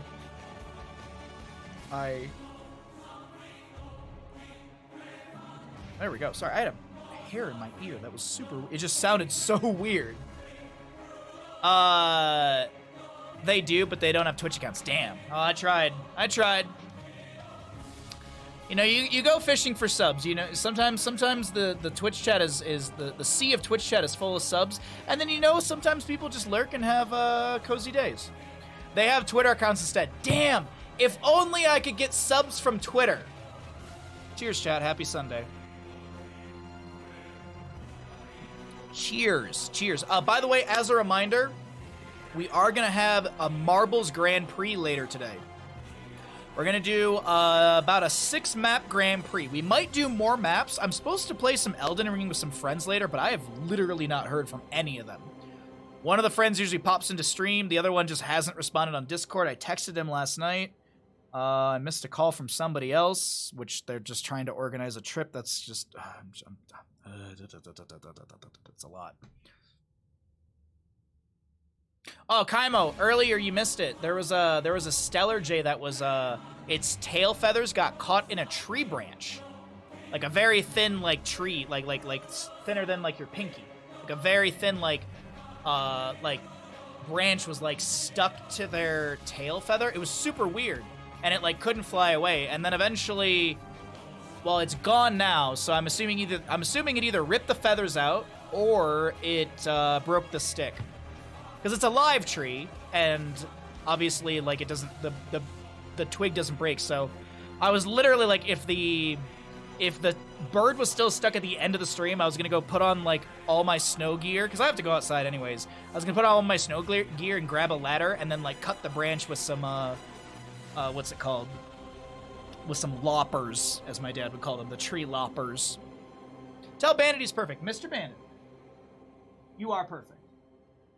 Thank you very much, Ashmantle. Oh, God. Sorry, my leg, gotta stretch it. So I think we're just waiting for a lobby. Yeah, we're just waiting for a lobby. Our game did go pretty quick. That was a pretty quick Curse Hollow game, so. Delicious generic beer.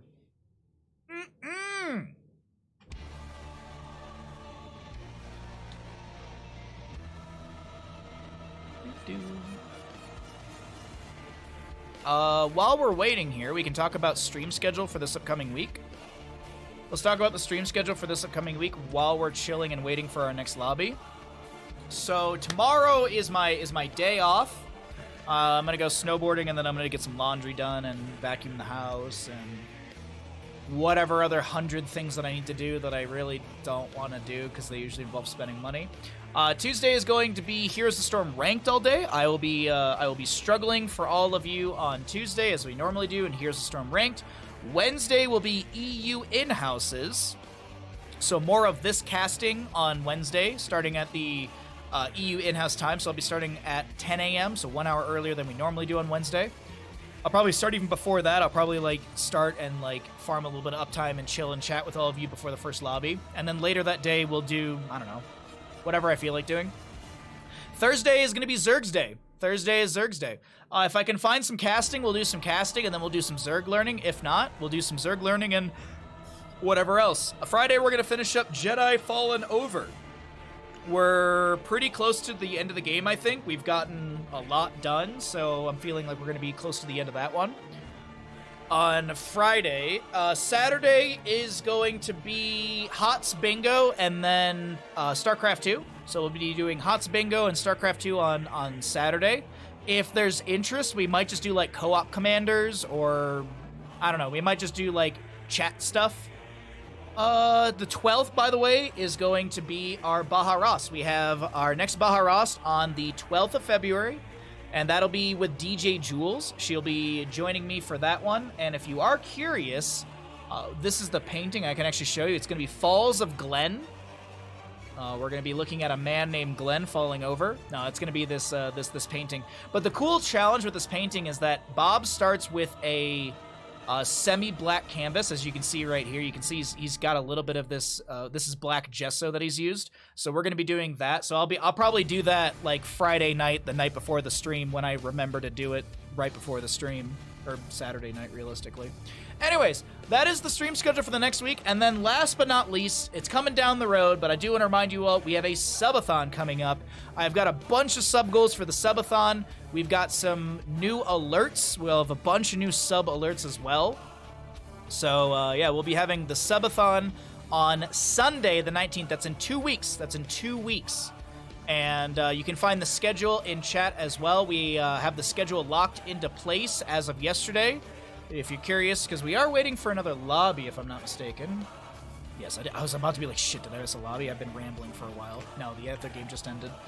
We are going to be having our subathon. If you click on the link, all times will be localized to where your PC is if your browser does all that stuff. So if you want to see what time it actually starts for you, just click on the link in chat, and yeah, there you go. So we'll start with Here's the Storm EU ARAMs. Viewers are welcome to play. We'll do some Hades EM4 runs. We have a brand new roguelike, so it's kind of like a bonus game, number one. I'll be getting some lunch and playing some marbles. Maybe I'll just make weenies. For the bonus, and then we'll have bonus game number one after lunch. We have Dark Souls 2. The reason we have Dark Souls 2 is because I don't know if this is going to be good or not. We'll see how it goes. I'll have dinner and then walk Bandit.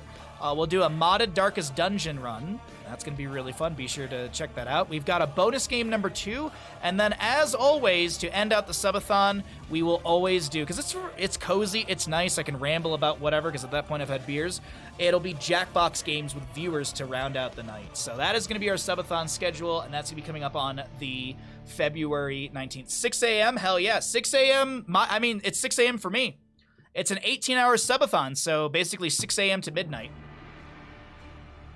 And then, so there's gonna be the point when I hit the wall and I'm just gonna be like, I'm so tired, chat. I'm so tired, chat.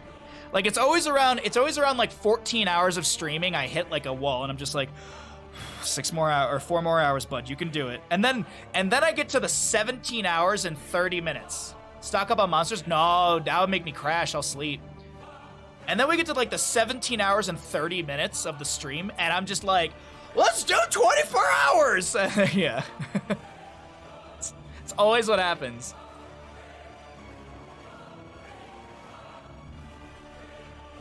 Stock up on monsters. Yeah, I can't drink monsters. I'm not a big like caffeinated guy. I'll drink my couple cups of tea. I'll drink a Red Bull maybe a couple times a year.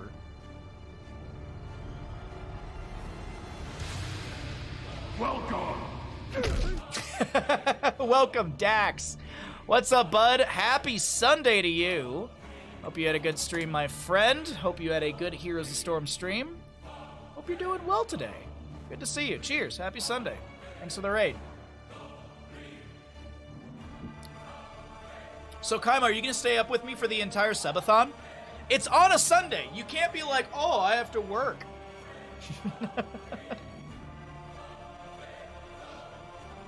I think this is actually the first subathon that's taking place on a weekend. I have to work out. Oh, I have to work on Monday, though. No, I understand completely. I appreciate it. I'm sure a lot of you will hang out for it. It's just one of those things I try to talk about it a decent amount beforehand so people, generate all that. When is the next federal holiday? Isn't it? Oh, wait, is it the 20th? Isn't there a federal holiday in February? Or am I thinking of Ski Week? Isn't there like President's Day? When is isn't President's Day early in the month? Oh shit, Kaimo! You have no excuse! You have no excuse! None! Let's go! None of you have an excuse!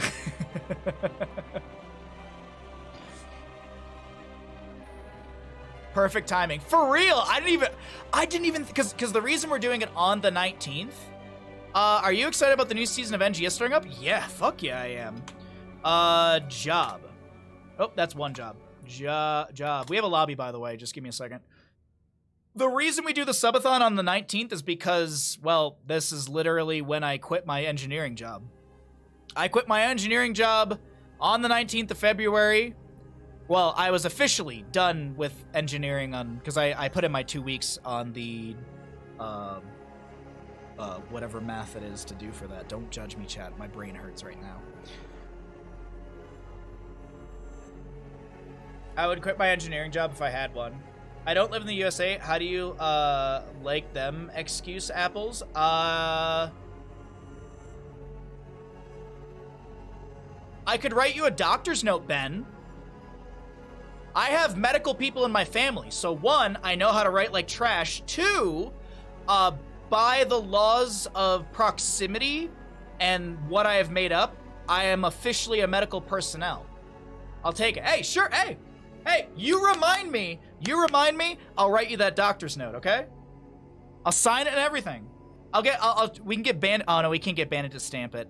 When I did the, when I was doing the personalized cards, my intention for those was to be able to stamp Bandit's paw onto all the personalized cards for the Christmas cards. So I think what I'm going to try and do is I'm going to try and get like a good stamp of his paw print and then order a literal stamp of it.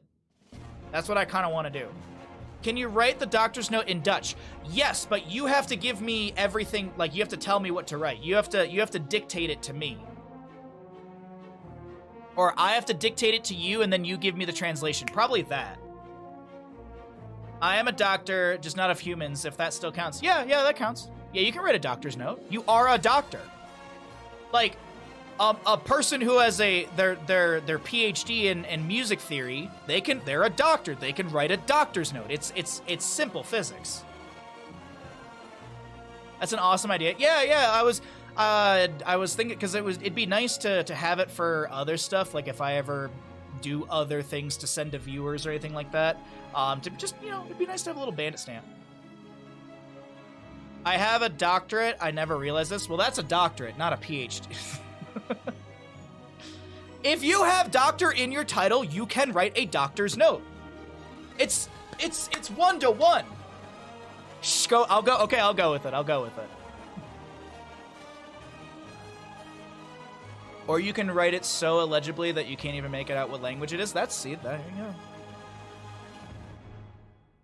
I grew up with my my mom giving me grocery lists and being in the store and just being like, oh God, what does she send me to the store for? Because it'd be like milk and then like chicken scratched like Romanian.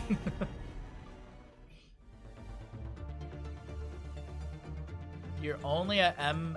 What? Wait, what is that, Kalis? I just have my bachelor's in the science of architecture because that's a bullshit degree. Welcome back, ladies and gentlemen, into the EU in-houses. Thank you for your patience in between games. We are here into map number 7, Infernal Shrines. I don't think we've actually been to this map today on this stream. Now, I do believe there have been some Infernal games, but this will be the first one on this stream, if I'm not mistaken. And we're about to go ahead and get into this fantastically fun map, as we have a couple new players, a couple repeated players. These are these in-houses, and they are an absolute blast. Master's degree, Masters of Science. Okay, yeah. Because I have a BSA, a Bachelor's in the Science of Architecture, which, as I said, is a bullshit thing because United States, because education is not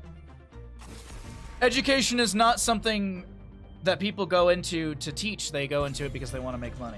It's like radiologists. Sorry. Education in the US is fucking bullshit, man.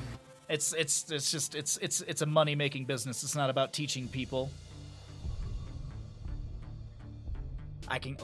Anyways. All right, Hogger and Muradin will be banned away. Let's focus in on the game. There's so much goddamn bullshit around it. Lucio to be banned out as well. Okay, so we won't see any sort of skating between lanes. Anduin's still up. Brightwing's still up. Do we see any priorities onto those as a healer? Is there a Junkrat priority? Genji, because he has been kind of targeted a little bit today. Sylvanas is fantastic for this map, but maybe we'll see her in a later ban phase. Diablo to be taken away as he's fantastic within the rotations. Fire Stomps provide a lot of visibility around the objective area as well before the allies can move in. So just a strong tank through and through on a map like this. Joanna, though, still up and available. So is Brightwing. So this is kind of, I feel like we're sort of looking at a trade here between these two teams. I'm expecting one to be able to grab Joanna, one to be able to grab Brightwing. The reason I'm really focusing on the Joanna is just because she's such a strong character for a rotation-heavy base map like this. Tomb and Infernal Shrines, I think, are some of Joanna's best maps because of the core 4 rotation that you repeatedly have. Joanna's great on just about every single map in Here's the Storm. It's just these are the maps where she excels in the fast rotations between mid and bottom for the wave clear, the objective phase clearing as well. We have had a lot of Sonya today. She could be a priority for either of these teams as well. She's great in the solo lane, great in the objective area. You win the team fight before or during the objective. You leave Sonya on the objective area. She spins around, and the rest of your team sieges in. Now, speaking of siege, I mentioned this at the start of the game. Sylvanas. This could be a Brightwing Sylvanas, which would empower the siege potential. Brightwing's just a great healer. Rhaegar does have purification at level 7 if he wants to reduce some of the Brightwing healing. 40% for 4 seconds, if I'm not mistaken. That is a little bit of a risk, but either way, we'll see a Blaze instead, and then a Malfurion. So still great combos right here from the members of our red team as we get into our next ban phase. This will be blue team with first pick after the ban phase, so that I don't think they'll look for a Sylvanas ban. It's going to get rid of the Tracer. No hypermobility and sustained damage from her.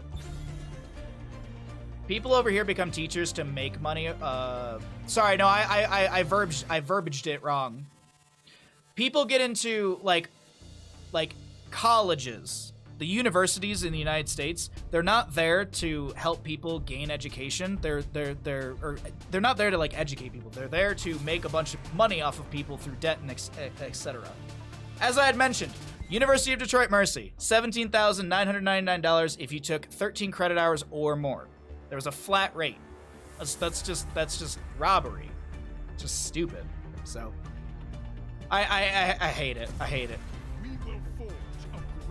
Like it always felt like a for-profit system consistently whenever I was when I was in it, and that's not what education is supposed to be. It's supposed to be something accessible for the people so you can gain knowledge and then make the world better. But no, let's just put people in $250,000 debt so that way that they're constantly paying that for the rest of their lives. And it's the millennials' fault. They're not having children. Why can't they just live with $250,000 in debt and then just pick up more? Varian and Sylvanas for the left-hand side. We'll see a Mephisto. Great for a map like this, being able to get a lot of regeneration globes for the level 4. And then you also have Shard of Hate as well for some splash damage. And then a Falstead as well. Good mobility, good gust into the corner as well. You could see like a gust corner into Endurance of Hate. There's really, really good layers of CC to the red to the right-hand side team.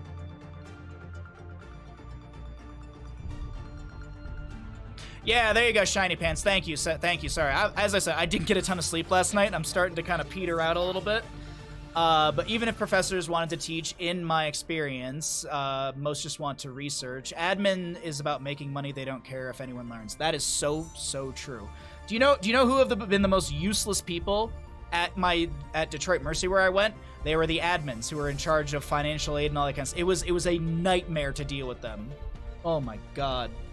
Even advisors, I had an advisor who was like assuredly told me I was on track to graduate, and then they were like, "Oh no, you still have like a whole semester of classes that you haven't done." It's like, no. Last time we met, you told me I was on track, and he's like, "Well, yeah, you're on track for like," and then he said a different date, and I was like, "If I'm gonna throw your laptop out the window," I threatened him. Which team wins Infernal Shrines? Get your gambles in. Get your gambles in. Maybe I'll be able to stay on track. Maybe I'll talk about Anne Orlando the entire time. Who knows? Get your gambles in and find out. On the left-hand side, we got the members of our blue team here on Infernal Shrines. We got Porky on the Varian, Darkbach on the Junkrat, Sven to be playing the Sonya, Scorch on the Rhaegar, and AFK is going to be Captain Rex on the Sylvanas. Over on the right-hand side, looking at our red team, we are going to be having Funds on the Mephisto, Flyman on the Malfurion, Hygao on the Joanna, Cringe Kid, which is going to be Cure on the Blaze, and Jinx on the Falstead. All right, Twitch prediction is still up and open. Get some predictions in. You can win yourself some channel points and be able to use those channel points to spoil Bandit. It's a win-win economy. Because if you lose your channel points, that means someone else in the stream can then spoil Bandit. In the end, it's all about spoiling Bandit.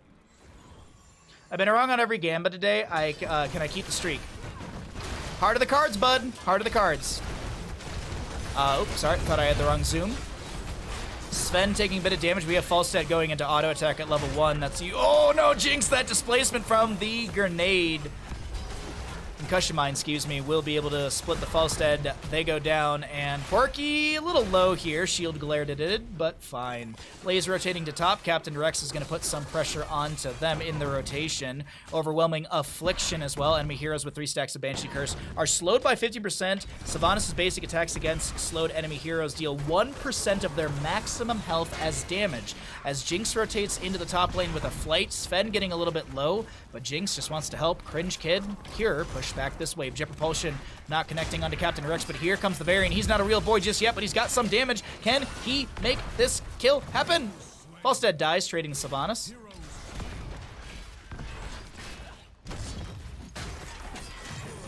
Blaze wins games, and Birdman is great, but I'm hopeful that Tank and Taunt plus Dive is strong. Poetry in motion, I gotta say.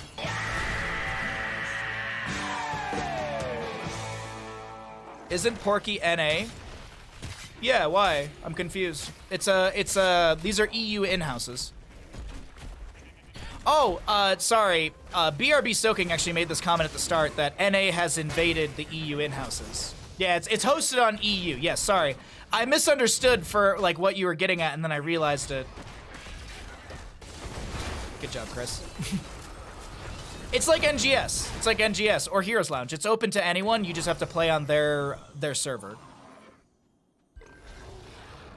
By the way, big shout out to the Raven Court. That is the group of people that have organized these EU in-houses. They have a bot and everything. If there's anyone who's an admin for that or anything, if you want to post the link to your website, you're welcome to do that. They have a Discord link through their website as well. So if you would like to check this out or anything like that, it's... if not, I can find the link after this game if someone reminds me. I have the link somewhere saved. Not only in-house, they're taking our spots in the ladder, too. What? What? I'm confused. I don't understand. What? Maybe my brain's just shutting down. I think that's what's happening.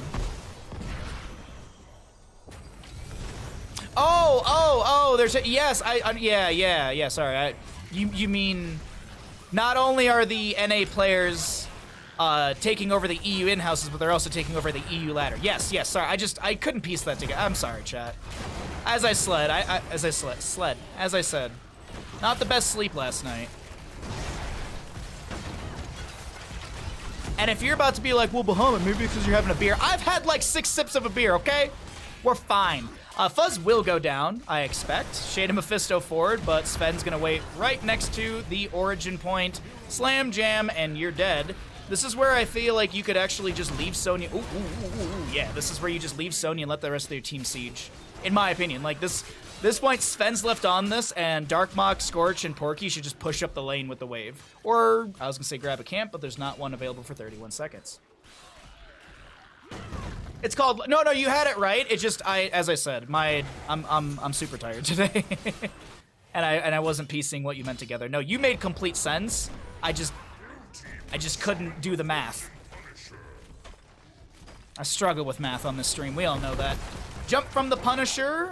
Fun's going to be able to get to the origin location. That was the Shade of Mephisto to pull the Punisher, but there's no walls, so this is going to be the step forward from our blue team. Fuzz going to be targeted and burned down. Good taunt from Varian. Going to zoom out a little bit here just to see how everything works out. Scorch able to run away in Wolf Run form. The fort will have active shots as the frozen... What is it actually called? Anyways, the freeze in the tower will expire, so shots will remain, but I think it's like a 3-second freeze on the tower, so it's really, really good siege for the blue team, as Frozen Punisher's still good for this bottom lane. Sylvanas, does she have black arrows? 4 seconds away. I wonder... Okay, cool. I like this call. I really like this call. Captain Rex has got a wave. There's a camp to be grabbed. Falset is going to pressure Sylvanas down to nearly 50%. I forgive you. Thank you, Soul Feast. I appreciate it. Caster math. Caster brain today. Caster brain today. Riptire, eh? Riptire to Siege. We are post level 10. You can see what's at the top of the screen. Do want to point out, Varian did go Warbringer. He's got a 4-second cooldown. On his charge, you can also use, on his charge, you can also use it to allies. Oh, Ancestral Healing. I was wondering if it would get through in time, but the tower shots are enough. Sonya goes down. 10 talent tier. Okay-ish. Okay-ish siege from the side of the blue team with that 10 talent tier. Sylvanas is going to go Wailing Arrow, taunt from the Varian we already saw earlier, Riptire from the Junkrat. Sonya is Wrath, and Ancestral Healing. Oh, we saw the attempt with that one for the Rhaegar. On the opposing side, Gust from the Falstead, Bunker from the Blaze, Bless Shield for the Joanna. We're still waiting for Mephisto and Malfurion. Malfurion going to go Tranquility. I think that Mephisto, I feel like you want to go Durance. Gust, like, if you play this top lane objective area, you gust them into a corner, Durance them, and it will be Durance right there. The fight does continue. There's the Durance out. Just shy of the Sonya, who does get the Ancestral Healing in anticipation. I think of the Durance connecting. Tranquility out from the Malfurion. Gust back from the Falstad. Wailing Arrow from Sylvanas. Just going to be thrown out. And if you are wondering why I'm reading out the talents, I have noticed that there are people who are kind of just lurking and listening today, so I'm trying to do my best to also announce some talents of note for anyone that might be just listening to the stream. I know a lot of you understand what the talents are, but it's just clarity within the stream. Speaking of things to note, we do have the Taste of Explosions for the Junkrat, 28 out of 200 stacks on that one. It's a 0.2% increase per stack. Rhaegar gonna go Purification at level 7. We will see the Johanna Subdue. It's not finished yet, but still has it at level 4, which is just great for the slow. 18 stacks for the Frequent Flyer on the Falstad. Pretty much standard auto attack build from him. And that's really the main things to note. Everything else looking pretty good across the board. Oh, Dirty Trickster for the Junkrat. That is a big thing to note. It's a very, very good talent to just try and burst down the enemy shockingly out of nowhere. I remain, and I always bring this up, the best I ever saw, I think it was actually on Infernal Shrines, it was Lazy Hydra. And Lazy Hydra had the Dirty Trickster, and there was like a chase, it was like in mid lane, and the enemy was collapsing onto him, so Lazy Hydra doubles back into the enemy, so Dirty Trickster triggers, and then he dies, so he gets the Dirty Trickster value and the Mayhem value, and I think he got a double kill in response from it, which was just, it'll always, that will remain rent-free in my brain. I'm like, that was such a cool moment. That was such a cool moment to see Junkrat get that sort of tricky value. But 13 talent to your advantage to the members of our blue team. We have Shattering Throw for the Varian. It's going to be great into the Johanna. There's a taunt from the Varian immediately on to Cure. Endurance of Fate goes out onto the Rhaegar. Not going to be spread to anyone else. Rhaegar was quite far away as the Blaze Jet Propulsion goes out onto Captain Rex, but now Cringe Kid, Cure a little low. Tranquility from Malfurion. Falstad on the north side of our engagement, going to be looking for an angle for a gust potentially. Throws out the Hammering with the Secret Weapon. Sonya, Wrath Berserker, getting low on the duration. She's trying to keep that up and available through all these minions around the objective area. And Arcane Punisher will be over to the side of our blue team, with the 13 talent going to be equalized here in just a second to our red squad. Porky looking for an aggressive position here. Taunt is available. Waiting to see. Are we going to they 39 the objective? So blue team 39's the objective. Sonya to clear out top lane. Camp to be grabbed for mid. Haigao going to be pushed back. That Johanna not going to be able to step. Oh, she steps in. That's going to be Endurance of Fate. Ancestral Healing thrown onto, I think that's Sylvanas. Gust from the Falstad. Riptire from the Junkrat. Bunker down from the Blaze. Sylvanas will go down, but Rhaegar jumps in to bite the butt of Malfurion. The Rhaegar will go down. Jinx so very low. Sonya pops the Wrath and steps in as the Punisher will be grabbed by Sonya as she did pass through from top lane. Cringe Kid, Cure taking a lot of damage. Slams are looking good. Jet Propulsion turnaround. Sonya spins through the enemy team. Doesn't have any sort of life funnel, so this is a lot of damage into Sven, who misses the spear. Shield Glare and Mephisto. That was the Mephisto shade forward, so Sven's fine. Mid lane Fort goes down. Classic Lazy Hydra. Man, I wish I had that clip handy. I wish I made a command for that. Kind of like how we have Exclamation Owl.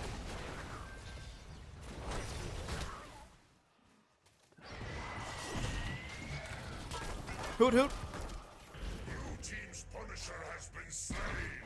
Or a good one is Exclamation Nova. That's a great one. That's a good one too. Oh yeah. That was a fun time. We got Ripper Air as well for the Junkrat, so you'll see him move across the minimap very, very quickly from time to time. That's just that Ripper Air value. Cooldown reduction. I think it puts it on like a 2-second cooldown if I'm not mistaken. 4-second cooldown. It's a 12-second reduction. Yep. Jet Propulsion onto Porky, tanking some tower shots, pops the parry. Ancestral comes through, but it's not enough. Good route for Malfurion, does have the Emerald Dreams. Riptire not going to be able to save the Varian, and that's a good kill to the members of the red team, bolstering their experience, closing that gap between the two, as 16 was already achieved by that blue squad.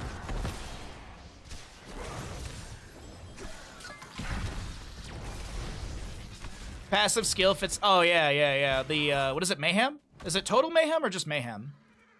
It's Total Mayhem, yeah. And then the Dirty Trickster talent. It's such a great naming, synergy for the talents. Oh, Blaze in the top. Wrath is going to be popped.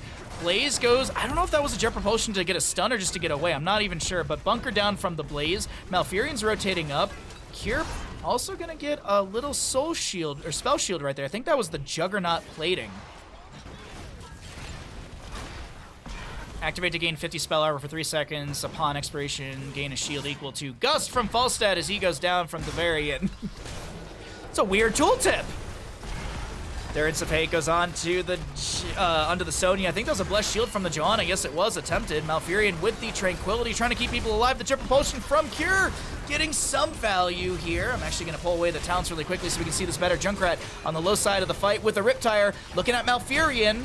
Flyman gonna be okay. Low on the HP. Sven needs to back away. Concussion Mine zoning areas. We have Sylvanas. Got a Hearth on the left-hand side of our screen. Darkmock getting away. Concussion Mine zones back the enemy. Fuzz looking for the last little bit of damage, but he can't get it, and that'll be a Falstad going down. Next objective, Mortar Punisher, bottom lane. And if won by the side of our blue team, they'll be knocking on a keep front gate, maybe even going for core. Oh, look at that timing. What a caster timing. So good. Let me just toot my own horn.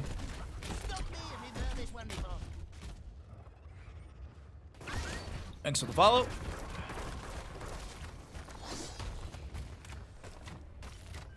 Sylvanas, she pushes up this wave. Gonna pop a few Qs, and the wave's got this. Alright. Fallen Shaman in the top lane. We've got our mid lane Impalers, and the objective begun by the side of the red team, but they're actually... I thought the Johanna was going to get quite a few with that Condemn. Not the case. Sonya spinning to win through all this Riptire from the Junkrat. Gonna zone back Malfurion. I was going to say, okay. Ancestral healing onto Sven. Look at... Sylvanas at the top of our screen. Johanna goes down. The gust is late. Taunt from the Varian. Bunker down from the Blaze. Fuzz so very low. Able to get into the bunker. Fuzz is going to be the target of Sylvanas and Porky. Jinx the new... Oh, Junkrat with the concussion mine over the enemy. Jinx will be the target. Kier trying to get away. We'll be able to do so. On the bottom of our screen, Rhaegar and Sonya get the kill, and now this will be Sylvanas grabs a quick wave through mid. This will also be the objective to the blue team. Oh boy. Death timers? I feel like it's gonna be enough time for one defense. The keep should go down. I like this call too. I really like this call. I don't know if you really need the mid lane camp, but hey, it's more experience and that will get you to level 20, so that's probably the consideration. Is the waves already pushed out. If you run all the way over here, that's too far out. You run here, Blaze, I mean, there's no waves, so yeah, grab the camp, get to level 20. Not passively push, pre-push the lane. Sylvanas with the black arrows. As I said, there should be a defense from the side of the red team. I think they should be able to do one defense. If they lose out, it'll be GG. Rhaegar holding is level 20. I'm going to pull away talents just so we can see things better. Durance of Hate goes wide from Fuzz full. Mortar Punisher gets the jump onto Blaze, drops the bunker. Haigao gets inside as well. Gus from the Falstad pushes back the enemy a little bit. Haigao getting low here on the Johanna, trying to get away. The shield for Sven. And the Mephisto goes down first. The core is starting to lose some shielding here. The core shielding actually going to completely drop. Sven on core with Wrath of the Berserker. Just looking at the Rhaegar level 20 to see what he got. Ancestral healing with the Farseer's Blessing, and our blue team will take map number 7 in our EU in-houses. GG's.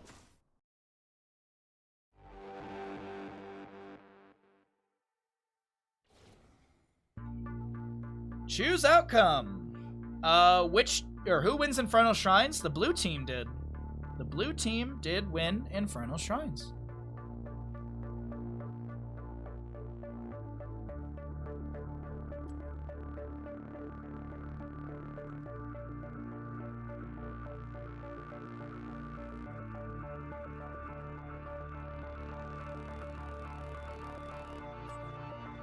Talents if you wanted to see them.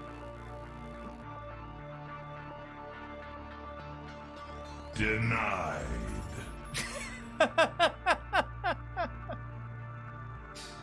Oh, that was good. That was really funny. I like that. Where's the browser source? Let me get that on the screen as well. Browser sound alerts. There we go. Not order, set color, and lock. All right.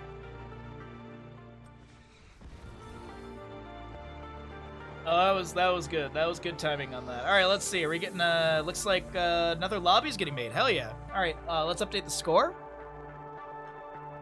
Got a, what is this? What would this be? Like a best of 9? Is that what we got? Is this a best of 9? So this is our best of 9 series. Well, I can't believe there was 22,800 for the red team to win, and pretty good payout for the blue team believers. Pretty good payout.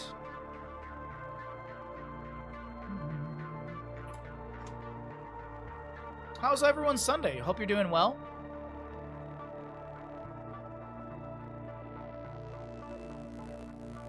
Hope you're all doing well. Hope you're all having a fantastic Sunday.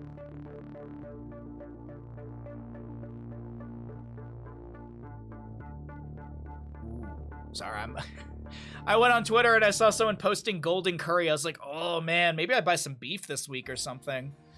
Maybe I make some curry this week. That wouldn't be a bad idea. Redeem the bandit pets. Oh, we can do that. Yeah, we can do that. All right, we're waiting for another lobby. We got time. We got time, indeed. Might as well grab a beer while I'm up, too. All right. What you doing? What you doing? Are you a dog?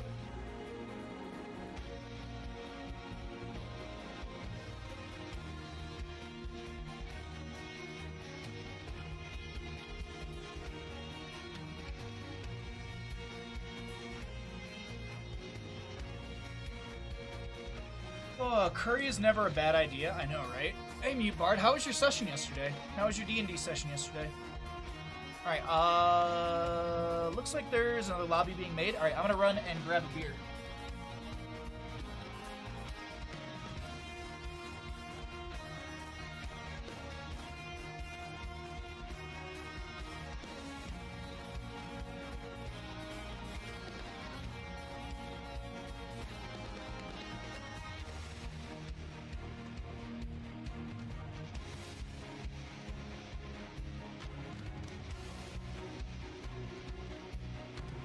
What's up, man? Oh. Went well, no total party kill. Yeah, nice to get back in D&D after a month. Ooh, hell yeah. Alrighty. Stretch. What's up, mister? Oh man, I'm excited. After stream today, I get to go snowblow the driveway. Oh, I'm so excited. I got my snowblower all fixed up, and then immediately after I fixed my snowblower, I broke a shear pin. So I had to go to the store and buy a new shear pin, which isn't bad at all. And I got that put in and everything, and I also bought extra shear pins too. So I was like, in case more break. So now that the snowblower is fixed and everything, oh, when stream's over, I get to go play in the snow, chat. I did nothing besides gyms, so great Sunday so far. Oh, nice. Nice. So, was it leg day? Was it leg day? It's always leg day for Bahamut. It's always leg day for Bahamut. Cuz all I do is walk and snowboard. I don't do a lot of upper body, which I really need to do because of my back issues. Also, this doesn't help at all, but we're having fun. Yeah, between walking a mile to 2 miles every day with Bandit, snowboarding, and other general, shoveling is a little bit of upper body, but I had to stop because I fucked up my sacral joint at the end of December, so I spent the vast majority of January just healing. And there were some days when I was streaming where I was just, in pain. And I'm still, I'm in pain right now. There's still, it hurts, but it's manageable, so... Every day is jump in the hot tub and stretching and just trying to get to a good point. And I am taking stuff. I took a Celebrex right before stream, which Celebrex, for anyone knows, is my old man, my senior man drugs. I hit 32 and I gotta start taking Celebrex, but I try and jump around. I've also got Nancy was super generous and sent a bottle of what's it called? It was Bare Back and Body, and that's been super useful. That one's been super useful. There's a little bit of caffeine in there, so sometimes I get a little jittery, but it's still great. Hey, guess where we're going, everybody? We're getting into another draft. We have got another game here in the EU in-houses. Big shout out to the Raven Court for the organization of these weekly in-houses. As a reminder, There will be EU in-houses on Wednesday, and I'll be also casting those on this upcoming Wednesday. In the future, I was looking, it sounds like they're going to be doing it on Thursday and Sunday, so I'll do my best to jump into both of those days. We also have NGS coming up, or actually, NGS just started, I think, actually. Match scheduling is out, so NGS will start putting in some NGS games into our streaming days. And then, of course, as I mentioned, we're breaking out into StarCraft 2. We're doing our best to learn some RTS, some casting. Maybe we'll get some StarCraft 2 opportunities, but maybe it also gives us better opportunities for Stormgate. So we're putting a lot of eggs in the Stormgate basket in hopes that we can really kind of break out in that trajectory when the game comes out. Of course, as I've always mentioned, I'm not going anywhere with Heroes. I love this game. It's always going to have a special place in my heart, so Heroes will always be in our stream schedule. How would one get into those matches? Which matches? These EU in-houses? These ones? I don't have... There it is. Go to that website. It's a safe website. You can join the Discord through that website. They have a Discord link in the website. That's where you want to join. If you would like... everything is organized in the Ravencourt Beta Discord. So, and I think anyone can join. I just don't want to, I don't want to take a different link and blah, blah, blah. They've got their own system, so I'll put you to the website and then just follow the Discord link there. So we have a Hogger Diablo ban here on Garden of Terror. We have a Samuro and a Lucio ban from our red team. We've got Junkrat first pick over on the left-hand side. Do we get anything fun, or will these players go for serious good picks? Dahaka Brightwing, double global for the red team. I like it. I like it. I wonder if we see an Abathur. This is a pretty good map for Abathur, I feel. Like, an Abathur Tracer would not be bad whatsoever. Actually, like, Abathur Jaina would be good, too. For those of you that don't know, Ultimate Evolution gives attack speed, which is why Greymane's very good as a target. Rainer's a very good clone target. Tracer's a very good clone target. It also gives spell power. So that's also why Li Ming's a great target. Jaina's a fantastic target with Abathur as well. So not only do you get a clone of whatever hero you clicked, you also get some attack speed and spell power bonuses that are very, very good to consider. So if you play Abathur and you're not considering that, be sure to. Stitches ban on the right-hand side. They have a pretty good Stitches composition. You could still go into Purification, which would be healing, reduction. You've got a stun from Blaze if you need it. Junkrat with a steel trap. Sylvanas to be banned away, so no empowered pushes from her. Okay, what are we gonna get for our next two picks on the red team? Dahaka Brightwing. What if they just went like super global and they grabbed like a Falstad? And that's it. No, they could grab Falstad and Abathur if they want to go into globals. No, this is going to be a...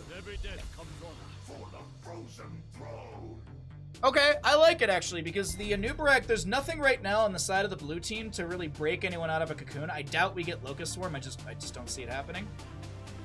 God, if we get Locust Swarm, I'll gift a sub myself. But Junkrat, Blaze, Rhaegar, not a lot to break someone out of a cocoon. We could still see a Li Ming. Li Ming's still fine for a map like this. What would you pair in with the Li Ming? Is Joanna still up and available? Okay, it's gonna be Varian, okay. I like the Varian pickups. I think he's super, super fun as a tank.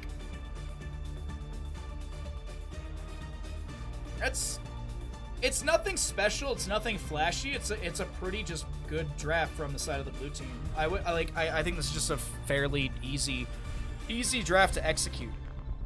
But I think that's what they were looking for.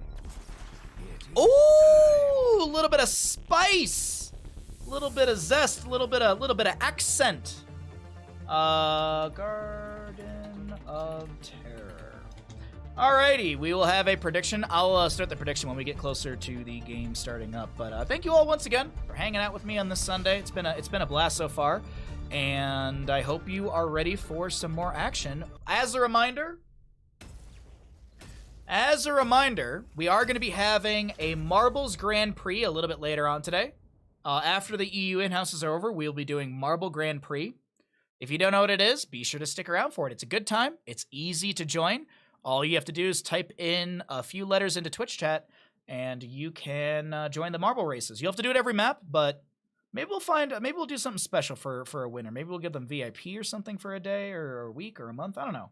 Either way, let's go ahead and start that prediction. On the left-hand side, we got the members of our blue team here on Garden of Terror in our 8th map of the day. We've had some fantastic, awesome maps so far, and we've been avoiding Dragonshire in the afternoon. But anyways, Porky on the Varian. We have got Scorch on the Rhaegar. We've got Captain Rex on the Genji.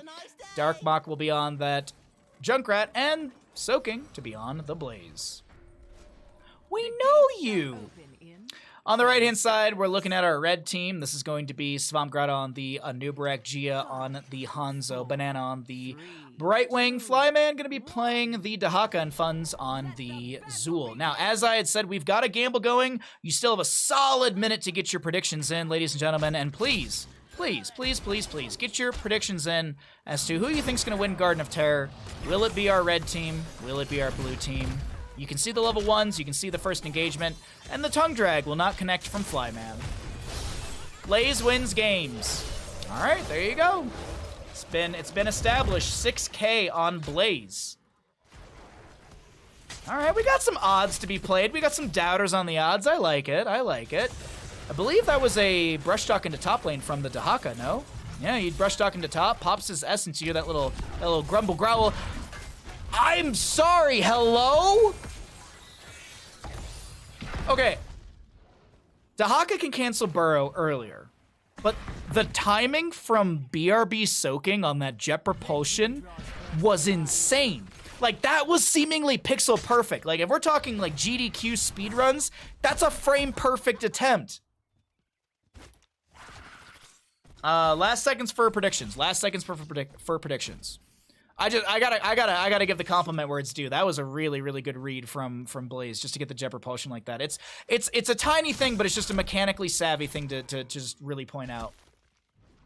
Strange, I can't add the server. Discord pops up after I click the link and nothing happens. Are you in too many Discords? That is a possibility. I don't know if Discord tells you, but you can only be in like 100 or something like that. So I don't know. That is my best guess. If not, I don't know where to go from there, honestly. It was sick. It's a really cool little thing. You gotta give props to these players. They're phenomenal at what they do. So I'll sit here and I'll flame Funds all day and make fun of him, but at the end of the day, at the end of all this, I have a lot of respect for a lot of these players. Maybe not Funds, but I have a lot of respect for these players, though. They're extremely talented. Regardless of how alive our favorite game is here, they're really, really talented people, and it's awesome to watch.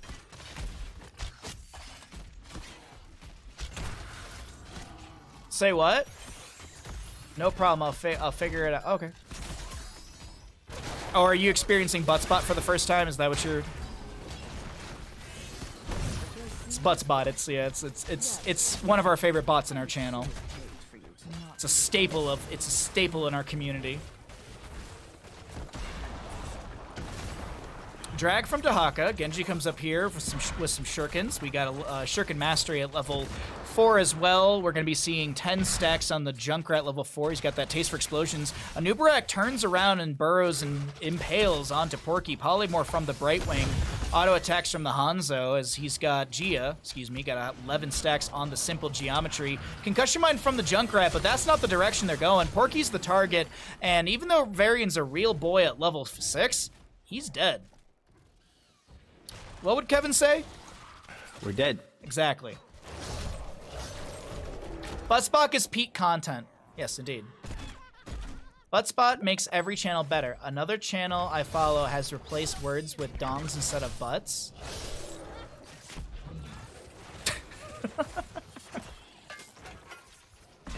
That's gotta be wild. Exclamation bot if you would like Buttspot to leave you alone. There's a command for that. I know. Some people I know don't want to be bothered by it, so if you'd like to turn it off, you can easily do that. Nice body blocking from the core 4 in this top lane. And I say core 4 because Funz is pretty much just going to be doing soaking. He's going to be managing lanes. He's going to be pushing things back. He'll get a root and doot here and there, but yeah, there's a little knockback. Attempt to use the backlash onto Darkmok right there. Top lane siege is continuing from Flyman and Banana. Flyman tanking a little bit, gets the pixie dust from the Brightwing. Burrow, do we have Lurker Strain at level 4 for the Dahaka? I can't see it quick enough. No, he's actually got the Hero Stalker, and he's going W build, which synergizes very well. This build is very, very synergistic together, and we can talk about that in a second. When Gia lives, dies, natural agility over the wall, Banana getting chunked here, but is able to get away just fine. 10 talent here in a second. So let's talk about the synergistic value of the Dark Swarm build. Jet Propulsion from Blaze, Soaking taking a little bit of damage from tower shots with the Pyromania popped already. So Enduring Swarm, you get 50 spell armor while that's active, but you also increase the Dark Swarm duration by 0.5 seconds. Does it take it to 2.5 or is it 2.25? I forget. 4 seconds actually. It's 4 seconds is what it turns into at that point. I'm pretty sure. I don't think the tooltip updates. Then you have Hero Stalker, so you gain essence from takedowns. But you also gain 1 essence each time an enemy hero is hit by Dark Swarm. So you have a longer duration, spell armor to tank a little bit of damage from like Junkrat, and then you also have Symbiosis. So not only do you have a longer Dark Swarm duration, but you damage an enemy hero and you reduce the cooldown by 0.4 seconds. So it's just this constant, you want to sit on top of people. You basically want to sit on the enemy's face with Dark Swarm active. To put it in a simple term. Anyways, let's go ahead and cycle through the other numbers, get an idea of what those look like, because 10 talent tiers at the top of the screen, y'all can see those. I do want to point out, Varian did go Warbringer if you didn't catch it, so he's got the 4-second cooldown on his charge. Also can charge to allies. The colors are wrong. Everything looks strange. Sounds like a you problem. We use colorblind mode here because more people get value of it than people care. I've had like one person complain about colorblind mode being on, and I was just like, okay, sorry.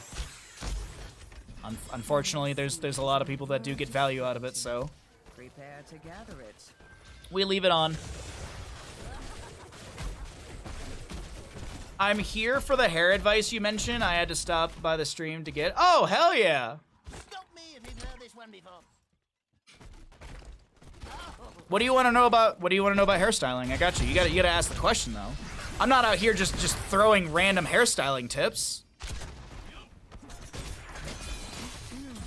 Shuriken Mastery is done for Genji. The chase in top lane doesn't yield a kill, and there was a camp pushing up the entire time. Not too bad. Funz wants to kind of join in, but he's on a pleb horse. He can't do anything. What is your secret to that smooth skin? Drink water, find a lotion that's good. I use Aveeno. And I drink 32 to 64 ounces of water a day. Hydration is key. Drink less alcohol. That also helps too. That helps a ton. Less alcohol, more water, and vitamins. Take your daily vitamins. Men's once a day. Oof. Hey, I'm not saying you have to stop drinking. I'm just saying, drink more water. Trust me, I love my beer too. We're having some right now during these games, but Blaze gonna be hearthing back. We do have a seed up and available bottom center of the map. 13 or level 13 about to be here for both sides. Talent tier around the corner. What's Varian gonna go at level 13?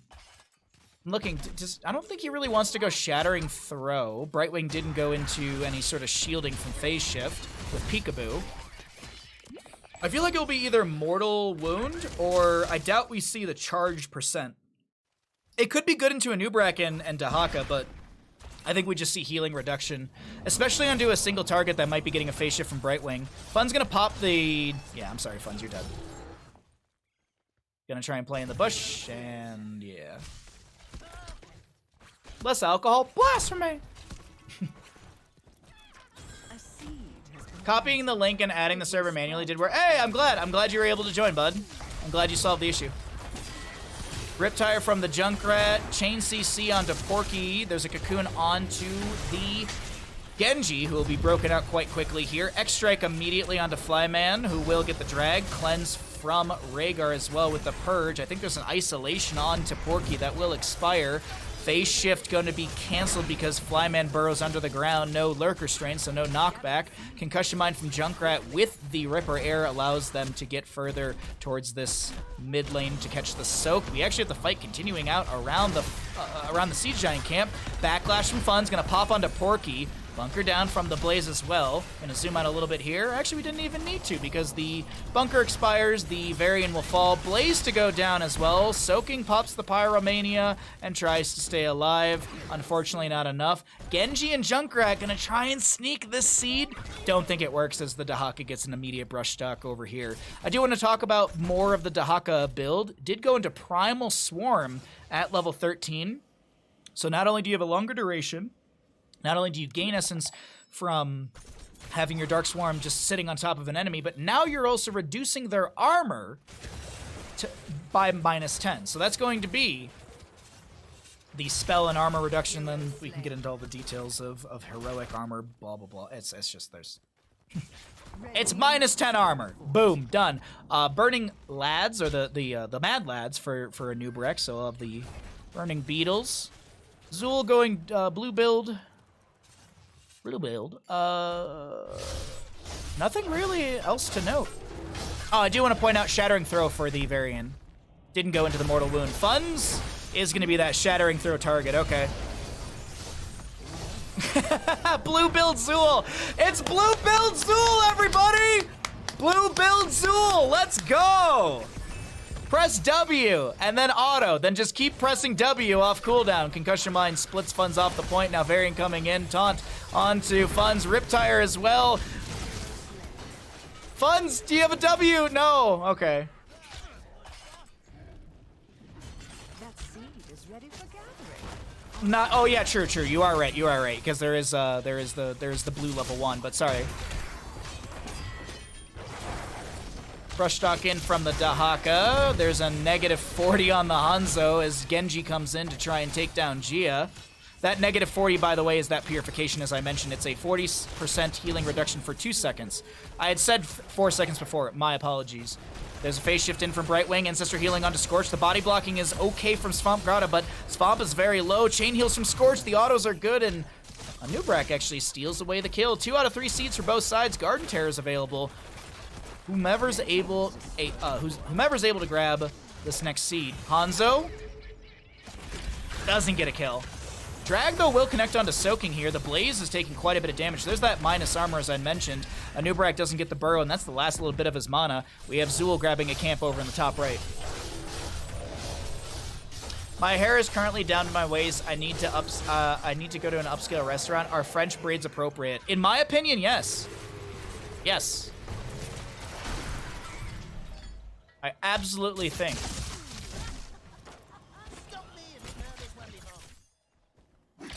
Locke, I appreciate it. Sorry if I miss anything in chat. I'm doing my best to catch everything today. Sorry if I miss any of your messages, but always happy to make my chat or my stream as accessible as possible for everybody. I think that's kind of the most important thing when you're casting. A lot of good damage on the Flyman. There's a taunt. There's a phase shift gets canceled again. Burrow with the tunneling claws, level 16. There's an isolation and a cocoon onto Varian. Is he still isolated out of this? No. I saw the isolation thrown out from Flyman. You can see the cooldown on it, but I think Cocoon just ate it. Top lane has a camp, and oh, that's a very good wave in top lane. That, keep in mind, Funds grabbed that earlier. Scatter out from the Hanzo. Actually, a pretty good scatter right there with the piercing value as well. Alright, and Swamp Grotto gets the channel. Now, Garden Terror goes up as far as your current wave. This current wave is right there. Right there. Right there. These are deep descending Garden Terrors here on map number 8 today. Zool. There you go. There's that scythe. That scythe's swinging. Good arrow from Gia right there. X-Strike from Genji will take down the Anubrak. Swift strike out, drag from Dahaka, armor reduction, Ancestor healing will connect. Now the Garden Terror in top lane, cleared out by the Blaze. Mid lane arriving at the keep. Bottom lane working its way through keep front gate, but unfortunately the Garden Terror will expire. The keep front gate does go down. Mid lane still being sieged in. We have the Skeletal Mages of Zul just to be thrown out as a sieging tool. That's actually pretty cool. I think the Skeletal Mages get the buff from Varian's banner. Oh wait, no, sorry. Flip teams, my bad. I was like, oh man, it's spell power. Oh, no, it's okay, so it wouldn't. That would have been wild if that's the case. Sorry. That would actually be wild if that was the case. You can put down Skeletal Mages in a banner and they get a buff, but no, it's specific to heroes. Never mind. And they're also on opposing sides, so that's also a misread on my end. How wild would that be, though?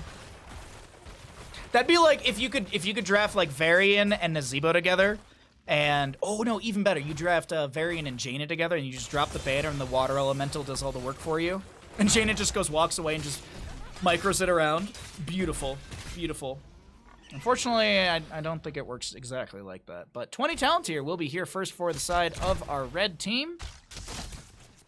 Invisible Friends, we've got the Mortal Wound, 75% healing reduction for 4 seconds. Contagion from the Dahaka's got some splash around it as well. Bullseye from the Hanzo, rewind to Nubarek. Blaze finds a jet propulsion over here, and Nubarek with a big chain CC, Hanzo with a Dragon's Arrow as well, going to be able to stun people in place. Captain Rex has to Swift Strike away. The banner would be effective on the Water Elemental. Jaina would have to, yeah, she would have to be, yeah, because it's the verbiage, yeah, exactly. You have it right. It's activate to place a banner that grants 20% increased spell power to nearby allied heroes. So I do believe that would, yeah, that would give the buff to Jaina because that's her summonable. There's my precious seed. Could cast, yeah, you are right, yeah, because I think it would work the same for Nazebo with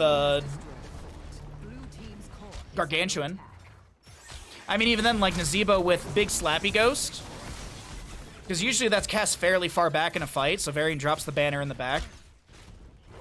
But then again, you also want your banner up front, because banner also affects healing output, so you also want the banner around the healer, which is usually a little bit more further in the fight, rather than super far back. Also depending on your healer, I mean, if it's Stukov, they're in the fray. If it's Decker Kane, he's chucking potions from a distance. Ravenous, no, Kel, you have it wrong. It's Big Slappy Ghost. Just like how oh my god, Vala's got a spinny shooty shot. And everyone's favorite, that the Gilly Shark members taught me, is Giggle Beam. Who doesn't love a good Giggle Beam from Whitemane? These are the official names. Y'all just made up some different, it's the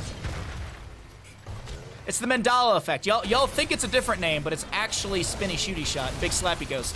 A lot of good damage into Blaze immediately from Hanzo and Brightwing. Polymorph value as well. Has the Critterize level 16. Arrow from Hanzo onto 2. We have an Anubrek burrowing in. Skeletal Mages, they got a slow as well. Porky gonna get the double Ancestral. Turns around to taunt onto Gia. Swift Strike from Genji gets the reset. Rhaegar goes down, and it's a 2-for-1 favoring the members of the red team as now Porky tries to back away, looking to see if Dahaka's got a drag available. In 1 second, drag is up and available if Dahaka wants to look for someone. Dirty Trickster going off again. Drag won't connect, but we do have a Bone Prison onto the Varian. I think that's a extract from the Genji. Porky hit with a Mortal Wound as well earlier from Funds. Burrow forward from Svamgrada, and that's going to be a dead Porky in this mid lane. We do have a camp through top, but that doesn't really matter. We just saw a solid, and it will be the core starting to fall, favoring our red team. Blaze up in 7 seconds, but will the game last enough time? Yes, Blaze gonna be back in this. Genji gonna try and take out the catapults first. Core falling rapidly to the minion wave. Cocoon onto the Genji. The Nubarak going for the double stun, the silence, the isolation. The Blaze is dead.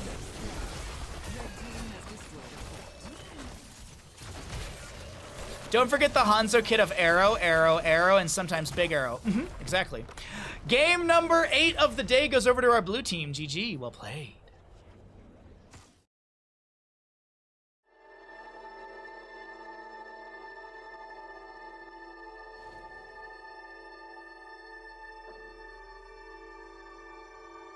Choose outcome. Which team wins Garden of Terror? I think that was the red team. I'm pretty sure the red team won.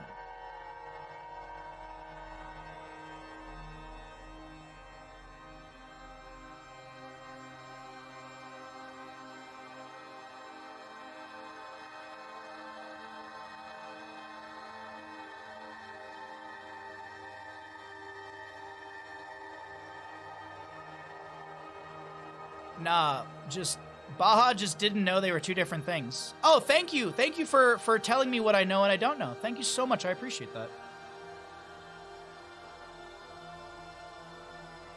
What else don't I know? Please fill me in.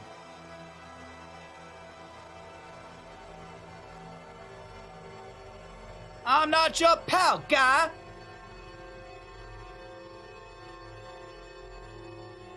Ugh. I'm not your guy, friend. I'm not your friend, buddy.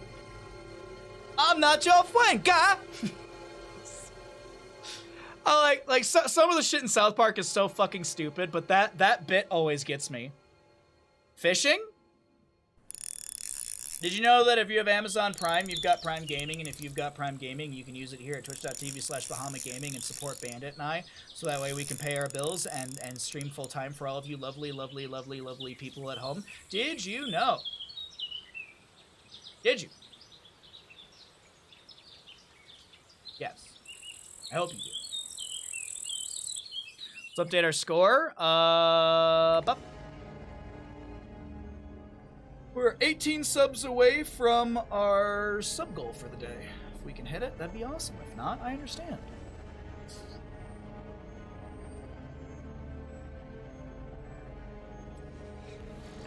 Okay. Do. Oh, wow, we've had a good chunky stream so far today. What you doing, Bandit, bud? You getting nice and cozy?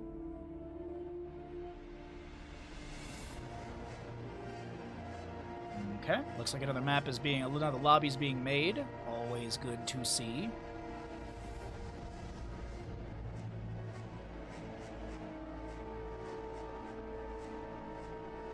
Oh, and it looks like our storm is over, which is great, because that means I can go snowblowing, because I was not going to snowblow and then wait for another...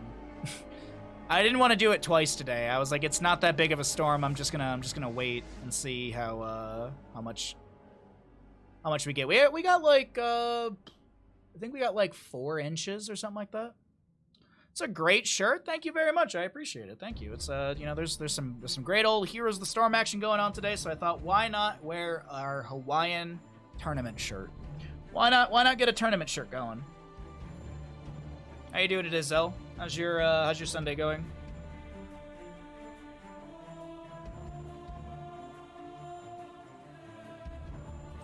Happy Sunday to all my lovely friends. Well, in Europe it's going to be Sunday for another 7 minutes, so we're just waiting for a lobby.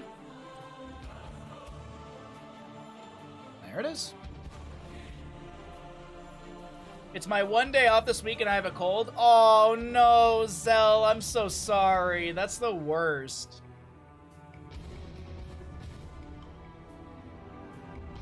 I had a blueberry muffin cookie from Crumble earlier today, and let me tell you, it's fantastic. That sounds good. I'd eat that. I love blueberry muffins. You sold me, like, you got me sold on blueberry muffins. Like, oh man, that flavor's just. That's my go-to muffin to make. Whenever if I buy like the quick mix at the store or something like that. Oh man, blueberry muffins are so good. I need to make a shopping list for this week. I think I should just make curry this week. Or maybe we would just make taco stuff. It has been a while since I've made tacos. And streusel on. Ooh, nice. Little bit of the isn't it like just like icing, or it's like sugar? What is it? Hold on.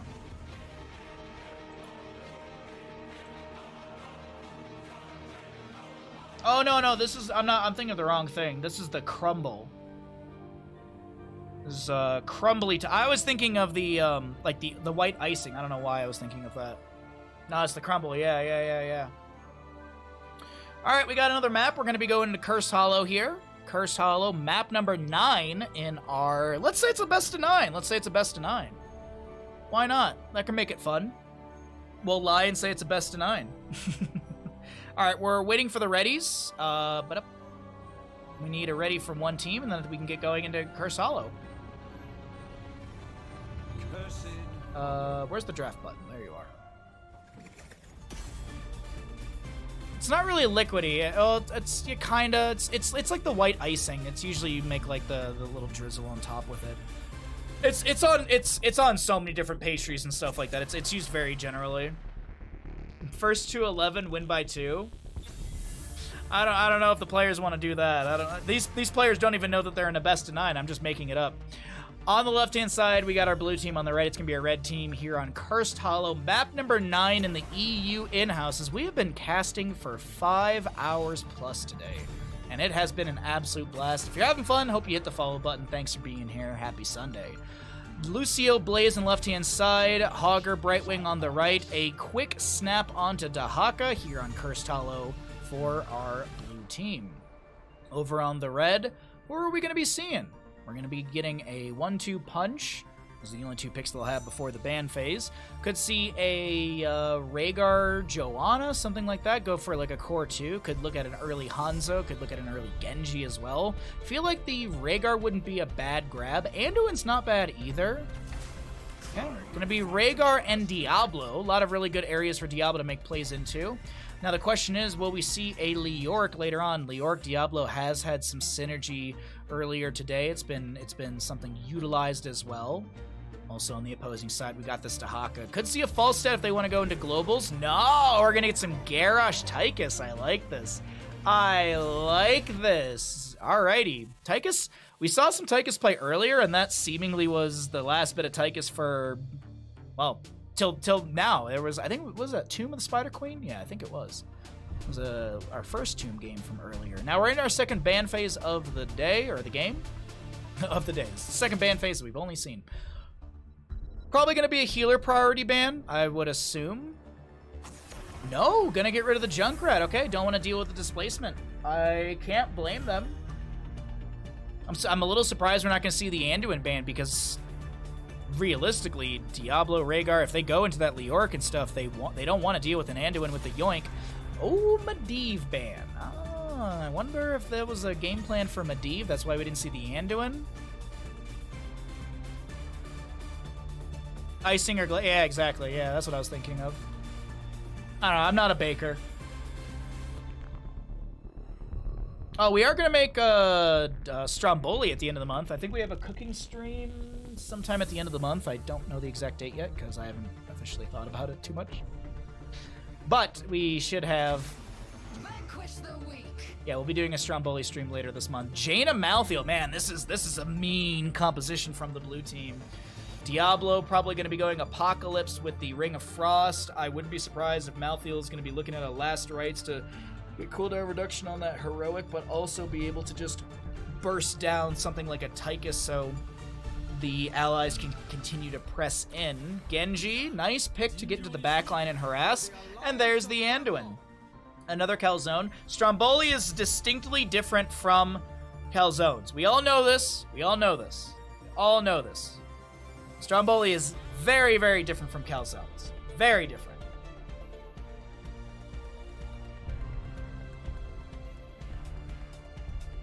Last pick on the right-hand side. Some good wave clear overall for red.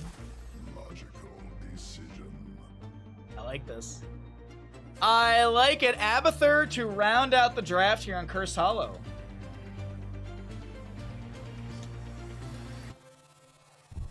Let's see. All right, I'll start the prediction once we get into the game. I knew it! No, you didn't. I knew it. I knew it. All right, I'll start the prediction in just a second here. Give you all the opportunity to see the level 1 talents and such once we load in.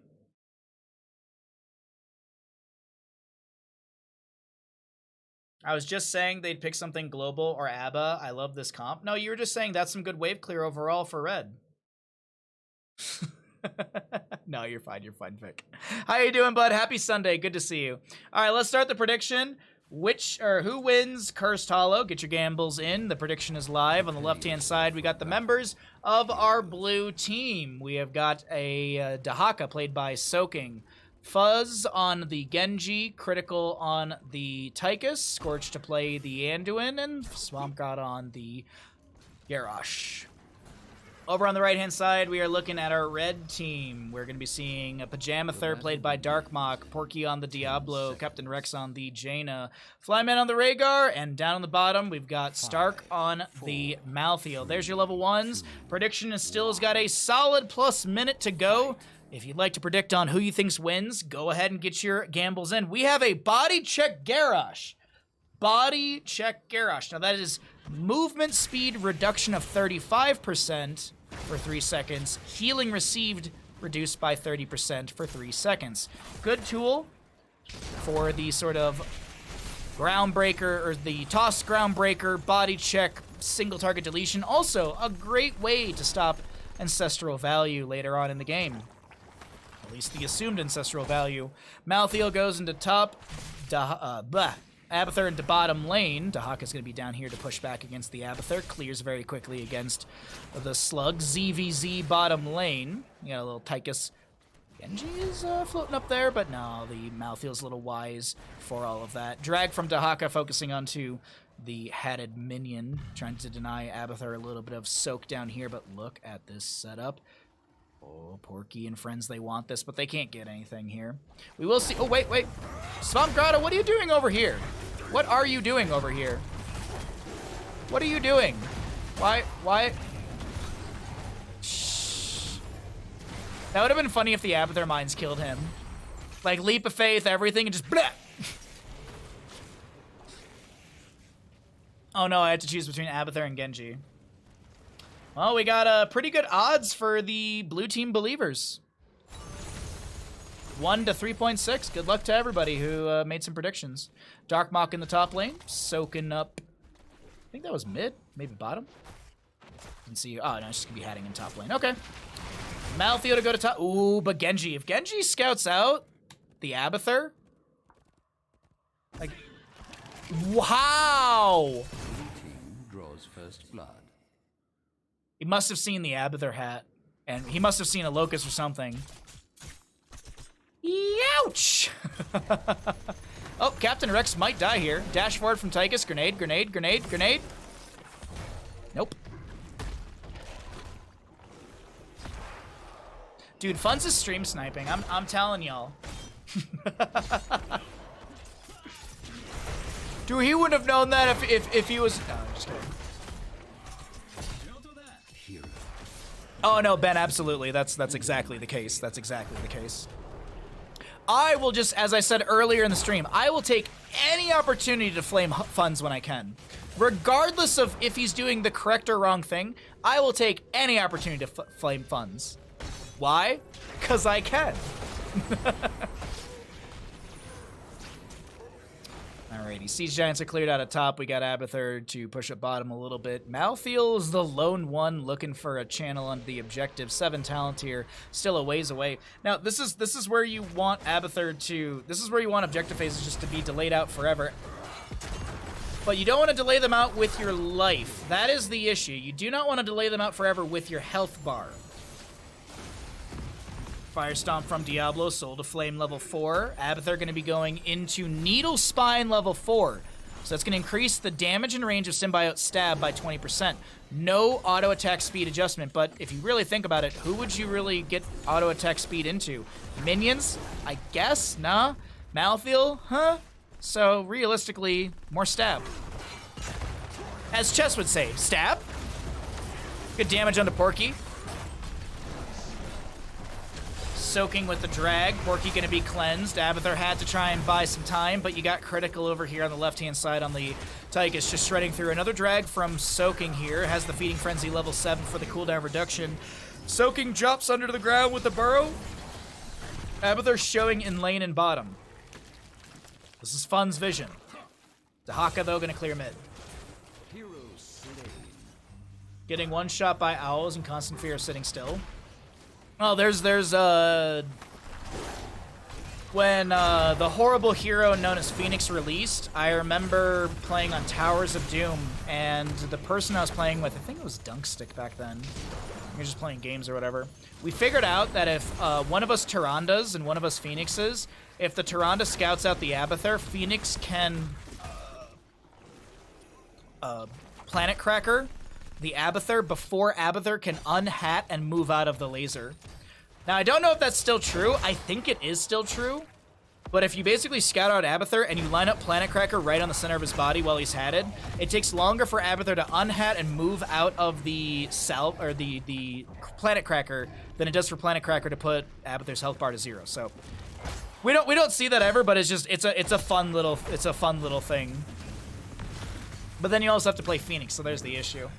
Toss on to the Diablo. He's going to take a little bit of healing reduction as well. Oh, no, Swamp Grata. I don't think you live here, bud. Tower shots going out to the enemies, but actually, no, the totem was tanking tower shots. That was a fine kill onto Diablo. Souls, not Diablo, sorry. Garrosh. Different main tank. So I was like, Souls, he's at 69. Wait, where's his death timer? 10 talents here. Man, you can tell it's getting late for me brain. Late for me brain today.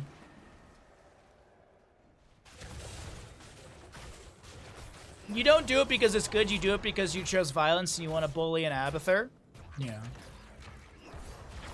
Oh, great drag at like max range. Fantastic drag. Last rites, Ultimate Evolution, Ancestral Healing, Winter Elemental, and the Lightning Breath for Diablo. On the opposing side for our blue team, we are going to be seeing a Warlord's Challenge, Commandeer Odin, a Holy Word Salvation from Anduin, Extract from the Genji, and Isolation from the Dahaka. Nothing crazy. I will say that there is the Holy Word Salvation, but there's no Apocalypse to interrupt it. Shadow Charge interrupts it. Shadow Charge, Overpower are the only interrupts for Holy Word Salvation, right? So it's mostly on Diablo to try and interrupt Anduin. Okay. I think so. I'm not recalling any other stuns or anything to get Anduin out of that, but let's go ahead and talk about Jaina finishing out Ice Block. She'll pop that immediately, try and get some Cone of Cold value. Funds comes in.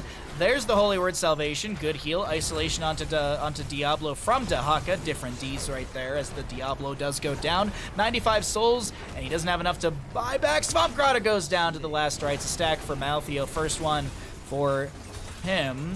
As the siege through mid continues, Fun's looking for a deflect, but can't make it happen. Meanwhile, we still have the map objective happening consistently here, and it is going to be second of 3. Genji might interrupt once.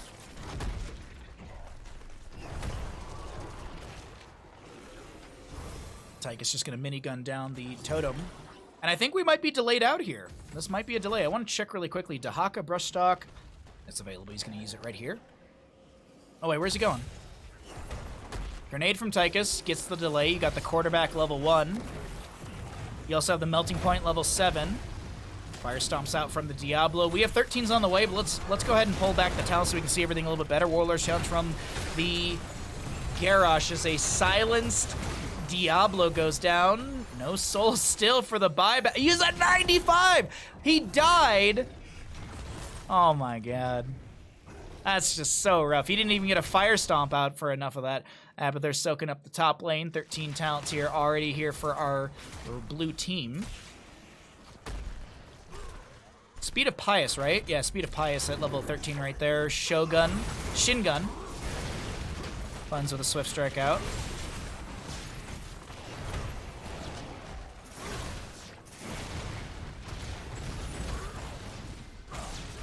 Alright, well, we're just waiting patiently to see what's going to be the play here. Is it just going to be a little bit of siege in the bottom lane fort front gate? Exactly the case. Split back to the boss? No. Feign for boss? Toss on to Porky. We got the water elemental chasing here as well. I always mix it up with water and winter because of the different skins you have. Overkill from the Tychus. He's got the level, he's got the spray and pray. I was about to be like, that is a larger AoE on that nice Warlord's Challenge. There's the body check as well. Healing reduction. Diablo souls are in. We've got Dark Mock copying or Ultimate Evolution the Rhaegar, but it's not enough to keep Diablo alive. A little extra healing here and there. Ancestral going to be thrown out onto the Malthael, keeps him alive for a few seconds. Diablo's back into the mix. It's going to be 5v5. Haka maybe looking for a drag. Are they going to give this? 4v5 now, actually, as the Abathur is going to be back into clone, or out of clone. All right, it's given. 2 out of 3 for both sides, and Dahaka goes into top lane. I think the big thing is that our blue team didn't want to give more delayed engagement time for Abathur to keep soaking in top lane, because there is a solid experience gap that has formed between the two teams from the kills. If you look at it, look at Mercenaries, better for the side of the red team. Oh, Flyman! Good Warlord's challenge right there, which it's also a silence, which locks them in. Oh no, Porky doesn't get thrown beyond the gate. Jaina chasing in with the Water Elemental. Groundbreaker doesn't connect. Fun's chasing in and finishes out the Shuriken Mastery. Swift striking in. Mule from Abathur getting some heals onto this bottom lane fort front gate. The spray and pray, the overkill. The grenade does take down the Mule, so going to deny that healing right there. But this is what I wanted to look at really quickly. The minion experience is very equal. I was really kind of expecting there to be some sort of offset, and no, the only offset is just through heroic kills. I thought Abathur was going to be able to close that gap, but even then, if you look at it, Minion is kind of still ahead for the blue team, and now a kill into Malthael. This is a mean composition. Single target deletions are consistent here, and I had mentioned that at the start with the body check. Body check is such a I wouldn't say virtue signal, but it's such a sign to me that a team is going to be looking to grab a hero and just kill it every single time. Garrosh leads. Anyone that Garrosh chucks into the air is a killable target. Now, of course, with lesser allies around, that's not going to be as threatening, but Dahaka split. He grabs the objective. The 16 talent tier is still here for the members of the blue team, and Fun's gonna see the enemy, gonna get the cyber agility away. Garrosh goes to bottom to push up the wave. Tychus doing the same in mid. Dahaka is gonna try and proxy the waves in top, misses the drag.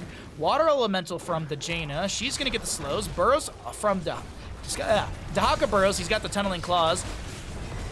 Last rites. Dahaka is dead. Bottom lane fort confirmed.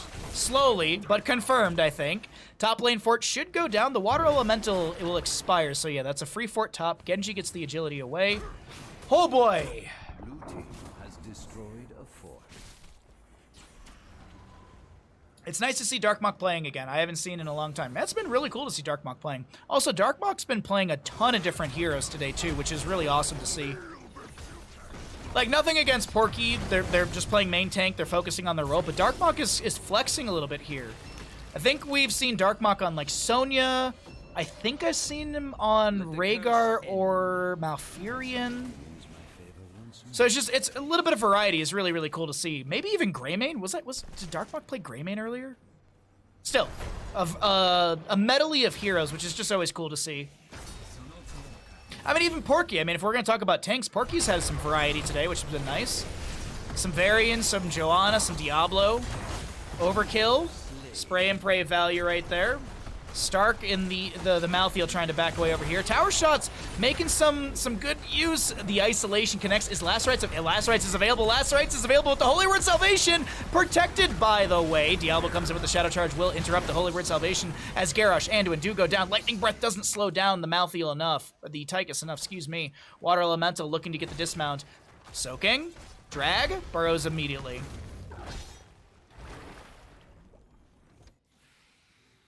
A little pushback here in the Abathur realm of things. That's going to be a target onto Soaking here. Malthael chasing on the top of our screen. The drag not connecting. X strikes onto Captain Rex. The overkill. The spray and pray. We got to look at these talents here in a second once this fight is over, because I think critical goes down, and that will be, yes, Malthael making that play happen. Malthael, 16 seconds on Last Rites. Diablo should go down. Soul's going to be consumed. Now, does Fun get the counterplay? No, not with a hatted Malthael. Baha is online. I've been online for 5.5 hours. What's up? Forget what? How you doing today, bud? Drag? Ah, it doesn't actually connect onto Flyman right there. I thought it was gonna be a nice burrow. I thought Rhaegar was gonna jump into the drag. Okay, let's look at the Tychus talents, because we've been really, really praising these in these fights. Spray and pray. Overkill slows enemy movement speed by 25%, and its range is increased by 25%. Maltheo dip diving and dodging around. I think he's going to be fine right now. Last Rites was used already on the Dahaka. Armor-piercing rounds. Each time Overkill hits an enemy, its damage against them increases by 50%, stacking up to 60% bonus damage. So not only can you slap other enemy heroes with a larger radius or range, you also slow them and you scale that damage up. So a lot of really good value from this 13-16 that I don't feel is very popular. I feel like the Overkill talents are not the most popular direction that Tychus players go into. Drag onto the Diablo will connect, no elongated tongue. We also will be seeing Furious Stalker, so no armor reduction. Groundbreaker from the Garrosh gets the toss. Is there a body check? Yes, there is. Ancestral Healing. Look at that Ancestral Healing! It got no value! Between the damage applied from the sustained damage... Wow, what a good cleanse. Was that Malthael or was that Rhaegar? I think it was Malthael. Or wait, did Malthael even go self-cleanse? Yes, he did. Yeah, I think it was Inevitable End. It actually might have been Layered. Does he have Purification? He doesn't. So, yeah, it was Inevitable End. Finally, back on land, dear lord. It's great to be black on the moon. I don't know if anyone ever seen the, Oh, what is the NASA show? Or what's the, is it Space Force? There you go. There's Space Force. That's a great one if you haven't seen it. But as always, forget what. Thank you for your service. Thank you for your, thank you so much. And I'm glad to know that you're safe back on land and able to watch streams and chill. Boss for the bottom. Boss in the top has already been grabbed and pushing into the Keep Front Gate area. We've got another objective going to be in the bottom center of the map. 1 out of 3 for the channeled tributes on the side of our blue team. 2 out of 3 for our red team, as we're at 20 apiece in our levels. Squabbling. Gather tribute. Earn my favor. Diablo. Just gonna throw a Shadow Charge onto funds. Siege Giant slowly through top. Kata up here as well. Catapults are dealing 570 damage into structures. Boss is slapping its way through bottom lane fort. I feel like you give this. I feel like on the map you don't have the positioning for this. Blue team has destroyed a fort. And the reason I say that is look at the posturing. Look at Genji, how far left Genji is. And how far forward the rest of the team is, even without their Genji. It's a lot of comfort. Porky's gonna have to get the Ancestral with the Farseer's Blessing, and now wants to go in. Hellgate was already used. That's gonna be a Lightning Breath from Diablo. Ally Toss, Little Leap of Faith. Keep in mind, Speed of Pious level 13. While Divine Star is traveling, gain 30% movement speed. Each ally hero healed by Divine Star on its return to Anduin reduces its cooldown by 1. That's a big thing with all those allies clumped together on that retreat. Now, Tychus steps in the bush, sees the Malthael. We got a double toss with the Titanic Might at level 20 from the Garrosh as Rhaegar goes down first. That's Porky trying to back away. Little fire stomps out, but that's going to be... Ooh, wait, no, Funds chases in. Boss is on the keep, but it will be saved by the Abathur. Malthael to Hearth out. We've got another objective in the top of our map, but this is going to be the spray and pray, the overkill value. Critical pops the minigun, the toss in! The confidence! Did you see that from Swamp Grotto? Swamp Grotto throws Tychus over here and then just starts walking up down the bottom, like walking up the bottom lane. It's just like, all right, Tychus, you got that. Like, just cool guys don't look at explosions as the Dahaka grabs the channel on the curse. That'll be back-to-back curses for the members of our blue team as the Malthael clone. Darkmock will expire. Bottom lane keep will go down. Mid lane, that is Malthael to fall. Abathur, the lone survivor. And the core is being looked at right now. Malthael back in the mix. The big red button from the Commandeer Odin. Malthael looking for a mark onto Tychus. Can't find it. And maybe just gonna have to step in for this one, but the core shielding has already fallen. Everything is just rapidly being reduced here on the side of the red team. The drag point blank onto Rhaegar, the big red button. The last right's onto Critical, but Critical doesn't even really care. Commandeer Odin is gonna be a big W for this blue team, and they will take map number 9. GG, well played!